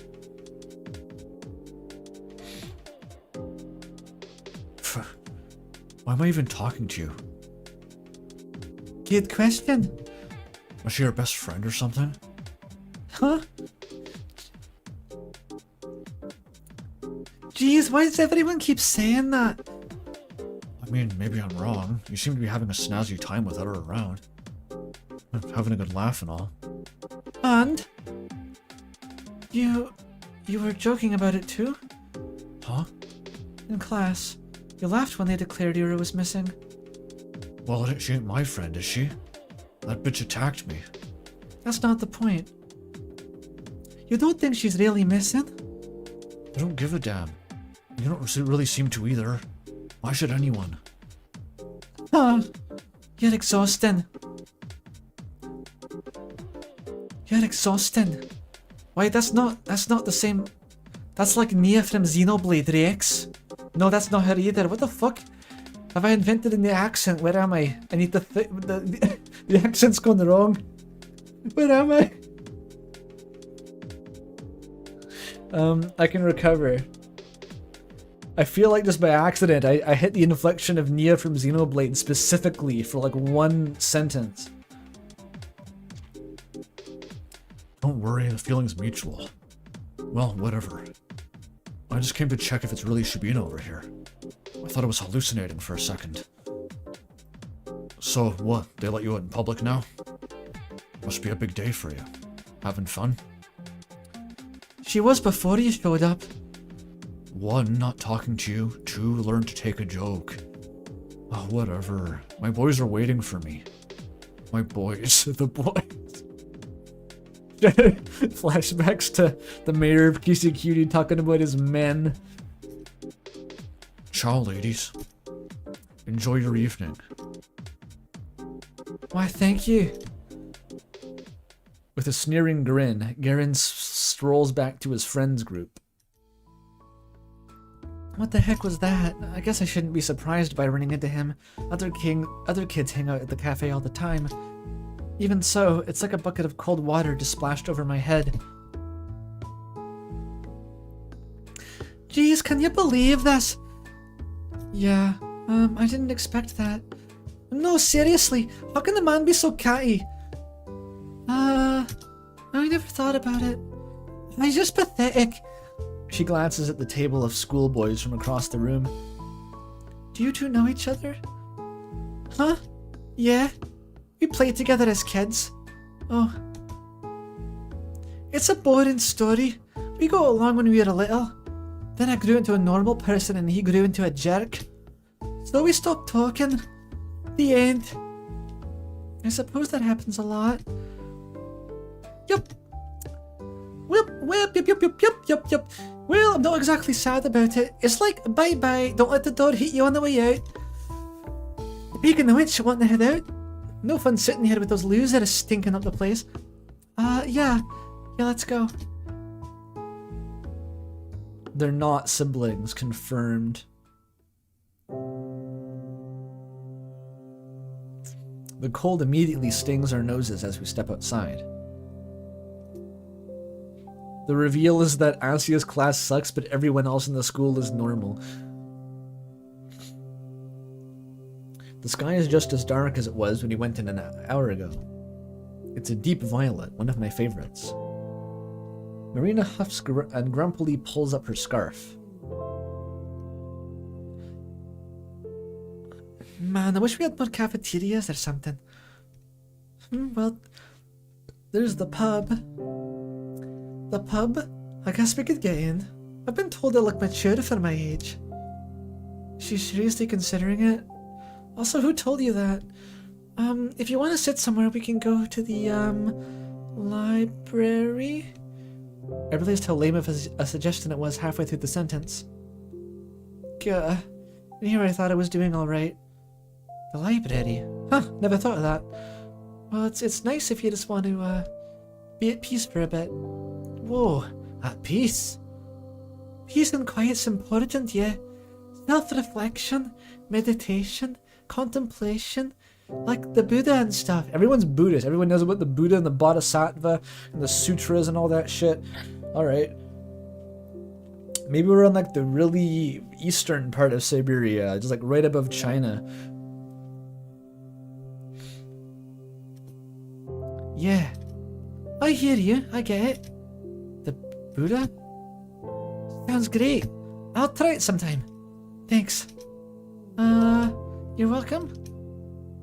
I think I'll go home for now though. Yeah, that's alright. I was thinking the same. Cool then. Yeah, cool. Nice talking to you, Asia. Sorry about the whole Vadik thing. Oh, no, don't worry. It's not your fault. You just came up to us, so...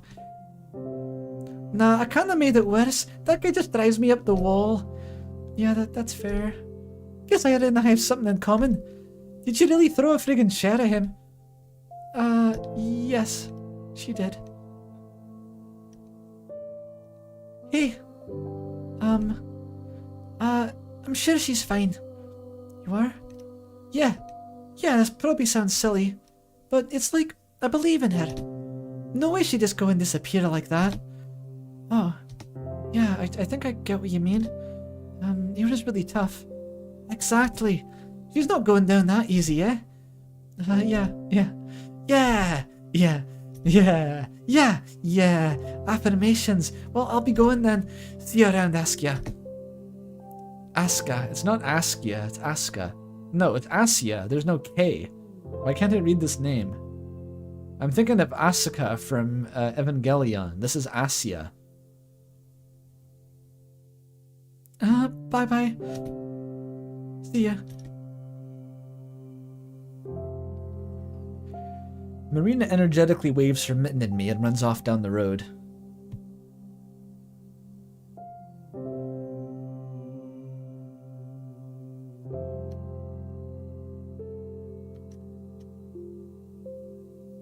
I wave back before going my own way.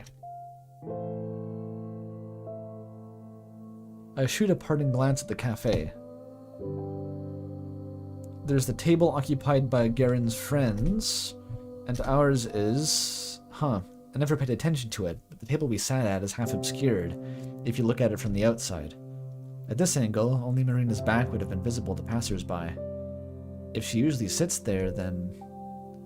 Ira may have sat at this cafe as well. It would make sense with Garen's comment, too. Replacement. She must have only gone there when Marina dragged her in. And they sat in that same spot that Ira made invisible to anyone on the outside. I wonder if that was intentional. I should ask Marina about it. And also about what kinds of sweets Ira liked. And whether she preferred coffee or tea. Go ahead of her dad in the hospital for the info.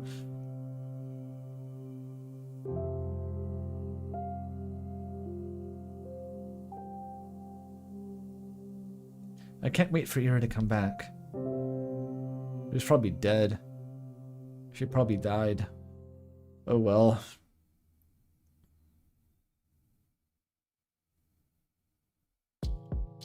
I forgot. I totally forgot. Garen came up to us and it just slipped my mind. I wanted to ask Marina about the man Ira was seeing. It doesn't feel like something she would do, but after everything I've learned, I'm not so sure if I knew Ira at all. We don't talk much at breakfast, but I asked my parents if they heard about her disappearance in the morning. Dad said about what I'd expected. Dad. How do dads talk? I could make him the school teacher from Night in the Woods. Oh, Gorachevski's daughter. Yes, we got a notice. That's him. You know Ira's dad? Did you see him yesterday? No, we're not acquainted. I don't think he came to work. It's the shittiest voice ever. I don't think we're gonna hear a lot of her dad. It's fine. I see. Do you think they'll find her? Of course they'll find her. It's not a big city. That's true. But there's still been nothing since the news came out. It's been a day. The police would know if she left through the control post. I suppose. It just... I don't know why his voice is so comical. It just doesn't feel like anyone's looking. They are. A few of my colleagues went in for questioning. Really? Nothing came of it. It's just a big waste of time. I don't see what someone's teenage rebellion has to do with us. Mom slowly shook her head. Oh, the mom, though. Higher pitched version of the other voice? Is it possible? No. It was instantly a disaster. What? No.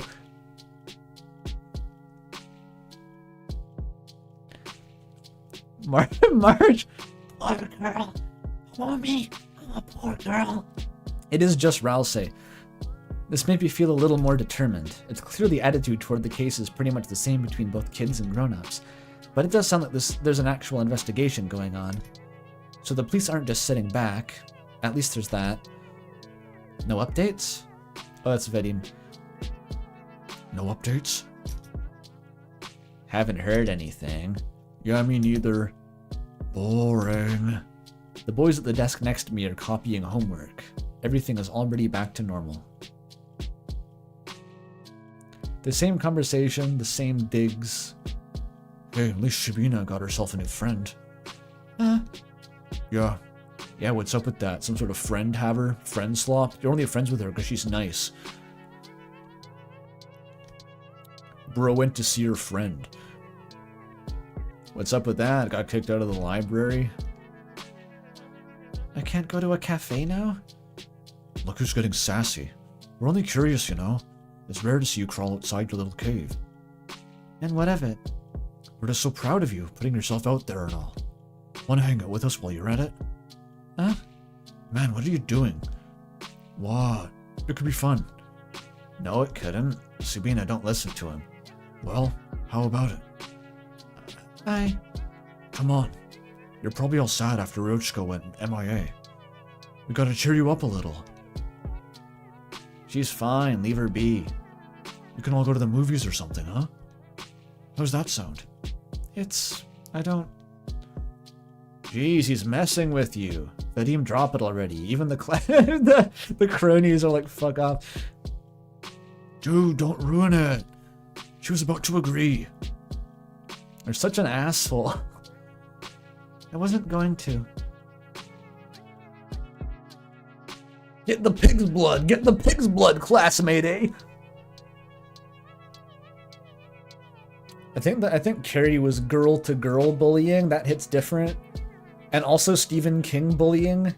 Stephen King bullying is the kind of bullying where they just, like, push you off of a bridge and kill you. And desecrate your corpse. Like, that's Stephen King bullying. Stephen King bullying is they, like, lock you in the trunk of a car and push the car into the lake and listen as you scream. And then you die.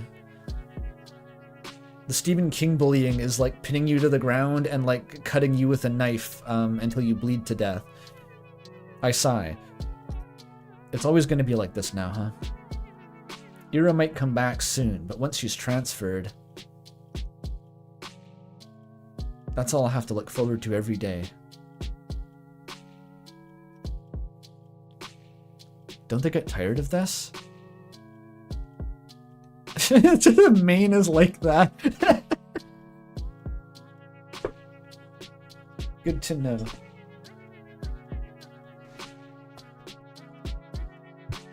I forget what the fuck happens in Carrie. I have like two memories of that movie. One is like they're in the locker room and she like has her period and starts bleeding everywhere and everyone makes fun of her. And then they dump pig's blood on her. And then isn't the ending she turns into like an Omega level psychic and makes their heads explode like Akira? I'm pretty sure that's the ending, right? She's just like hovering along the streets and making people's heads detonate. That's cool. That's kind of like Inglourious Bastards for bullies, if you think about it. Do you see the vision? It's like the ultimate killing Hitler fantasy. We're talking about the movie Carrie, also a book by Stephen King. Yeah, it's like that.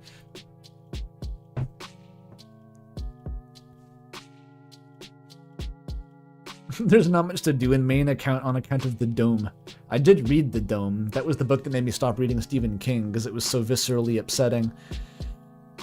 That wasn't even like a horror book. It was just deeply nasty and just nihilistic. So fucking long too. Yeah, we got the Simpsons movie out of it though, so it was worth it.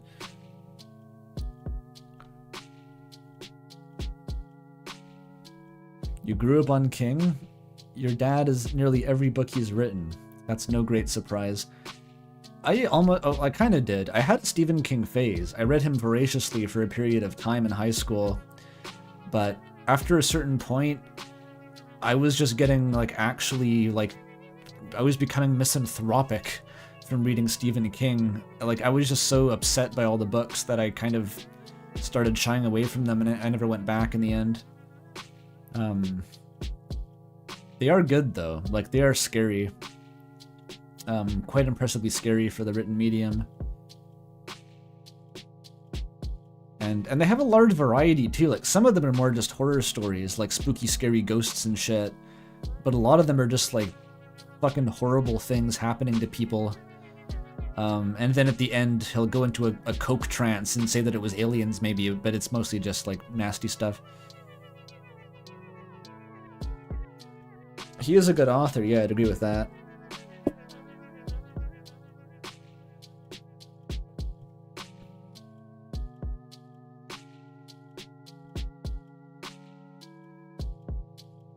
Your character work with Noelle came from memories of scaring myself into night terrors in grade school. That's such a good experience to draw on for Noelle specifically. Wasn't that Stephen King's thing? Wait, was that his thing about like the way you be a good horror author is everything scares you? I feel like that might have been a different author who said that. It's like a truism at this point. But that might have been Stephen King, because like clearly a lot of things, you could tell that a lot of the same like preoccupations and paranoias just kind of looped around and around in his books. Like domestic violence and stuff. Did Junji Ito say that? Maybe it was Junji Ito.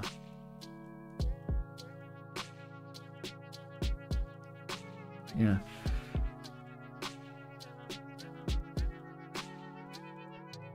I'm struggling to recall which books I actually read. I know I read The Shining. I read Under the Dome. I read Cujo. Don't read Cujo. That one's not the best. That was in his like deep coke trance years. Oh, Pet Sematary was good. I think Pet Sematary is one that I referenced when I was watching Twin Peaks. Some of the scenes reminded me of like because it was about like, you know, like death and grief and people dying in families. That's what Pet Sematary is all full of. And some of the ways that people react to that really reminded me of or Twin Peaks, but like vice versa. I read Pet Sematary first. Yeah, he doesn't remember writing Cujo. I remember that fact. And it kind of reads like he doesn't. I don't even know what the fuck happens in that book. I forgot it too.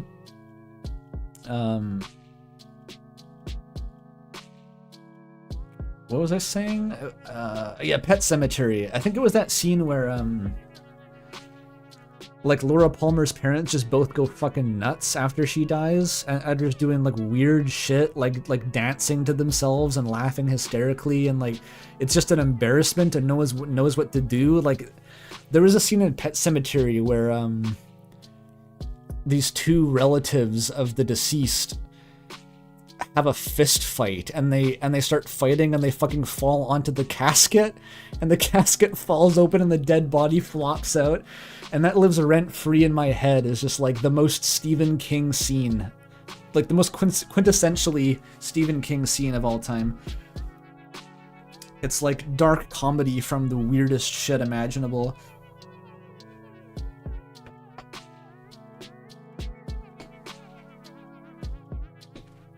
I read a lot of short stories too, yeah. But most of those I've kind of forgotten about now because they've blurred together over time. The last one that I read recently, it was off a recommendation, was the one about the hotel room, whose number I forget. It's just called The Number. And that one, it was really scary. It always surprises me how scary just written words can be sometimes if you use them right. It was just a book about a haunted hotel room. Guy goes up to sleep in the haunted hotel room, and it's scary, but it works. It spends the whole time warning you. It's like, it's gonna be scary. It's gonna be scary. If you go up there, scary shit. And then he goes up there, and somehow it doesn't fall flat. It's scary. A very funny story. Anyway, I think we should return to the visual novel.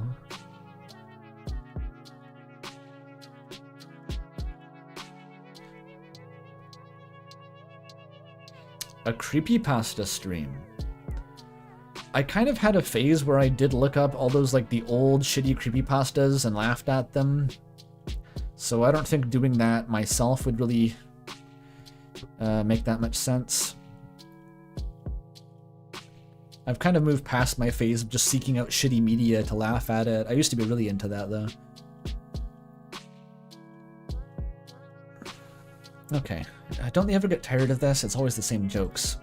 Although... it won't get better if you keep doing this. It'll only get worse. Worse, huh? I'm trying to imagine what that would be like. Carrie. Watch Carrie. She talked about it as if as if I were being bullied, but that's not really the case, is it? We've all seen Scarecrow. Wait, what happens in Scarecrow? Is that worse than Carrie? What the fuck happens in Scarecrow?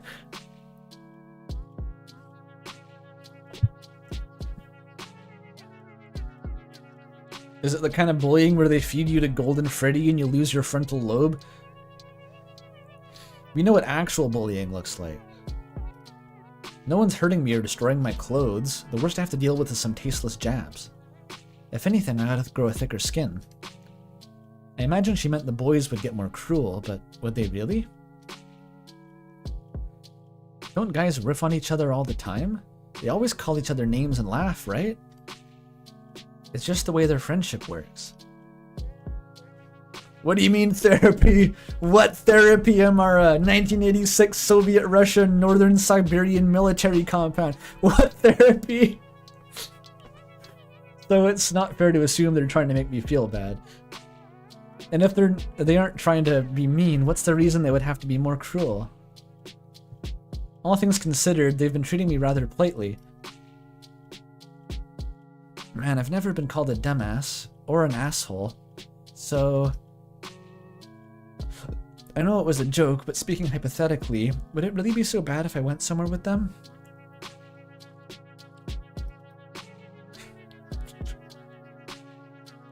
Time-traveling therapists to intercept Ava on the summit of Mount Kami. It may be a bit rude, but I'm also, well, I'm kind of a wuss. No. What are you thinking? Huh? Did you forget? What? Did you forget the last time they caught you all alone? That was a prank. That time No. It was my fault. I just overreacted. I always do. You will overreact again. It will happen again. But Garin wasn't with them. It wouldn't happen now. It wouldn't be the same. That's right. He'll make it worse. Sorry. You're right. I understand. Okay.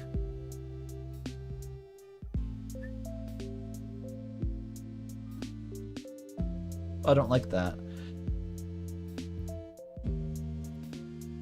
Asya! Marina? Hi? Marina runs to me across the hallway. I feel a little better right now. Hey, I got home safe yesterday. Isn't it obvious? Yeah, thanks. You?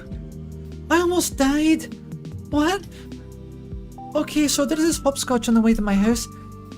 She slipped. Can you believe that? Cuts off the story. Why is that so funny? That really got me, holy shit.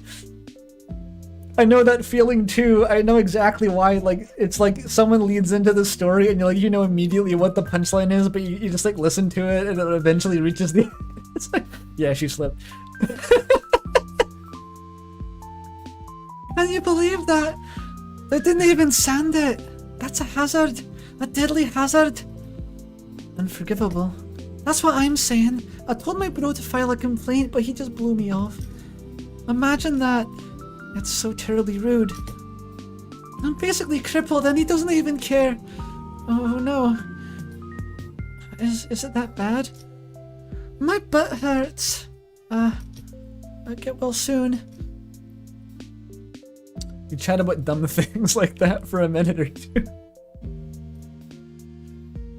I still can't wrap my head around how natural it feels.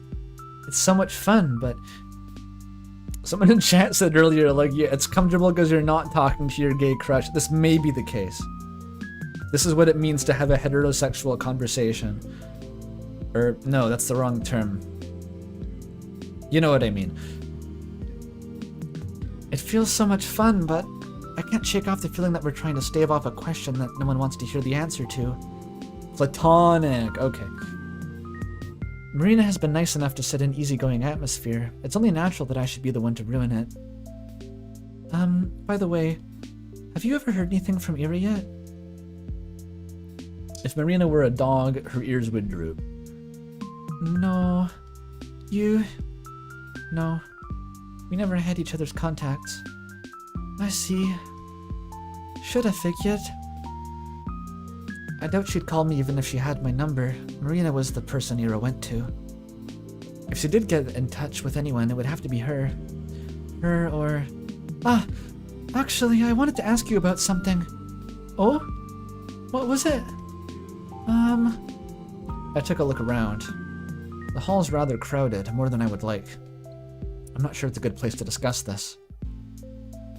Marina seems to understand what's on my mind. Hey, how about we talk after school? You don't have any plans, right? I'm free, so... yeah, that would be great. Sweet! I got 5 lessons, so meet me right after. Alright. Later then. I gotta get back to my friends. Okay, see ya. And she walks away, completely forgetting that her ass is injured and she can't walk. That's the thing in wrestling, you know, when they're supposed to be like pretending to get injured, if one of them kicks the other one in the leg over and over again, they have to remember to sell the injury. But sometimes they just forget, and then the other guy gets pissed off because they've spent the whole match kicking them in the kneecap, and then they just forget to be injured and like suplex them anyway. Happens a lot.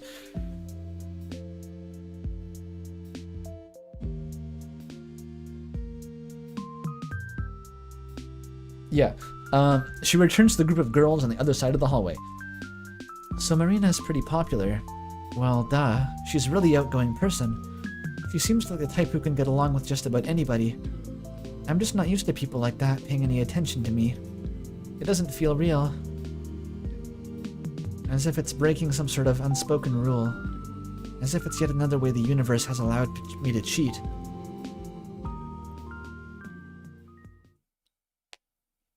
The school day passes slowly. The boys don't talk to me after our short morning exchange. That's good. The room felt like it was buzzing with gossip only yesterday, but everyone seems to have already lost interest. What more is there to say? I figure that's how it works when somebody you don't exactly care for leaves the picture. If Ira had never stood up for me, I'd probably feel the same. The Russian lesson drags on and on. They called me to the blackboard last time, so I should be safe today. My thought drifts to a different place, and my eyes wander. Ah, ice. Ah, the windows. Thin frost engravings have begun appearing on the glass. Later than I expected. Maybe the humidity levels haven't been right. They always draw it swirly in cartoons. I wonder why. The frost I'd see tends to be nothing like that. It looks a lot more like an imprint of a prickly pine or a clear surface that's shattered into fractals. A maze of edges expanding and folding over one another. It forces you to focus and unfocus. It pulls you in like a kaleidoscope. It makes it so that you look at it, into it, and through it. Into the same repeating pattern of white barbs, an ornament of needles upon needles upon needles, upon needles upon needles upon needles. A glass that's shattered without being broken. An edge without a piercing point. I think I've seen something like that before. Talking about Ira? Why is the background doing that? You seeing that?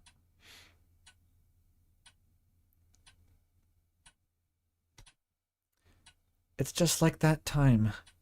The pattern manifests itself in jagged lines. It draws closer and closer. It invites me in. I almost understood something back then. I almost realized something very good and important. I wasn't in the right state at the time, but maybe now. Maybe that's why I'm seeing it. Maybe it's time. If I just look closer, strain my vision... The concentration of sharp edges is so dense, my head and skin and eyes begin to sting. There's a form? A shape? A sign? A number? No, it's not enough. If only I... No, it's too much. Too bright, too beautiful. It's overwhelming my eyes. It's so overwhelming my eyes blur. It's too much, it's too much, it's too much, it's too much, it's too much, it's too much, it's too much, it's too much, too much, too much. A bird flies past the window.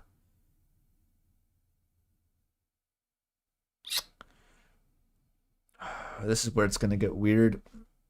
Oh dear. I almost forgot the game was going to get weird. I guess I didn't know it was going to get weird, but I kind of assumed it would get weird. I wonder what she was staring into a fractal. Like an edge without a blade. It sounded like, I don't know. I naively want to say that she was talking about Ira there, but maybe it's something else. Like being fascinated by someone you don't understand, wanting to know them deeper, like that's a very kind of, you know, having a crush on someone feeling. I'm just trying to parse this. I'm not totally sure. Huh?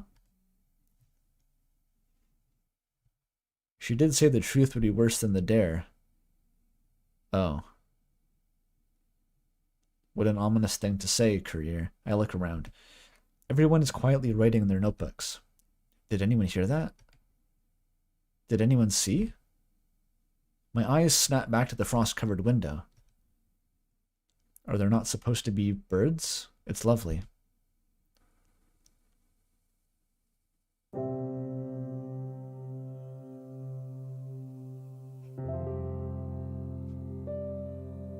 The birds exist here? The snow is falling lightly on the yard. The long gray clouds glide placidly across the tundra.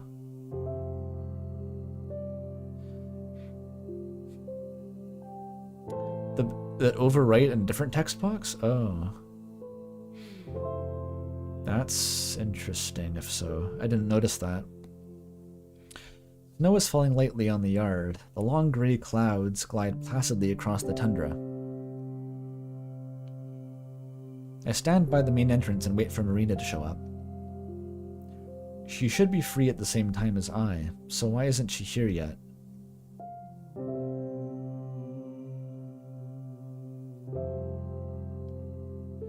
It's been a couple minutes. A thought occurs, a rather unpleasant memory. The letter prank from many weeks ago. Could she have... No, that can't be it. Marina isn't like that. I walk down the steps. She might have thought we're meeting in a different spot. It's not like either of us have specified we'd be at the school gate. It must be a misunderstanding. Maybe she had PE and used the back exit. What the fuck does PE look like when it's negative 40 outside?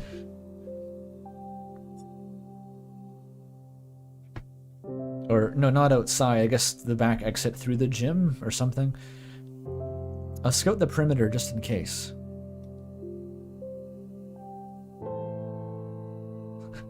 This is typical English football weather. It's fine. You just gotta grow a thicker skin. Actually, no. I think it would be better to play soccer in this than normal soccer weather.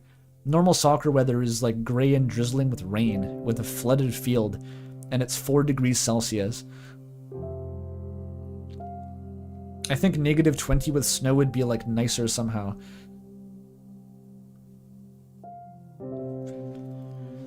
The snow around the yard is deep and somewhat bothersome to trudge through. Because of that, when you see someone go behind the school, you know they're either doing sports or trying to smoke without being noticed. I don't believe Marina smokes, though. Oh? I hear soft voices coming from behind the gym.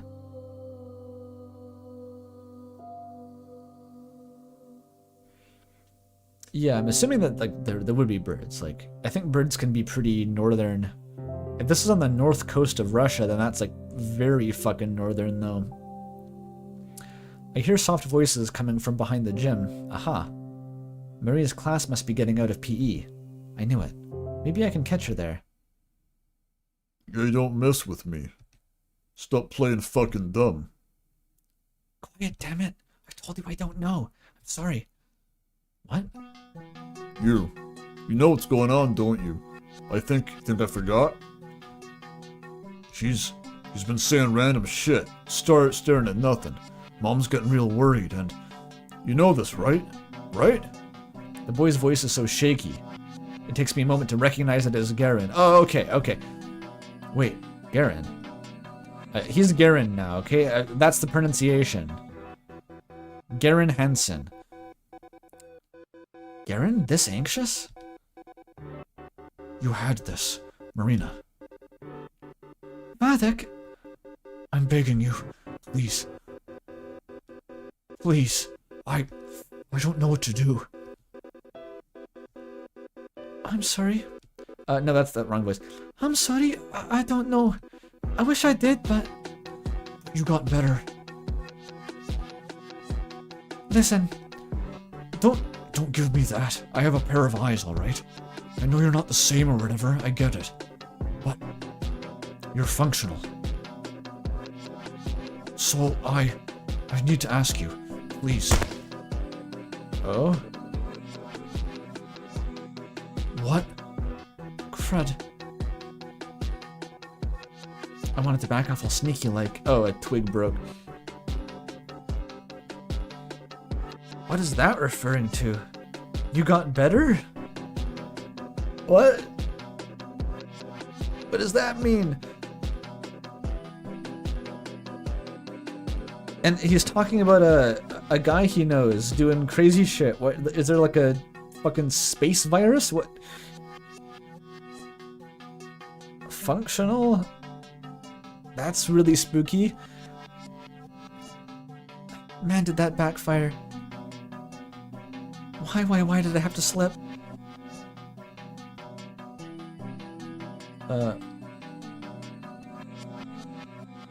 Hang on, my eye became itchy for a sec.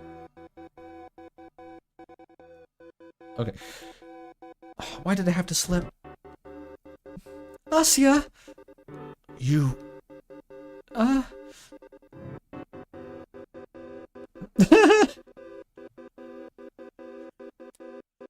Closest you've ever seen to his face. I can see every non-existent pore. Before I know it, Garen pulls me up by the front of my coat. You little bitch. Think you can eavesdrop on people now, huh? I didn't... Hey, let her go. She was listening in on us. No, I am not Scottish, I promise. No, I said let her go. He grimaces but loosens his grip slightly. So, Shabina. I was waiting for Marina. We were supposed to meet up after school. That's right, we were. Though, I thought we'd meet by the gate. You weren't coming, so I thought I'd look for you. And when I crossed the corner here, I slipped and fell. Jeez, are you okay? Yeah, I think so. So what you're saying is that you didn't hear shit?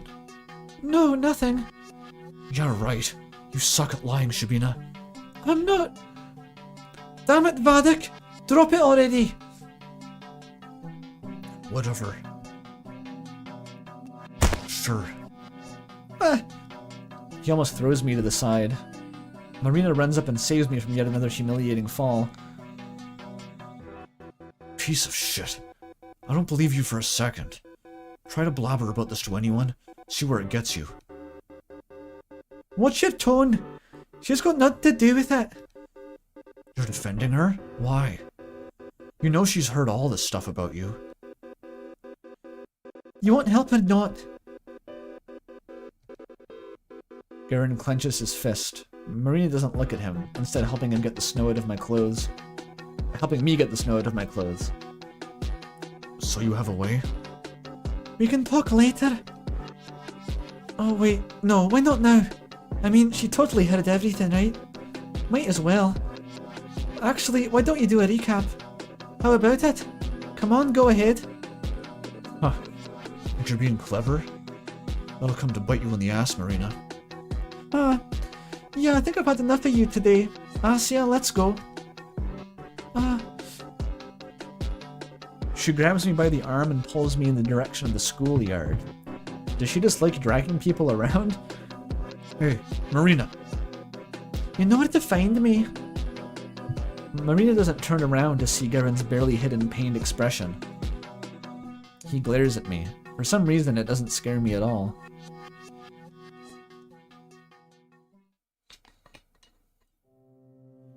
Before long, we're out on the street. It's tea time.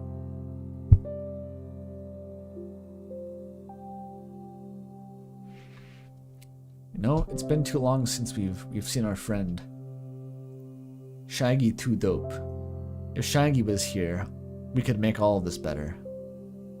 We could fix everything. Especially if he did a fusion dance with Gakvu Kani.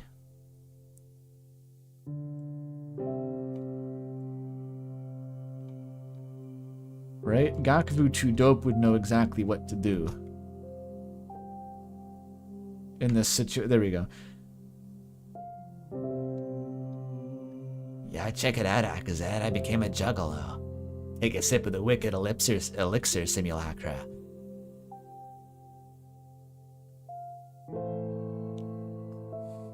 I became the Joker.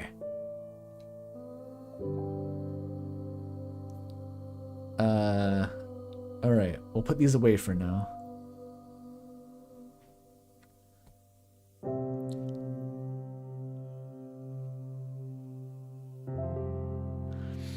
Before long, we're out on the street. Marina runs her hand across her face with a frustrated moan. Imagine she made the sound I made at the beginning of that Juice animation where Monster Kid comes to the door.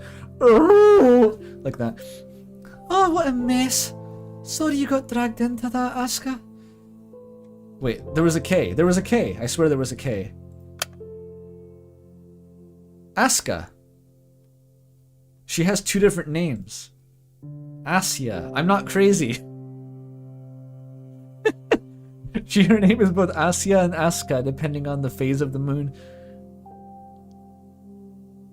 Oh, it's a Slavic nickname? You just become an Evangelion character? Okay. I don't understand how it works.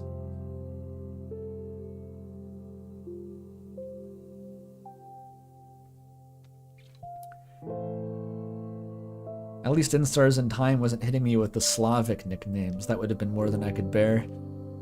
I wouldn't have made it 2 streams. No, I'm alright. I should be the one apologizing. Man, I knew I should have brushed him off. That jerk came up to me and said he needed to ask me something real quick. Really? I thought, well, it's only for a minute. Worst mistake of my life. Worst mistake of my life. I'm sorry, maybe if I came faster. Cut it out. That's what I get for entertaining him. So, how much did you actually hear? Huh? It's like I told you. I didn't catch anything, I just slipped. Really? You can be honest, I won't bite. No, I'm serious. I only heard some muffled voices. I didn't know it was you. Okay. Why is she lying to her?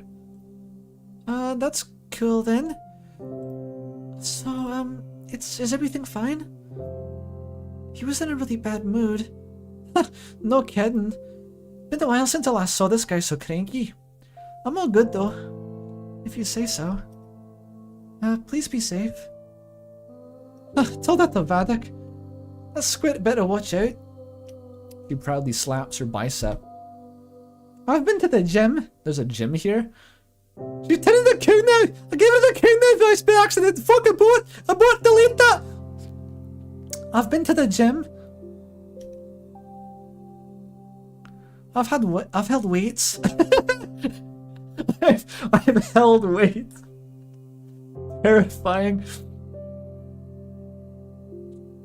I should use that line sometime. Because I have indeed held weights. Kid, I don't care about your fucking Russian boyfriend!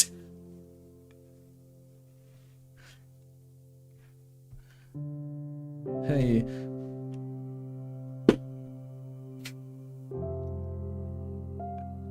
10 kilo deadlift. Hey, Ram reference. We got deadlifts, we got Ira.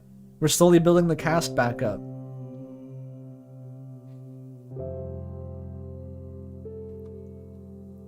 That's huge. That bum doesn't know who he's messing with. Whoa. I'll let him know.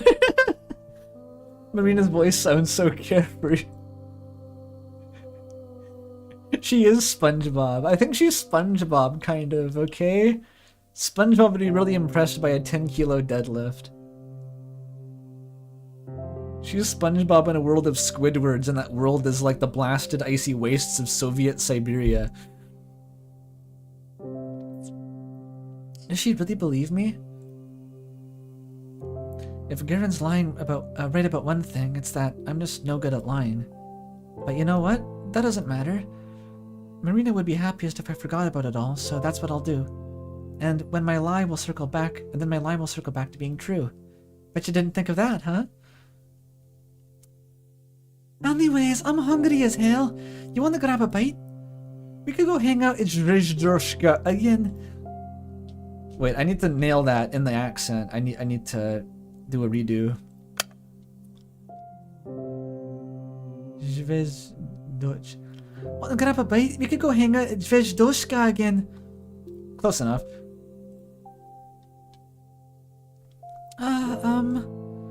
Zvezdoshka's nice, but I don't have that much allowance left. Oh, I hear you. Wait, don't tell me I made you empty your pockets yesterday. I didn't know you were running short. No, don't worry. I'm glad we went. I've just been looking for an excuse to eat there anyway. We could get something from the store this time, if you don't mind.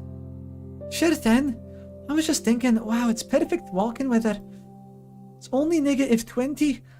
It really is. It's Zvezdochak. Chak? Zvezdochak? Wasn't there an A on the end? There's an A on the end. Oh. Chka. So it's not a Z, it's a Z. Zvez. But the second one is a Z. Zvezdochka? Zvezdochka. Zvezdochka. I feel like that's the closest. The first one isn't the Z. I'm assuming it's written differently in Cyrillic, or maybe you just have to know. Does Russian have consistent pronunciation like Finnish does, or is it like English where you just have to memorize it? Zvezdochka. Zvezdochka. There you go.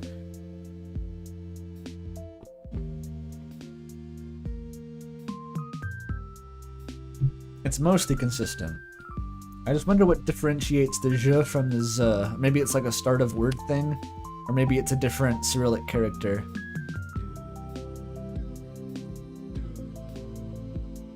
Or maybe it's just Zvezdo. I don't know. OZD is the Z. Okay. Because I kind of intuited that. I think I just applied it to the first one by accident.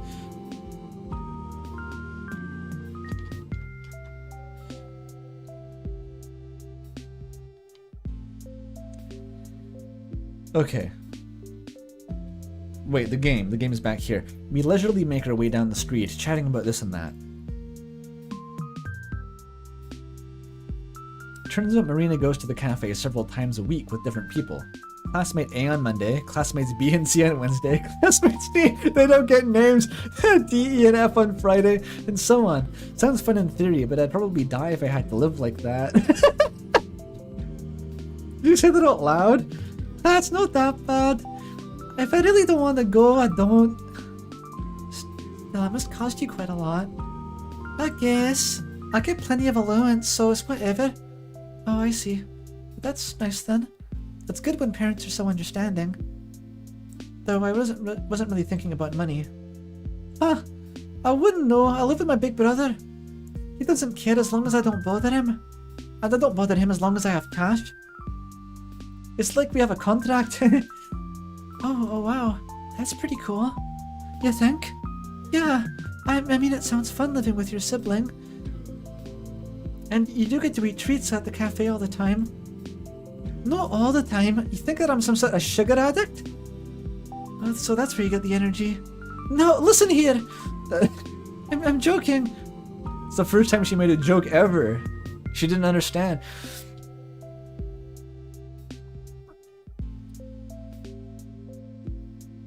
So how does the allowance work? Does she just have more money because her parents are dead, but she gets the stipend?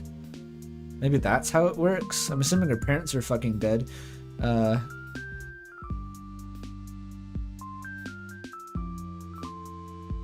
parents are... I mean, she just said she lived with her brothers, so like... in this closed community, I don't know how you get in here unless you're... like, kind of feels like dead parent vibes. No, I'm serious though. I don't just stuff my face in there every day. We go to the movies pretty often. You know, at the community centre. You could tag along sometime if you want. You mean it? Of course. The more the merrier. Oh my god, she's being gifted a friend group. Follow her. Follow this person. You're being adopted, Asya. Go. Of course, I don't know when we'll get any new films over here. Oh, I heard they're bringing in an American flick next week. We have to go. What came out in 1986 in the USA? What was a movie from 1986 specifically? Does anyone know this? People know movie trivia, right? In winter of 86, Rocky 3. Rocky 4 is the one where he beats up the Russian guy. I think Rocky 3 is Mr. T, right? Carrie? Let's go watch Carrie together. Top Gun's the wrong kind of gay.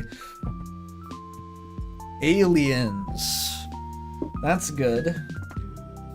Aliens is solid. Oh, Carrie was 78. Damn, that's old.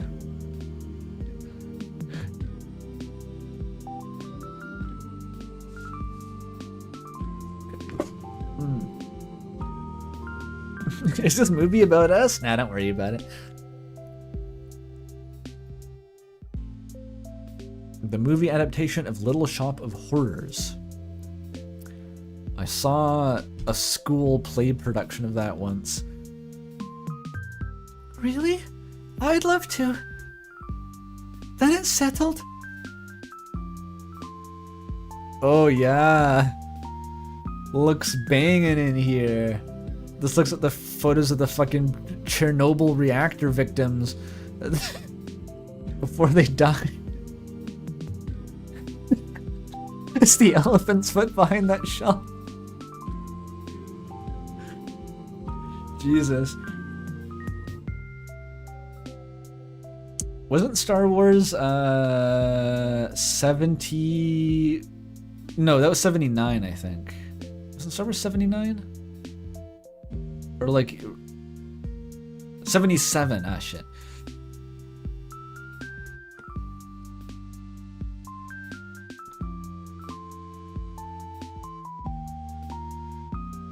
Whatever. The whole time Marina and I are browsing through the aisles at the department store, I can't get this invitation out of my head. We'll go to the movies. We'll go to the movies. To a Hollywood film, no less. I'm so happy that it's Saturday. A new week can't come soon enough. Isn't that funny? I got the same kind of invite just earlier this morning. But everything about that, even if those boys were only joking, everything about that made me feel disgusting. Funny that. Funny that. Man, I can't wait to get out of here. The store? The city, dummy. Oh, really? What, you don't? I like it here. I think it's very pretty. I can't argue with that. I just wish there was more to do, I guess. I know they're planning to expand the place. They'll take down the barracks in spring and build new blocks. And then there's talks of a new sports complex. But that stuff will take freaking years. I'm bored now. They said by the 90s we might have a McDonald's. Oh, I had no idea about the barracks. Really? Really? You live under a rock, don't you? It sure seems like it. Well, do you? You now know. Well, now you know. Point is, there's jack all to do here. Can't wait until I'm done with school. Just a year and a half left. Do you know where you'll study already? No clue. I'll see where life takes me. I'm a person of countless talents. Who knows which one will be my calling? Whoa, really? That's pretty amazing. I don't have that many skills, I think. Well, it's all about the mindset. I'll make bank anywhere if I put my mind to it. Just as long as it's not math, or bio, or English, or chemistry, or physics, or Russian, or history, or lit. Wait, Russian is different than literature and different than English? They got 3 languages? 3 language courses.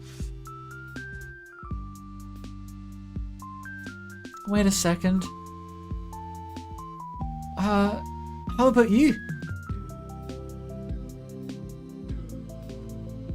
You got any plans? Well, I'm only good at writing essays. Hey, I got a proposal. What do you mean low-key eating? The accent is low-key eating? What does that mean? Explain your fucking Gen Alpha slang. What is that? Is that good? Is it bad? Is it serving? Is it like serving? Do you eat what someone serves? Like it means it slays. What the fuck is eating? You made that up. That's the opposite of serving. That's like what you eat the food that the waiter serves you. They can't both mean the same thing.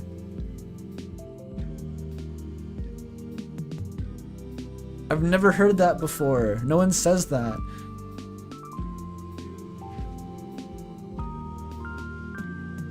I served, I ate, I conquered.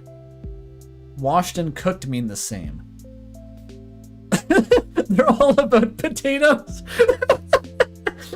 Serving potato, eating potato, wash the potatoes, cook the potato. And if you're really lucky, you'll get to rinse the potato afterward, but don't ask me about that one. Can you slap a potato? Does a potato slay? Maybe if you shoot it from a potato gun. What's eating, home slice? The fucking potato nexus. What's potatoes, precious? Potatoes, boil 'em, mash 'em, stick 'em in a stew, serve 'em, eat 'em, wash 'em, cook 'em, boil 'em, mash 'em, stick 'em in the stew.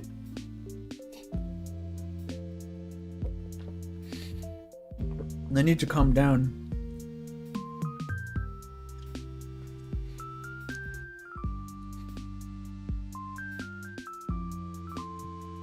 Eating isn't even Gen Alpha, it's the usual AAVE queer slur. I get it, but I've never heard that one before. I assumed it had to be a further mutation, like some Loker-Kenuanly shit. It was like, surely they wouldn't have serving and eating, but like, okay, that's fine.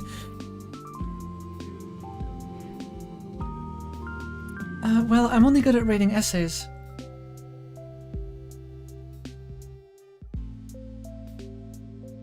Expanding your mind. Your boots the house down in with that accent, my guy. That accent's the bee's knees. It really spins my flibberty gibbet, if you know what I mean. What's a good Industrial Revolution era hype phrase? Like that really revs my steam engine. That really cranks my auto loom.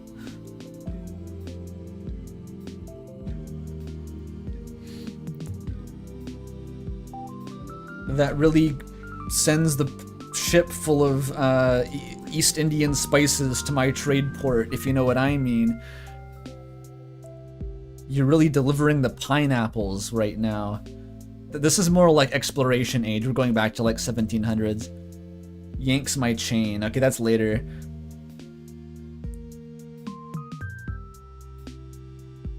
I don't know what this fucking bit is. What the fuck is happening? I'm having fun.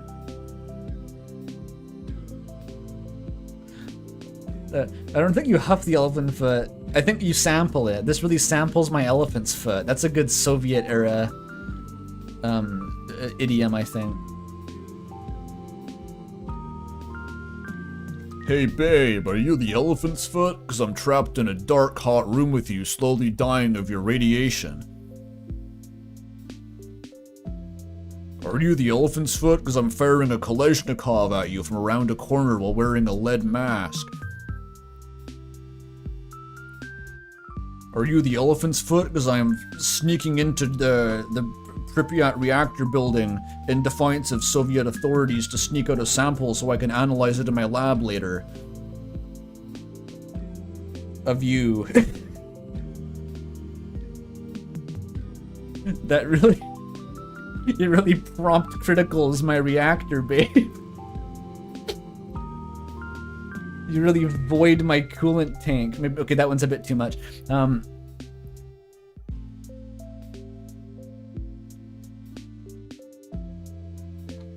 I need to stop. I really want to continue thinking of fucking Chernobyl pickup lines. I have to stop. I need to stop doing this.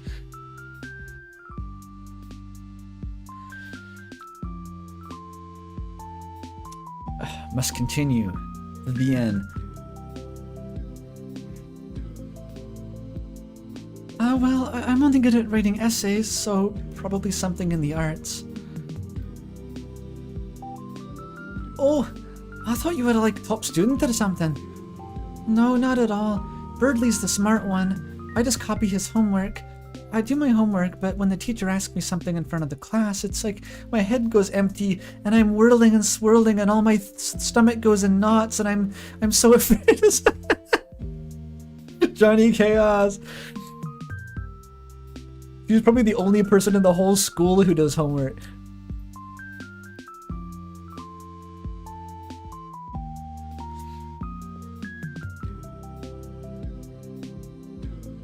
The only guy in here is the Geiger counter.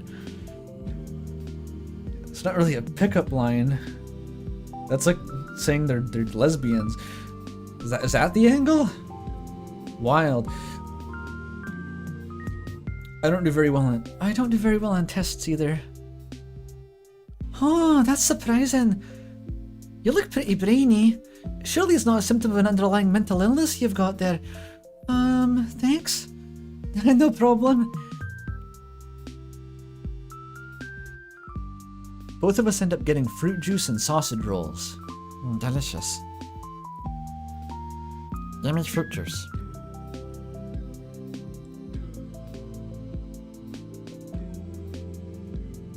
For a while, we walked down the main street and I listened to Marina tell me funny stories. I don't contribute much, but at least she seems to enjoy making me laugh. I probably come across as boring. Perhaps I'm way too easily impressed by mundane things. I look into her smile. Why is she a goner? It's lovely, and I'm not sure I see anything behind it. Hang on, just give me 1 second. Just 1 second, okay?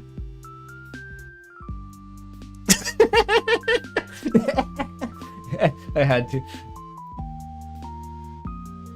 I feel like this might be like an intense scene. I'll get rid of it in just a sec. Just a second, okay? Let me have this.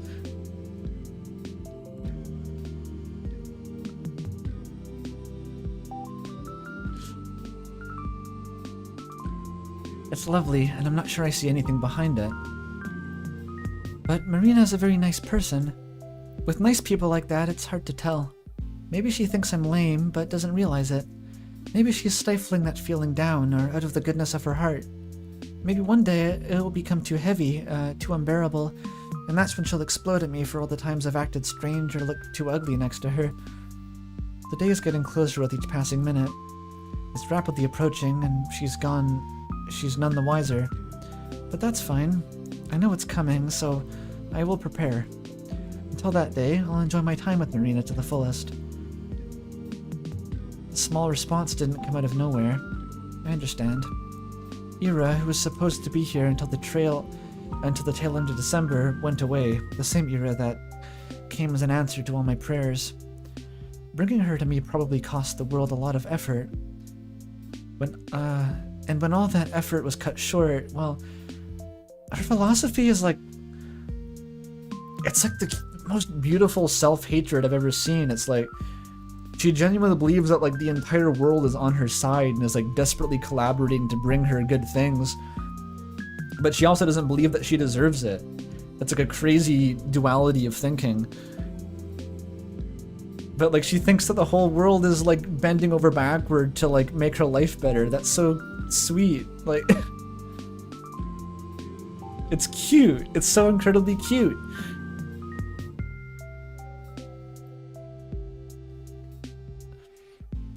Garen called me a replacement at the cafe. Maybe that's true from his perspective, maybe even from Marina's. But from where I'm standing, Marina is the substitute for everything that Ira stood for. But from where, my hope, my shield, my happiness. Wow, okay. That's a thing to say about someone. She took you to a cafe once. I guess you're kind of desperate. What do they call it? Like, what's the emotional equivalent of being touch-starved? That's this. It makes sense that she appeared as soon as Ira vanished. In fact, it all lines up so perfectly, I'm surprised I didn't notice it right away. Is she Kameda? Is this how Kameda acts? No, don't tell me that.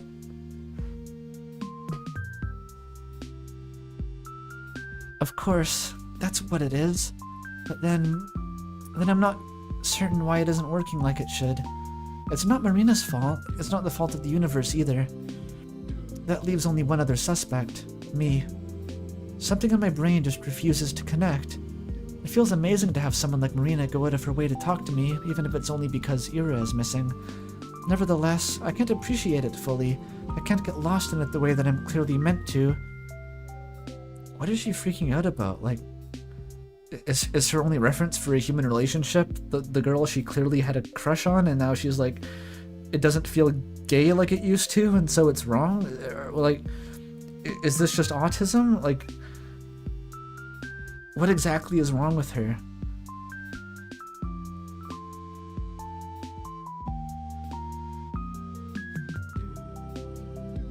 You fall into thought spirals like these too? I think you actually talked to me about that once. It's a really interesting mindset, because I can't totally not relate. Like I've kind of had thoughts like these about like hard to describe.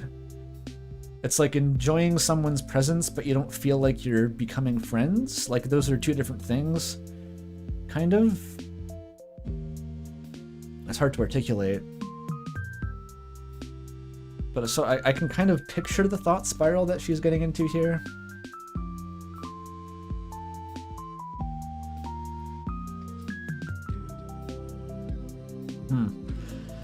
As if it's not enough. As if... I still keep thinking about Ira all the time. It's only been 2 days since I last met her. 2 days are no reason to panic. Of course, I saw her crying, but it's probably okay, right? Her taking some time to herself is nothing new. And she's really tough, so she'll be fine. Of course she will. Everyone's being so blasé about her vanishment. Seems vapid, but when you look at it objectively, the situation isn't that alarming. I'm just being a crybaby like always. Thanks, Azriel.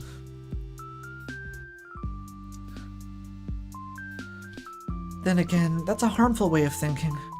If I believe that the universe has let something bad happen to someone like Ira, then I'd be doubting that the world's sense of justice. Not only that, but I would also be rejecting the privilege that I've been given. I want to draw an apt comparison, but all my metaphors are falling short. Maybe I'm like a child who was gifted a doll, then lost it, and then started to pout when the replacement wasn't identical to the... No. See? That's what happens. I start comparing wonderful people to toys. What's wrong with me? Even when trying to explain how ungrateful I'm being, I find the most despicable way to do so. I really don't know if I have a soul at all. She's so sad.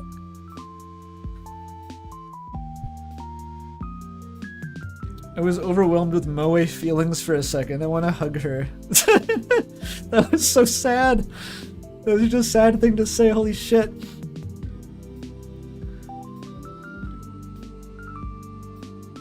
Are you okay? Marina looks at me expectantly, holding her hands up to the hot air stream. In our aimless strolling, we've reached the warm vents next to the back entrance of the research center. I like for this is a local fixture. This is such small town energy. Known hangout spots. The warm vents. We can stand next to these and smoke. The snow around the chutes had melted, forming uneven splashes of dark soil lovingly sprinkled with months-old cigarette butts. Yeah, why? You look kinda down. If you're tired of my blabbering, you can just say so. I can get a bit carried away. No, I was listening, really. Yeah. I was just figuring you were too polite to tell me to shut up.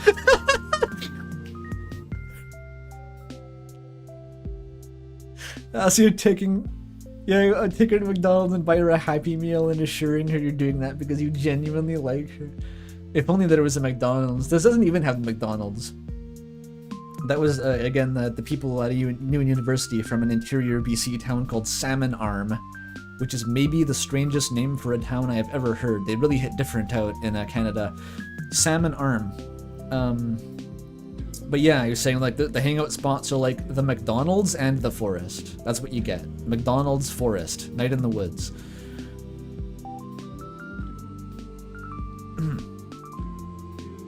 Yeah, Salmon Arm. Spaced out for a second. Salmon Arm. Salmon Arm. I'm just gonna say that until you dissociate. Salmon Arm.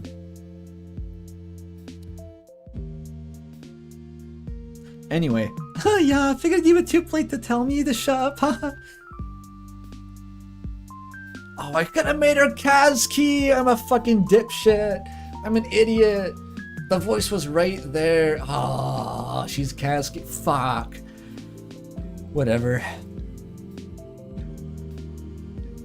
I think if it was one word, it would be worse. Salmon Arm. Apparently that's a thing. People from Salmon Arm said that, like, people from out of town say Salmon Arm, but if you're a local, you say Salmon Arm. As two words. It's like a thing they notice. It's weird. I think the voice has been drifting a bit Kazki over time, but it's still stuck as like Scottish Kazki now.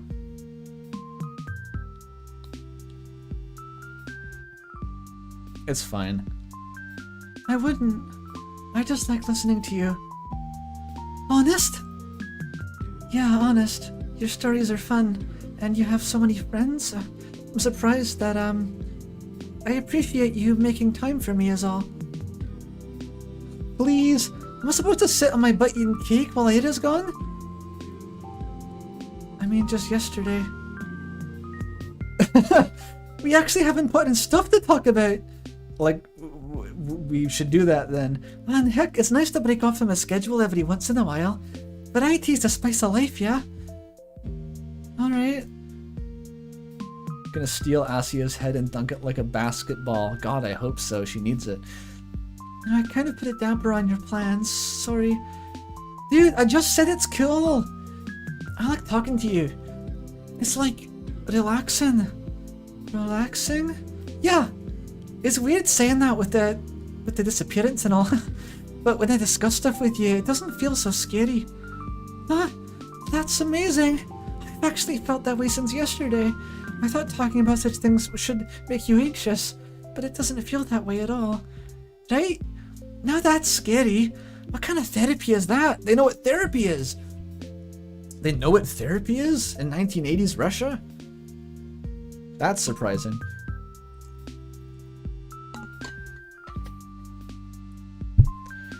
It's very woke of them to know what therapy is.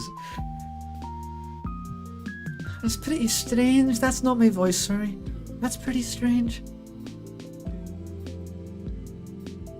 Speaking of which, you wanted to ask something. I sure hope you don't get interrupted again by, say, a helicopter crashing into me. Right after this text box, the helicopter's gonna hit, so you better speak fast. Right, yes.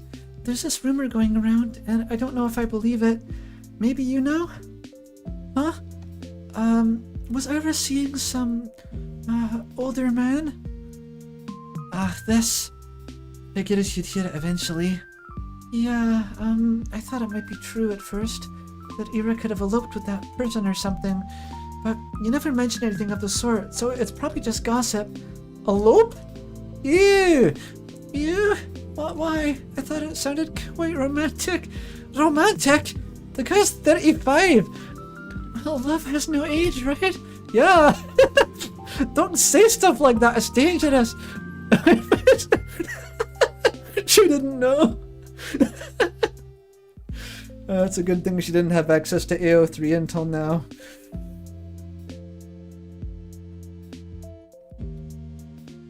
Did I really say something that embarrassing? Okay, well, I don't usually say anything when others bring this up. Like, if someone asks me about it, I go, man, I've never heard or seen them do anything like that. What a load of crap. But you, I think you'll understand. Huh? That's my brother. Oh, huh? That guy, that old guy, that's my bro. So Ira and your brother are... No, they're not like that at all. Gross. She sticks her tongue out as if she's about to gag. I narrated it in her voice. Try saying that 7 times faster in a Scottish accent. Narrated it in her voice. Narrated it in her voice. Purple burglar alarm. Purple burglar alarm. My microphone's getting splattered with spit.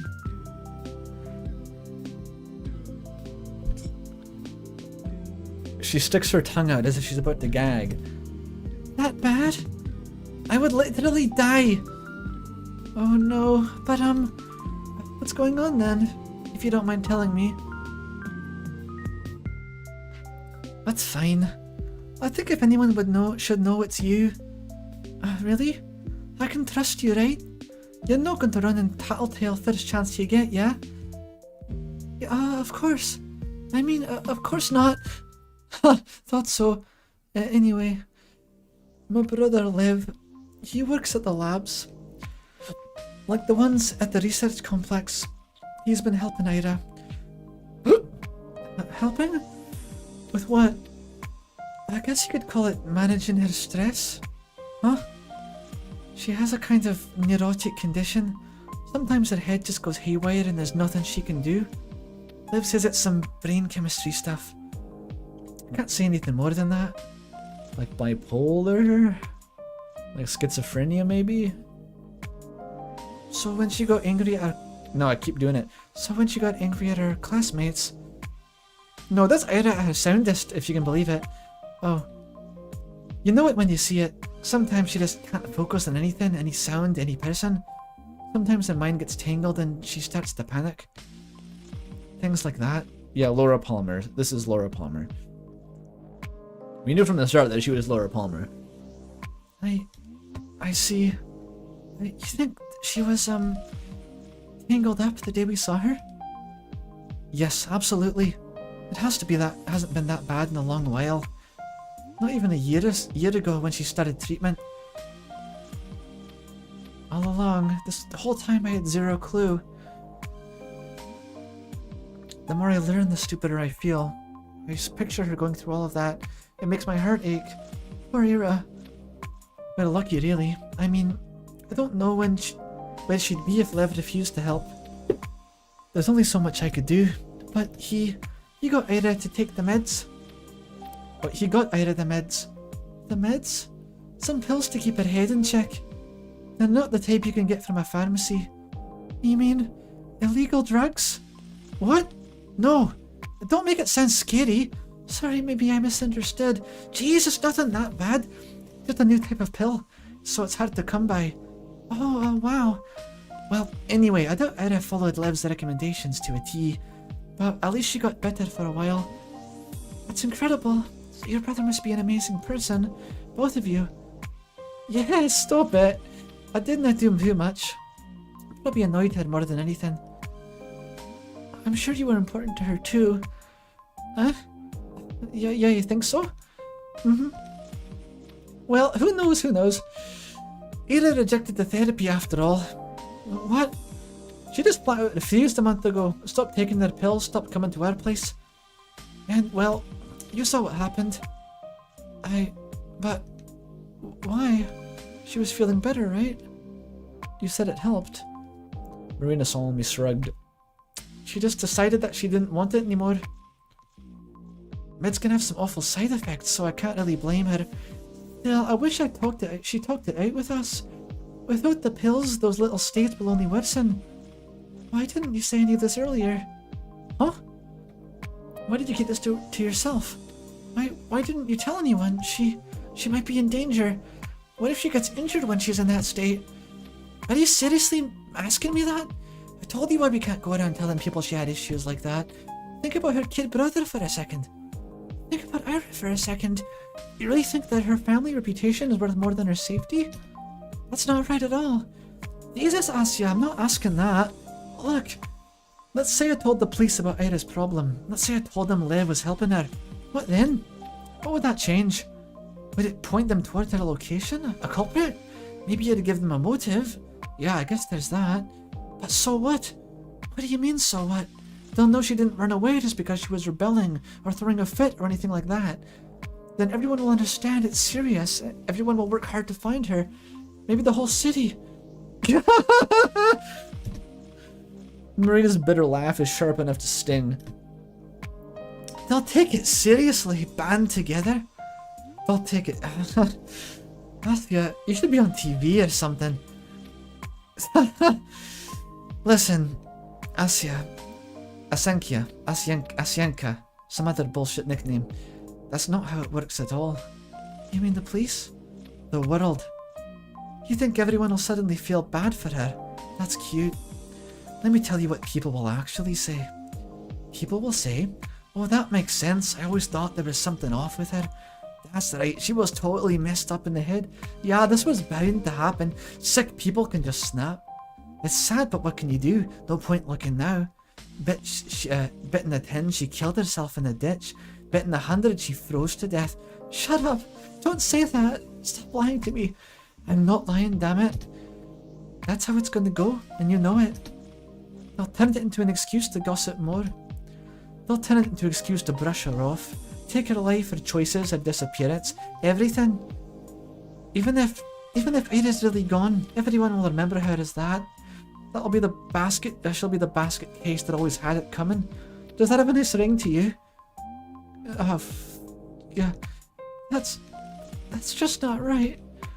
Why, that can't be right. It's a hard pill to swallow. Marina, be mad at me all you want. I'm also... You have no idea how mad I am. But if I betrayed Ira's trust like that, I'd never live it down. I hate myself for the rest of my life. So why are you telling me this? Because she told me you looked up to her. So I believed you'd understand. Maybe I was wrong. Think Ira would want us to tell everyone about this? Maybe she'd come back and thank us? And the blessing from beyond the grave? Don't talk about her like that. Huh? Huh? Come now, Asuka, you... I've got to face reality. You know how everyone will react when... No, that's not what I mean. I wiped tears and snot that have apparently been pouring down my face. Don't talk about her like she's dead. Marina's lip trembles. She quickly sniffs her nose and fixes her collar. I don't really believe she's dead, you know. I want you to understand, alright? Ira kept silent for a reason. I don't know if she's right or wrong for that, but I get it. When people learn about those things, it never turns out good. It's just degrading. I understand. Do you? Yes. You're probably right. Not about everything, but about Ira. I can understand that. But Marina, you're also afraid, aren't you? Huh? If everyone learns about your family helping Ira with her condition, they'll suspect Lev, right? Well... You said he got her this rare medication. Did Ira's parents know about that? No, but... I don't think you're allowed to do that. Are you? Marina, you're a little selfish, huh? No, I'm just... It's okay. I know you're worried about Ira, really. You helped me because you cared about her, right? Your brother, too. Of course we did. Yeah. So please don't pretend. Don't pretend you're keeping quiet only for her sake. Only for the sake of Tolik. I mean, I'm not pretending. I know. I know. I just wanted to say I don't think it's bad that you're also worried for yourself. That's all.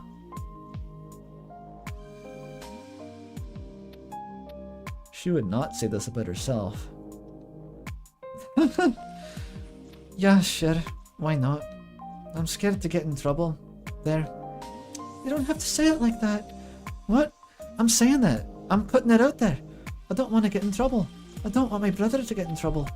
I don't want him to lose his job. Is that what you want to hear, Askia? Marina, please. I don't want to fight with you. You're the one who started screaming at me. I don't want to fight either, you know. I'm sorry. I shouldn't have yelled. Please forgive me. Jeez. Why so serious all of a sudden? Don't resist. It's not a big deal. Maybe. But it was important. Sorry. God, don't apologize. I feel like a total bully now. Oh, sorry, I'll stop. No, cut it out! Don't look at me like that. Don't look at me with those puppy dog eyes. And stop looking at me with those big old eyes. Alright, I'll look away. She's SpongeBob again. She's SpongeBob. You... They're crying out loud. Marina chuckles and lowers her head. Her smile is wry and tired, but for some reason I don't feel sad looking at it. Something about her defeated expression makes me feel hopeful. That doesn't sound very nice when I put it like that. It's okay if her defeated expression makes you feel more hopeful. It's okay to be self. These feelings are so real. Like, it's such a distant situation from what I've experienced, but it's still, like, relatable? Damn. Why is the writing good, though? I think that's what I'm trying to say here. Like, there's tinges of this in things I have experienced. Sorry, I got carried away as well. Oh no, not at all. You weren't rude or anything. No, really, I'm not usually like that. I don't talk like that. I know. And you were right. I said it in a nasty way, but you're right. I can come up with 100 of these noble excuses, but they're just that, they're excuses. I'm just trying to keep my nose clean in the end. It's really lame. That's not true. You need to look out for your own family too. All of the good you did for Ira's sake still matters. Please don't belittle it like that. Maybe it does.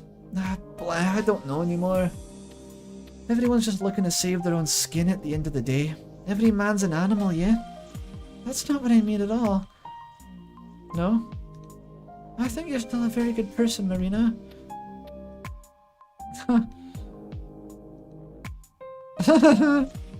You're a funny girl, Asya. What? Really, I don't know what to make of you. I don't know how it works, but I just want to trust you. How to explain? It feels like you never judge a person. Really? At first I thought you were like really innocent. Not dumb, but maybe a little dumb. Sorry. I don't think that's really true though. I don't think you're naive. I can usually make an easy read on people. With you though, maybe it's because I only met you yesterday. But you're really nice, Asya. Nicer than I could have ever hoped to be. No, please don't say that. Oh, that's narration. Please don't say that. Nice is meaningless applied to me. I'm not really charitable. I'm not really kind. I'm not really honest. I've been nothing but a hypocrite this whole conversation. But Marina says all these things so genuinely, I don't have the strength to shut them down. It's like the love letter, only the other way around. Huh. Her kind words aren't really true.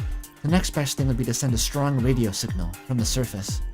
But sending a transmission powerful enough to break through the Earth's atmosphere requires equipment that's way out of my reach. It's the same realm of possibility as me actually traveling to space. But then what other options are there? My broadcast persevere. Ah, right. Isn't it obvious? Of course it's too much for me to rely on others. It's so much like me to rely on others. It's so much like me to look for external means of getting what I want. The answer is right there, in front of my nose. The answer is my reflection. It's staring at me from the bathroom mirror.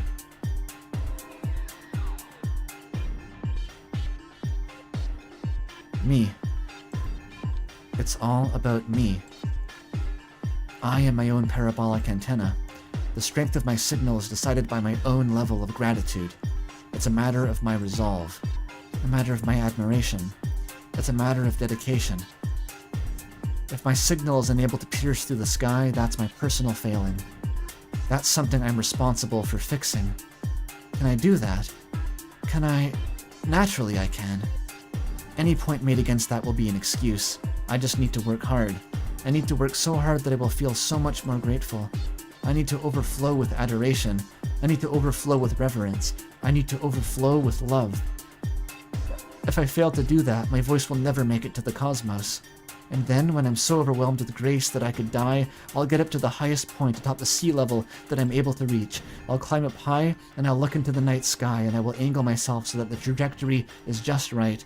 And then I will start my most powerful transmission to date. I will scream thank you and I love you so loud that all the people in the radius of 3,000 kilometers will feel it in their hearts, their bones and muscles. Their very TV signals and radios will break.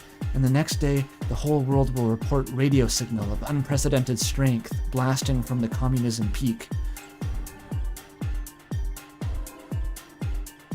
Although, maybe Mount Elbrus is more realistic. If I remember right, Dad climbed it when he was in university. At least he had a pin from there tucked away in one of the drawers. Maybe I should ask him about that. No, better not. He's tired after work. I should just go to my room. Tomorrow's the weekend, so I can stay up late. I don't need to do any homework today either. I have the whole evening to myself. I will rest. And starting tomorrow, I will work harder than ever before. I love this world with everything I've got.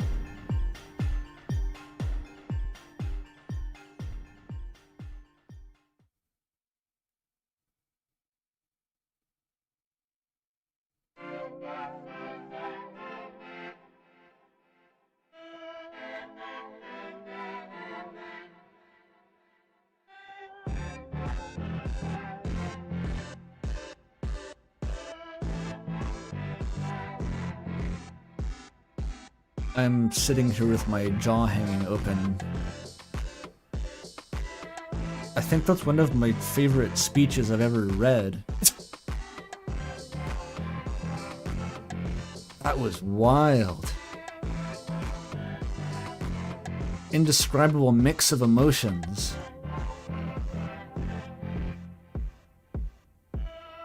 It gets ya. It does. I kind of fucking love that.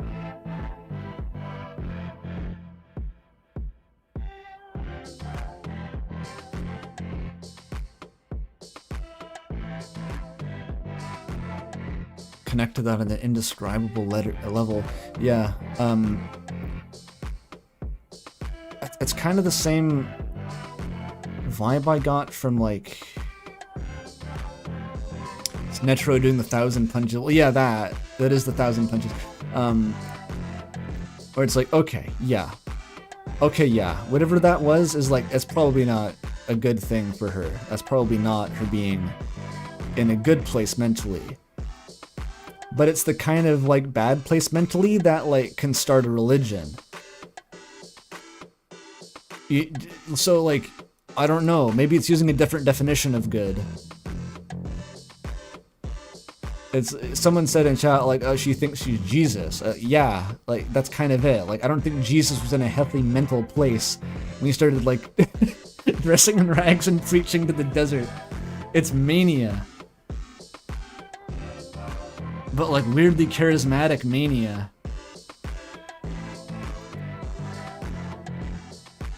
Hope Core Denpa.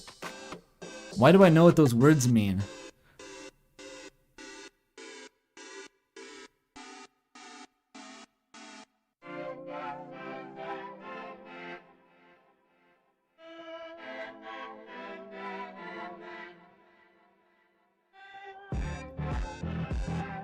That was awesome. I kind of want to end the stream after that.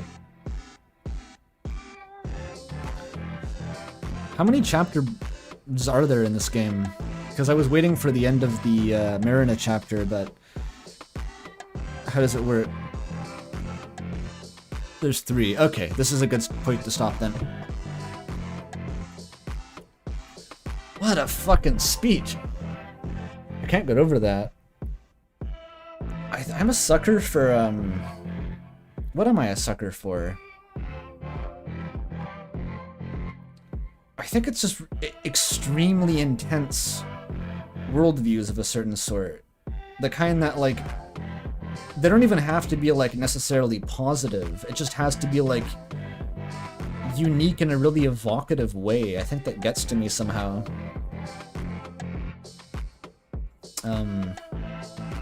I'm struggling to think of even other examples that much, but... Because, I don't know, it's obviously not any mindset will do, like... Fucking, what's his name, Mosgus from Berserk, like, I'm not feeling good energy from him. He's a very zealous and devoted man.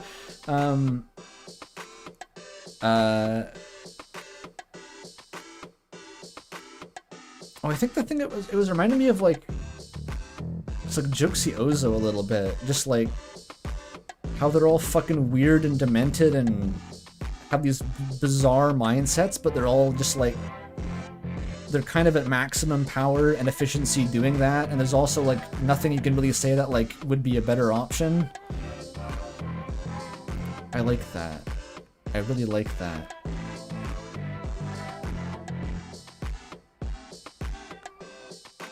What is Despelote? Despelote? Despelote? What the fuck is that?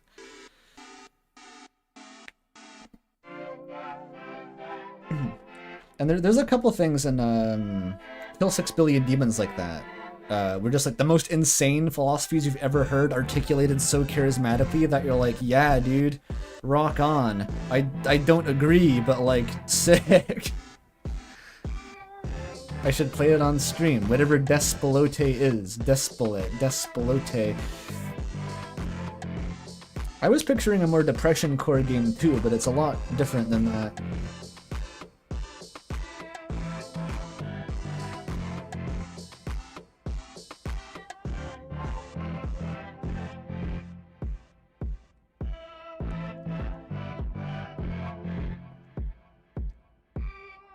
The MC is named Jules?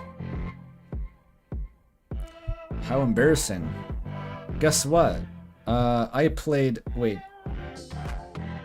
Oh, I was gonna say Yeek, but no, the protagonist is Alex, the dev is Andrew. Julian.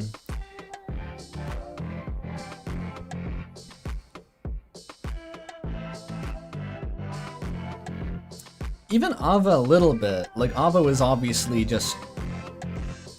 Ava never articulated her philosophy that much. I think she was mostly just kind of running away from things.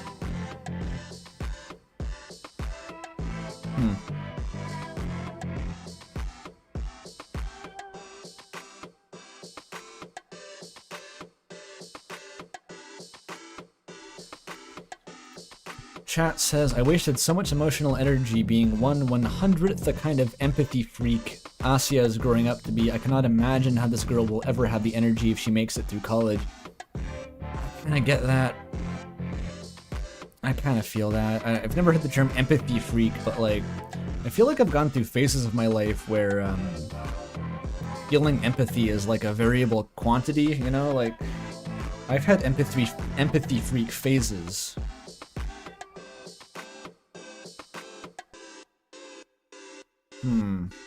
and it is exhausting, and then it goes away after a while. I kind of prefer being the empathy freak. I think overall, it's a preferable state of existence.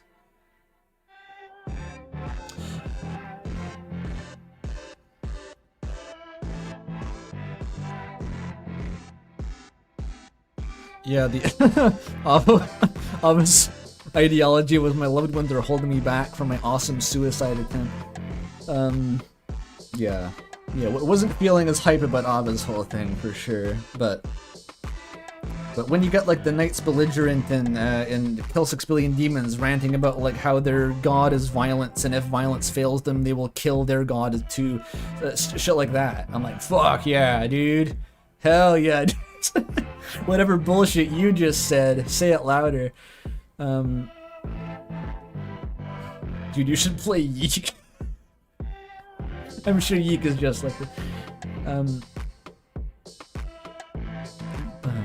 So yeah, I like this game a lot. Like, more than I thought I would. I thought it'd be decent, probably. I wasn't expecting anything.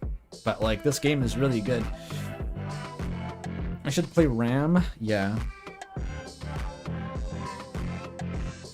I tried to channel a fraction of the hype of that speech I just read in some of the later game RAM dialogue, but like, I know when I'm beat, like that was excellent.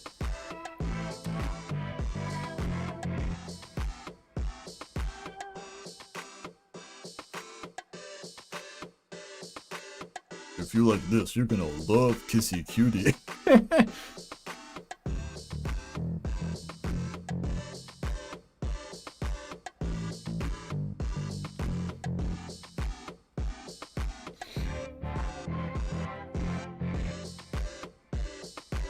Who's got the vibe? Maybe Ira. A lot of the super late game RAM dialogue with like the ending, I think I literally wrote that like in one draft at 4 a.m. That was the necessary energy. I just had to kind of push through it, suppress all self-consciousness for what I was doing, and just kind of write some bullshit and hope that it worked afterward. I'm still hoping that it worked afterward. Yeah.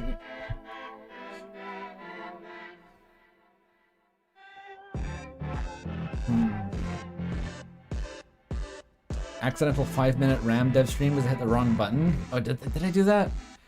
Maybe I did. Yeah, that sounds familiar. I think I was trying to like record footage of the game for a devlog, and then I streamed it by accident. The buttons are right next to each other.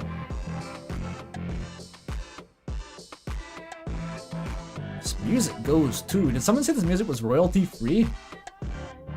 I thought someone else said that this was made by a Vocaloid producer. Why would they use royalty-free music for a game made by a Vocaloid producer?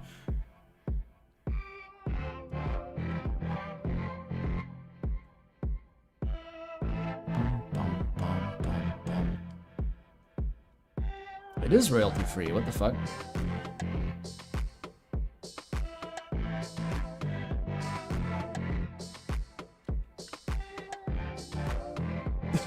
What? That's so weird. A musician made a game but didn't use any of their own music.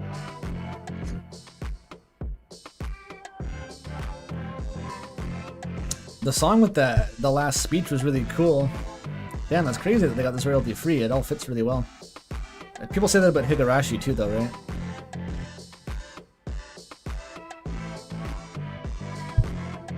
Yeah, when Toby Fox reveals that all of his soundtracks were made by Kevin MacLeod. That last song that was playing, like, I would listen to that. I would add that to a playlist. That was a cool song.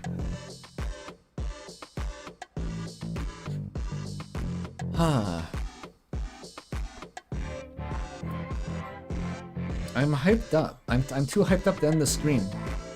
Because this game is kind of hype. It's funny how a visual novel can be this hype. It doesn't fucking matter. Like, it literally doesn't matter. I sometimes find that games with absolutely no gameplay whatsoever are like the least boring things I stream. Like, I've played games with shit, like, mostly mechanical focus that have, like, really put me to sleep. Because yapping is fundamentally a lot more stimulating than playing a video game. That's the trick to it.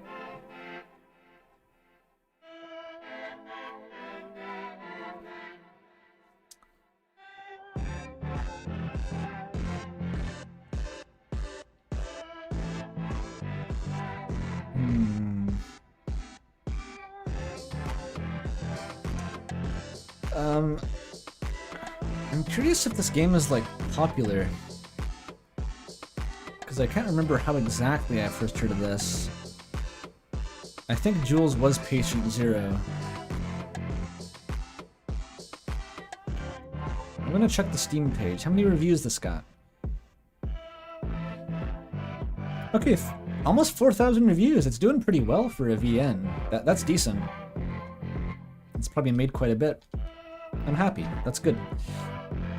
Oh no, it hasn't made anything because it's free. Oh, I forgot about that. Well, I hope the creator's doing fine.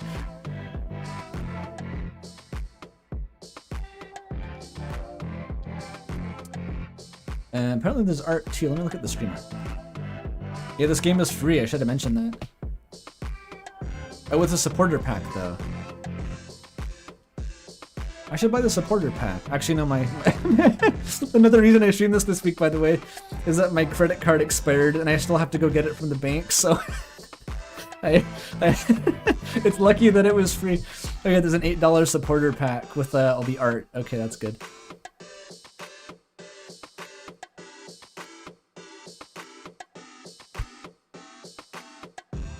It's fine. Really, Steam purchases is the only thing that it affects.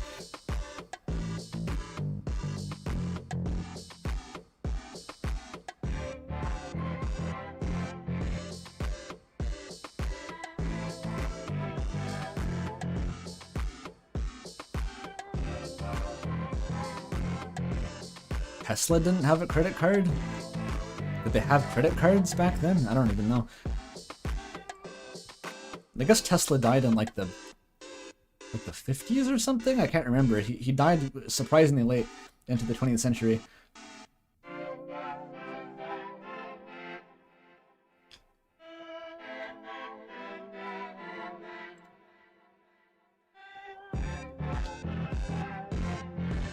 Okay, looking for stream art.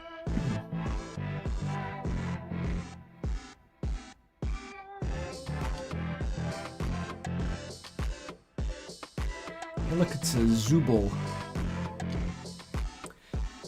The latest Digital Circus episode. Pretty cool, I thought. I thought it was kind of cool. Pretty good. Okay. Oh, this is maybe Z.A.T.O art? It is. It is. I couldn't tell for a minute. Okay, let me get it on screen here. Let's bring back our friends.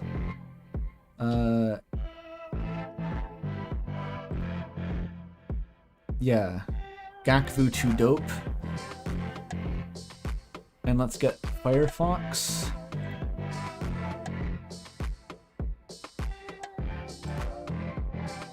Fuck. Every time. There we go.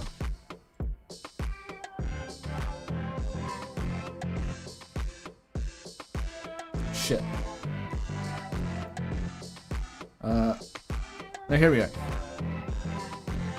This is pretty good. This one's by Orchid. That doesn't describe their dynamic. I don't know what this reference image is.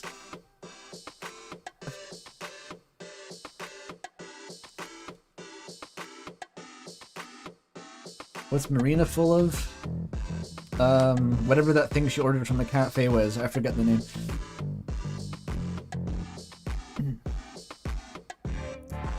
Rinme the question mark, or no, Rinme question mark has drawn this lovely piece. She's not really my friend, my ass. Be who you are for your pride or something.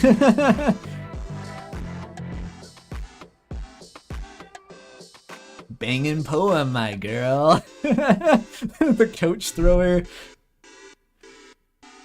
Oh, they're all just thoughts of era. That's cute.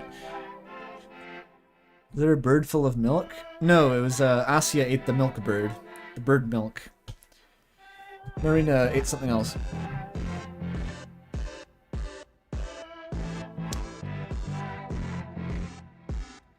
Jakun has mentioned what Asya thinks will happen if she socializes with her established friends. That really does sum her up, doesn't it? I'm making a bird milk smoothie. I'm eating fentanyl-laced bird milk, slime. I see God. I'm gonna feel so much love and gratitude that my fucking brainwaves breach the troposphere and get sent to the Artemis 2 crew and blow up their spaceship. Shit ain't nothing to me, man. My gratitude doing laps around the rings of Saturn. It's in a conjunctive orbit with Mercury.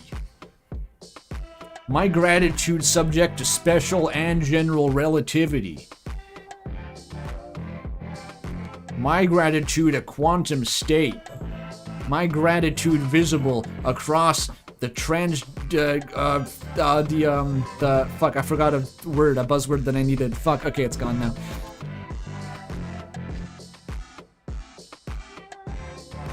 Olivia has made, did you just kiss me? Yeah. Okay, am I a lesbo? You better be. Shoutouts to lesbos. Fuck knows what this was edited over, by the way. I have no idea what's under there. It doesn't matter. It literally doesn't matter.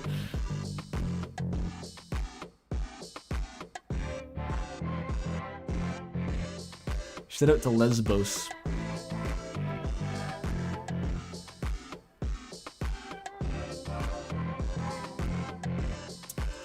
The original, it doesn't ring a bell. It's a Hotel Transylvania meme? I thought that was just, you are banging my daughter! Like that's the Hotel Transylvania meme. Like, that's the only one. The only one that was required.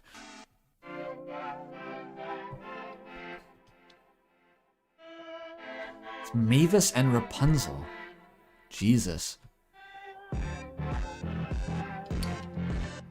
I'm not deep enough into Tumblr for this shit.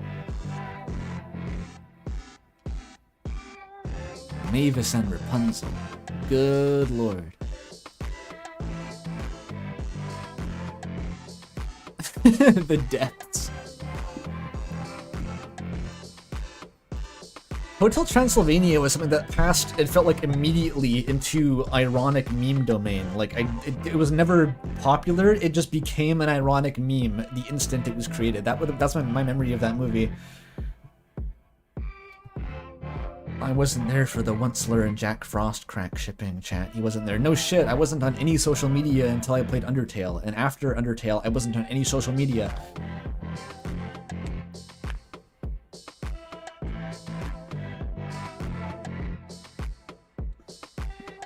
They wanted a second B movie. Was there shipping in the B movie?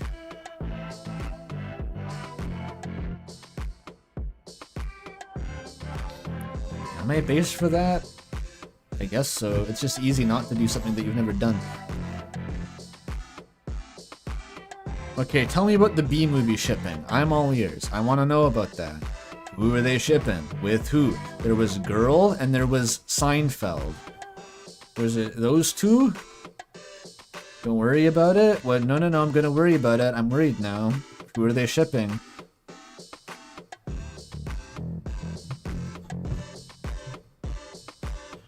The bee and the human are fucked, but that was like canon though. That's like not even a, that's just like fucking in the text. They basically fuck. That's like, oh, I'm a big Alphine shipper. Oh my god, Alfie's and Undyne are so cute, they should kiss. Like, they do. You see it.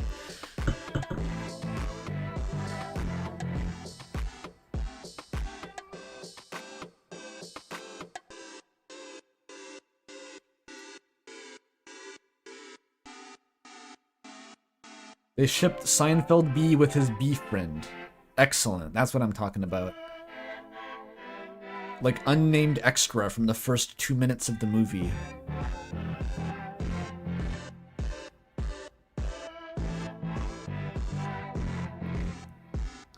I'm not a real bee head.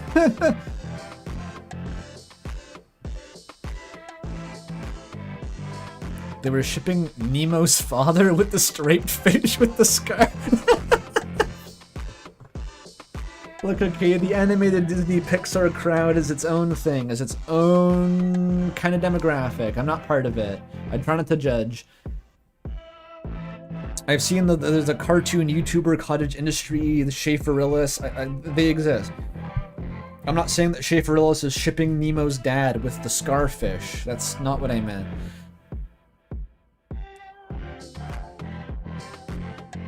Isn't Schaeferillis' bit that he wants to fuck the hermit crab from Moana? That's kind of the vibe I got. No judgment for the record.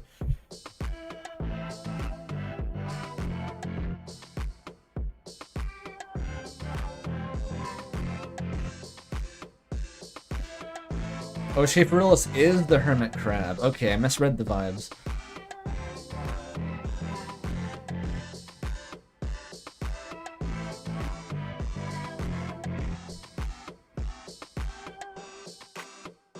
Confirmation that Schaeferillis is ace. Okay, that's good. He definitively does not fuck hermit crabs. This is good to have this established.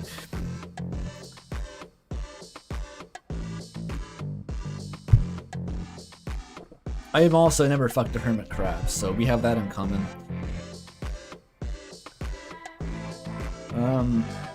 Was there some other current event to talk about? I feel like I wanted to. I think it was just the Artemis launch. There's that Artemis launch. You'll know about that. It was cool.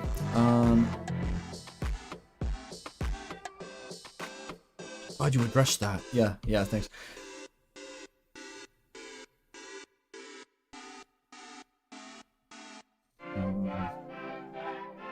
No, everything leaves my mind the instant I start streaming. Like the previous week just deletes itself. It's all gone. I could give the wrestling update. Wrestling update. I haven't watched that many since last week. I think they oh shit, why can I never remember this shit when it push comes to shove? D-Generation X was canonized, that faction, where their gimmick is that they just fuck around and don't give a shit and just like make fun of everything that's happening all the time. In the 90s, loved that. So that's new. That just formed.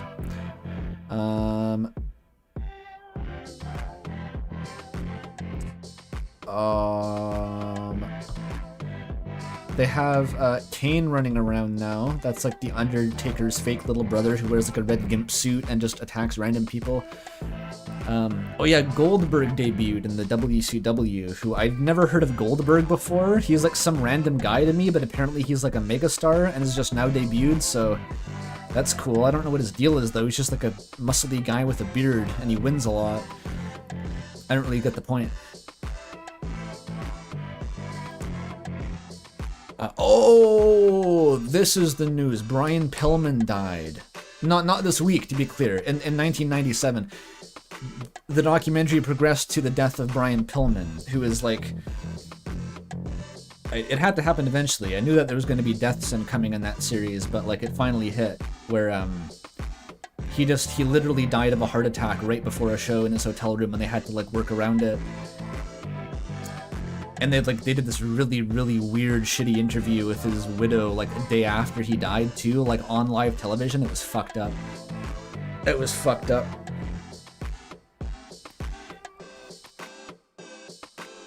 But like, it kind of turned out that the whole like Owen Hart faction, like all his like Canadian British broskies, like they all kind of died in a weirdly short time span. It was Pillman. And then I think Owen Hart dies, and then Davey Boy Smith also died within a couple years of that, I'm pretty sure. So like, it was fucked up. Like it was like one of the most popular heel factions at the time. They all just like, it not like in that year, but they all just kind of died. It was crazy. Bret Hart is still alive though. Yeah, they stopped short of showing his corpse on TV, just short of that. Did Owen Hart die in the ring, actually? Was that him? I think one of them actually died on, in a show. That's fucked up. But it was just because, you know, like, their bodies get fucked up and they abuse drugs and alcohol and pain meds and stuff, and so many wrestlers just die young like that.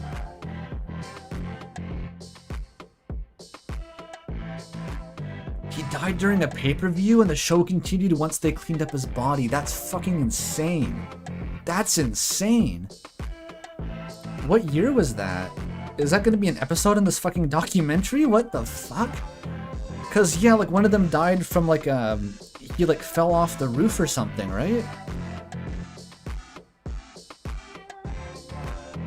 That's crazy.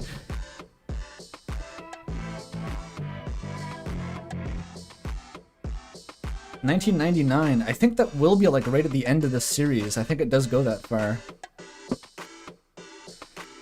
Yeah, so that's pretty fucked. Did anything stupider happen?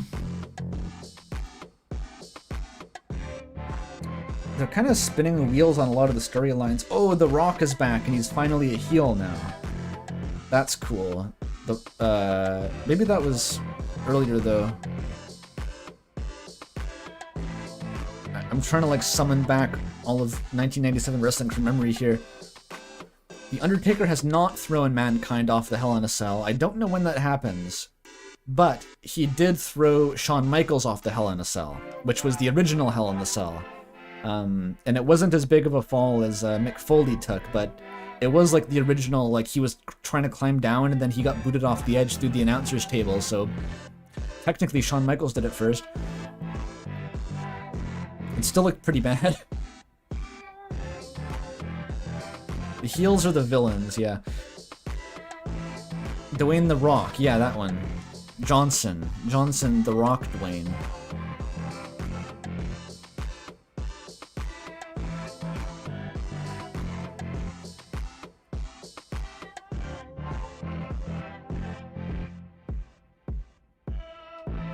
I don't feel like WCW is doing anything interesting at this point. Like, all the interesting storylines have been with Raw for weeks and weeks. And WCW is still just kind of spinning its wheels with, like, Hulk Hogan and being an asshole, and that's kind of it. I guess the Randy Savage and Dallas Page thing is going big now. That's kind of their hottest rivalry. That's kind of fun, but nothing super special. Oh yeah, and Ric Flair got like kayfabe injured and he's taking time off now. It seems like Ric Flair shows up for like the better part of 2 years just to do promos occasionally. Like he never wrestles, he wrestles less than Hulk Hogan. He's just kind of their mascot, which is, I mean, he's funny, he's a funny guy. But yeah, he's not doing much. But yeah, he got sent to the hospital in storyline, and then he disbanded the Four Horsemen. Whatever the fuck that means. It was the most irrelevant faction at that point. No one even cared. Okay, I'm just rambling at this point. Yeah, the wrestling update wasn't that dramatic aside from someone literally dying.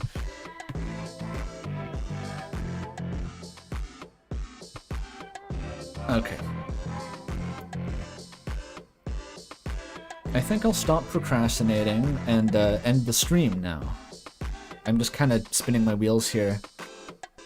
But yeah, I'm glad this game was so good. I liked it.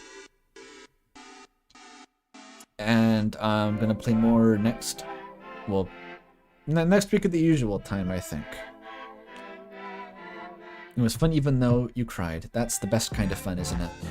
Alright, well night everyone. See you soon. Happy Z.A.T.O-ing. Oh, hi Violent J. No, that's Shaggy 2 Dope. I forgot you were there. Bye-bye.